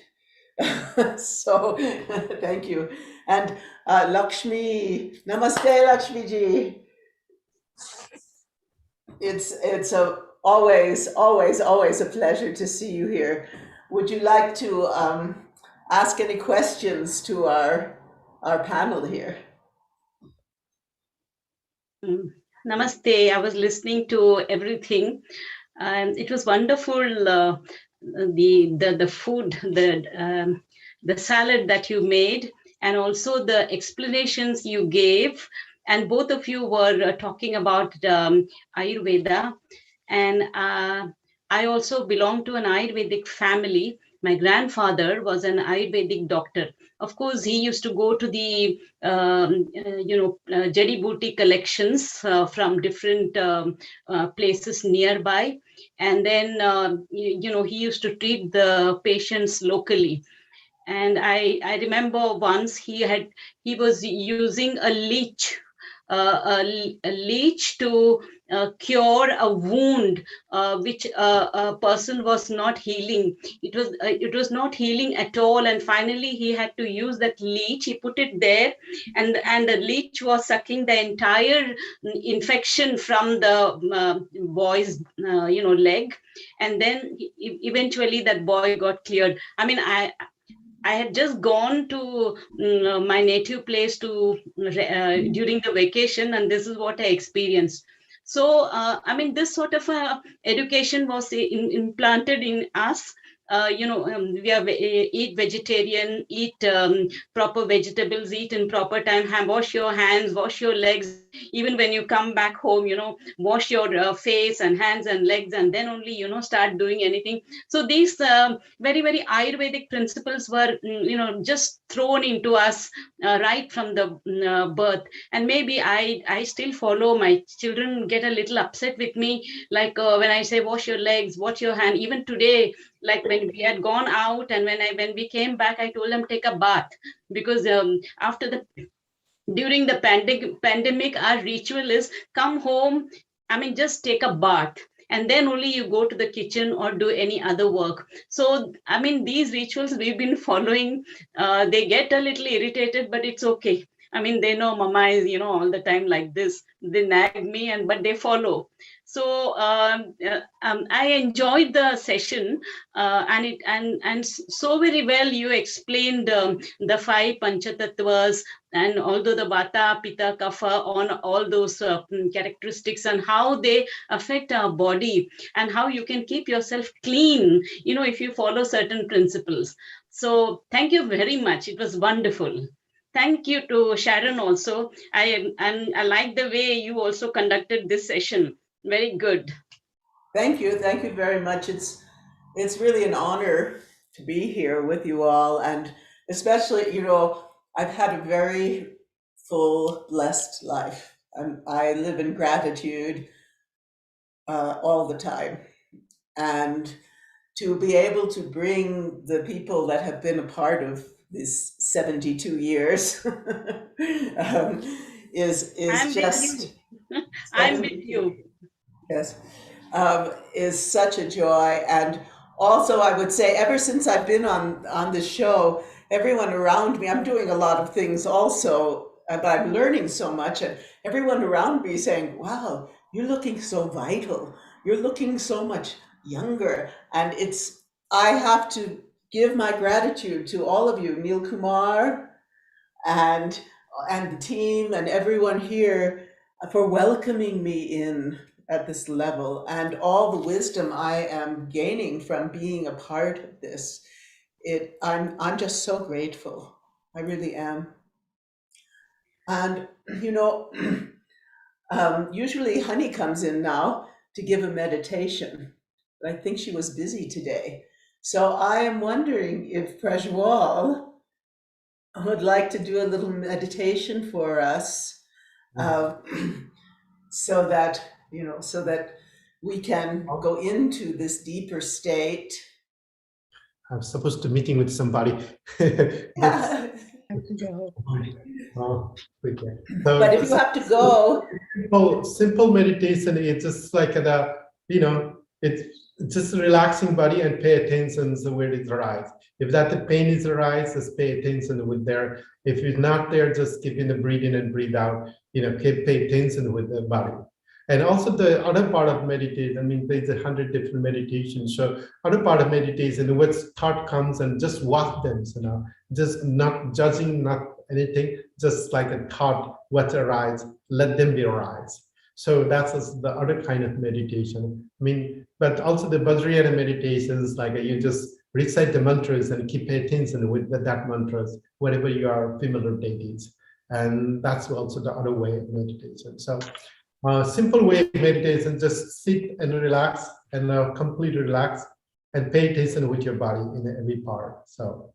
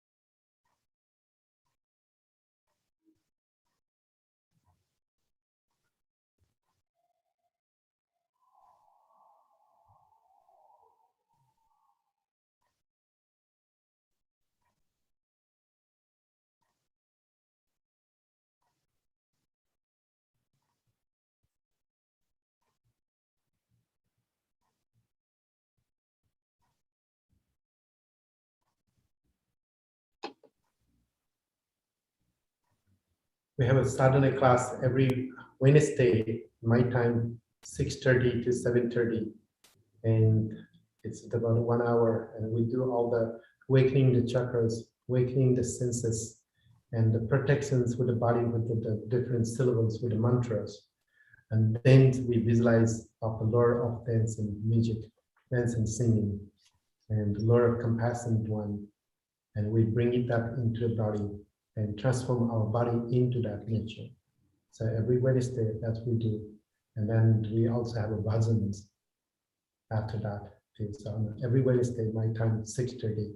And the free link, you can get it in my webpage, nityamandancemandala.com or the portlandbaha.org. It's a two-way page. You can get it. Yeah. Thank you so much for being with us. It's so lovely. I mean, so wonderful. Thank you. Thank you for hosting. Hosting. It's wonderful. And also the Thank you. Amazing conversation. Thank you. Oh, yes. And I would really like to offer a prayer for all the beings out there, all the sentient beings and beyond, for health, for beauty, for grace, to bring that nectar of bliss that you've been talking about into each and every one of us. There's so much suffering, there's so much confusion out there, and divisiveness in this country, it's going exponential. And it's, for those of us who are sensitive as we are and care so much, it's a difficult time. But to me and Amalia and Honey and Lakshmi and Miranda and all of you, Mita, Neil, Kumar, everyone out there, it is such a time to birth forth what the Brahma Kumaris say, that we're in the diamond age, this age in between, where those that have the ears to hear and eyes to see feel, experience this great call to the light, to bring forth these teachings that we've had the blessing to receive. And so in the Qigong tradition, we ground ourselves, feet on the ground, eyes in the sky, open your heart. This is a song I'm working on, to the healing light of Qi. So what I'd like to do is, maybe Amalia, you could lead us in you want me to do it? Okay. We're going to rub our hands together and feel the heat, feel the Qi, feel the life force, feel it. And then you can pull your hands apart and back and feel that energy. It's actually very similar to when we went into the meditation moment with Prajwal. It's this feeling of vibrancy, this feeling. What is Mantak Chia who taught me this? He says it can feel like ants crawling. It can feel like all kinds of different experiences, and feel this Qi. And then we're going to send it out. Feet on the ground. Feel the energy of Mother Earth flowing through you. Feel the energy of the sky, both all of this coming into your heart. And just let's send it out to the world, to everyone.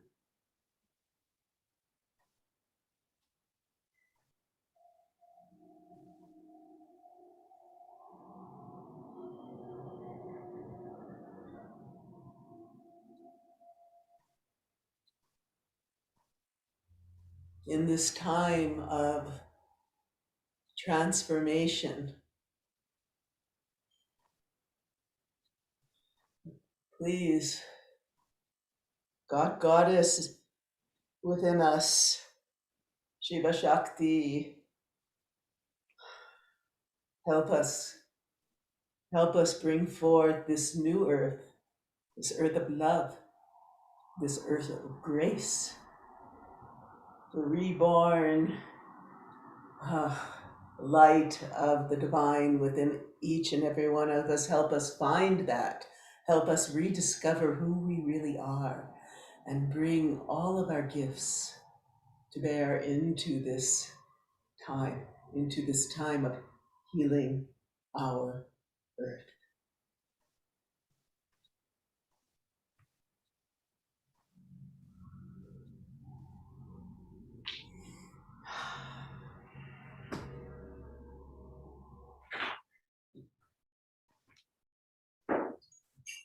May this light surround you, may this light fill you up, and may this light pour forth for us all.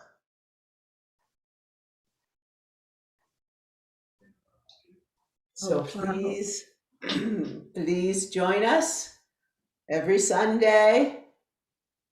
We want your thoughts, your inspiration, your experiences. It's really important at this time that we come together, and that's why Neil Kumar, Mita, all of us, Lakshmiji, Amalia, Hani, and the whole crew, Kamlesh, everybody have come together to bring forth in this time grace.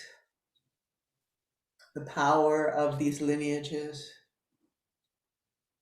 all over the world. One of the things I love about this show is this openness to all cultures, all people, this ability to actually listen. And I think that's what we need so much these days, to be listening to others, to look into their hearts, to perceive their gifts, to go beyond all of this chaos and division. We are human beings.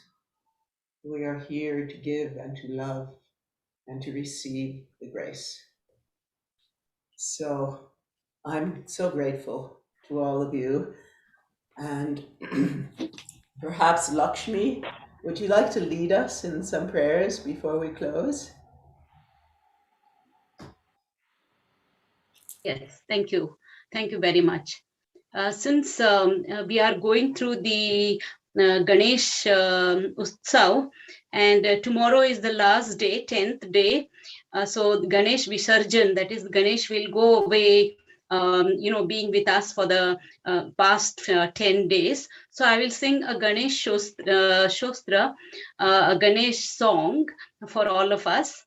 It will take about 3 minutes or so. So here it is. This is the arti that is we say to the Ganesh god generally when we pray with Ganesh. Sukkarta dukkarta varta vignachi nurvi purvi prem kripa jayachi सर्वांगी सुंदर उटशेंदुराची कंती झलके माला मुक्ता फलांची जय देव जय देव जय देव जय देव जय मंगल मूर्ति दर्शन मात्रे मान कामना पूर्ति जय देव रत्न खचित फल तुझ गौरी फला चंदनाची उटी कुंकुम केशरा हीर जडित मुकुट शोभतो भरा रुंझुंती नुपुरे चरणी गागरिया जय देव जय देव जय देव जय देव जय मंगल मूर्ति दर्शन मात्रे मान कामना पूर्ति जय देव लंबोदर पीतांबर फणिवर बंदना सरल संद वक्रतुंड त्रिनयना भास्रमाचा वाहितु पहना संकटी पाहावे निर्वाही रक्षावे सुरवर वंदना जय देव जय देव जय देव जय देव जय मंगल मूर्ति श्री मंगल मूर्ति दर्शन मात्रे मान कामना पूर्ति जय देव जय देव ओम गणेशाय नमः Om Ganesha Namaha.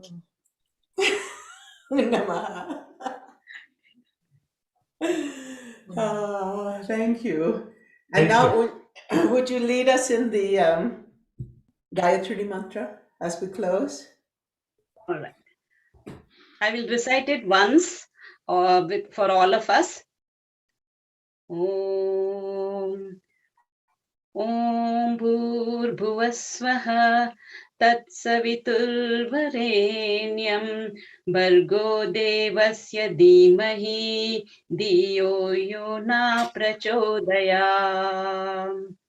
Om Shanti Shanti Shanti. Thank you all. Thank you for being with us. It is such a joy to be with you. And from us at Healing Our Earth, we look forward to more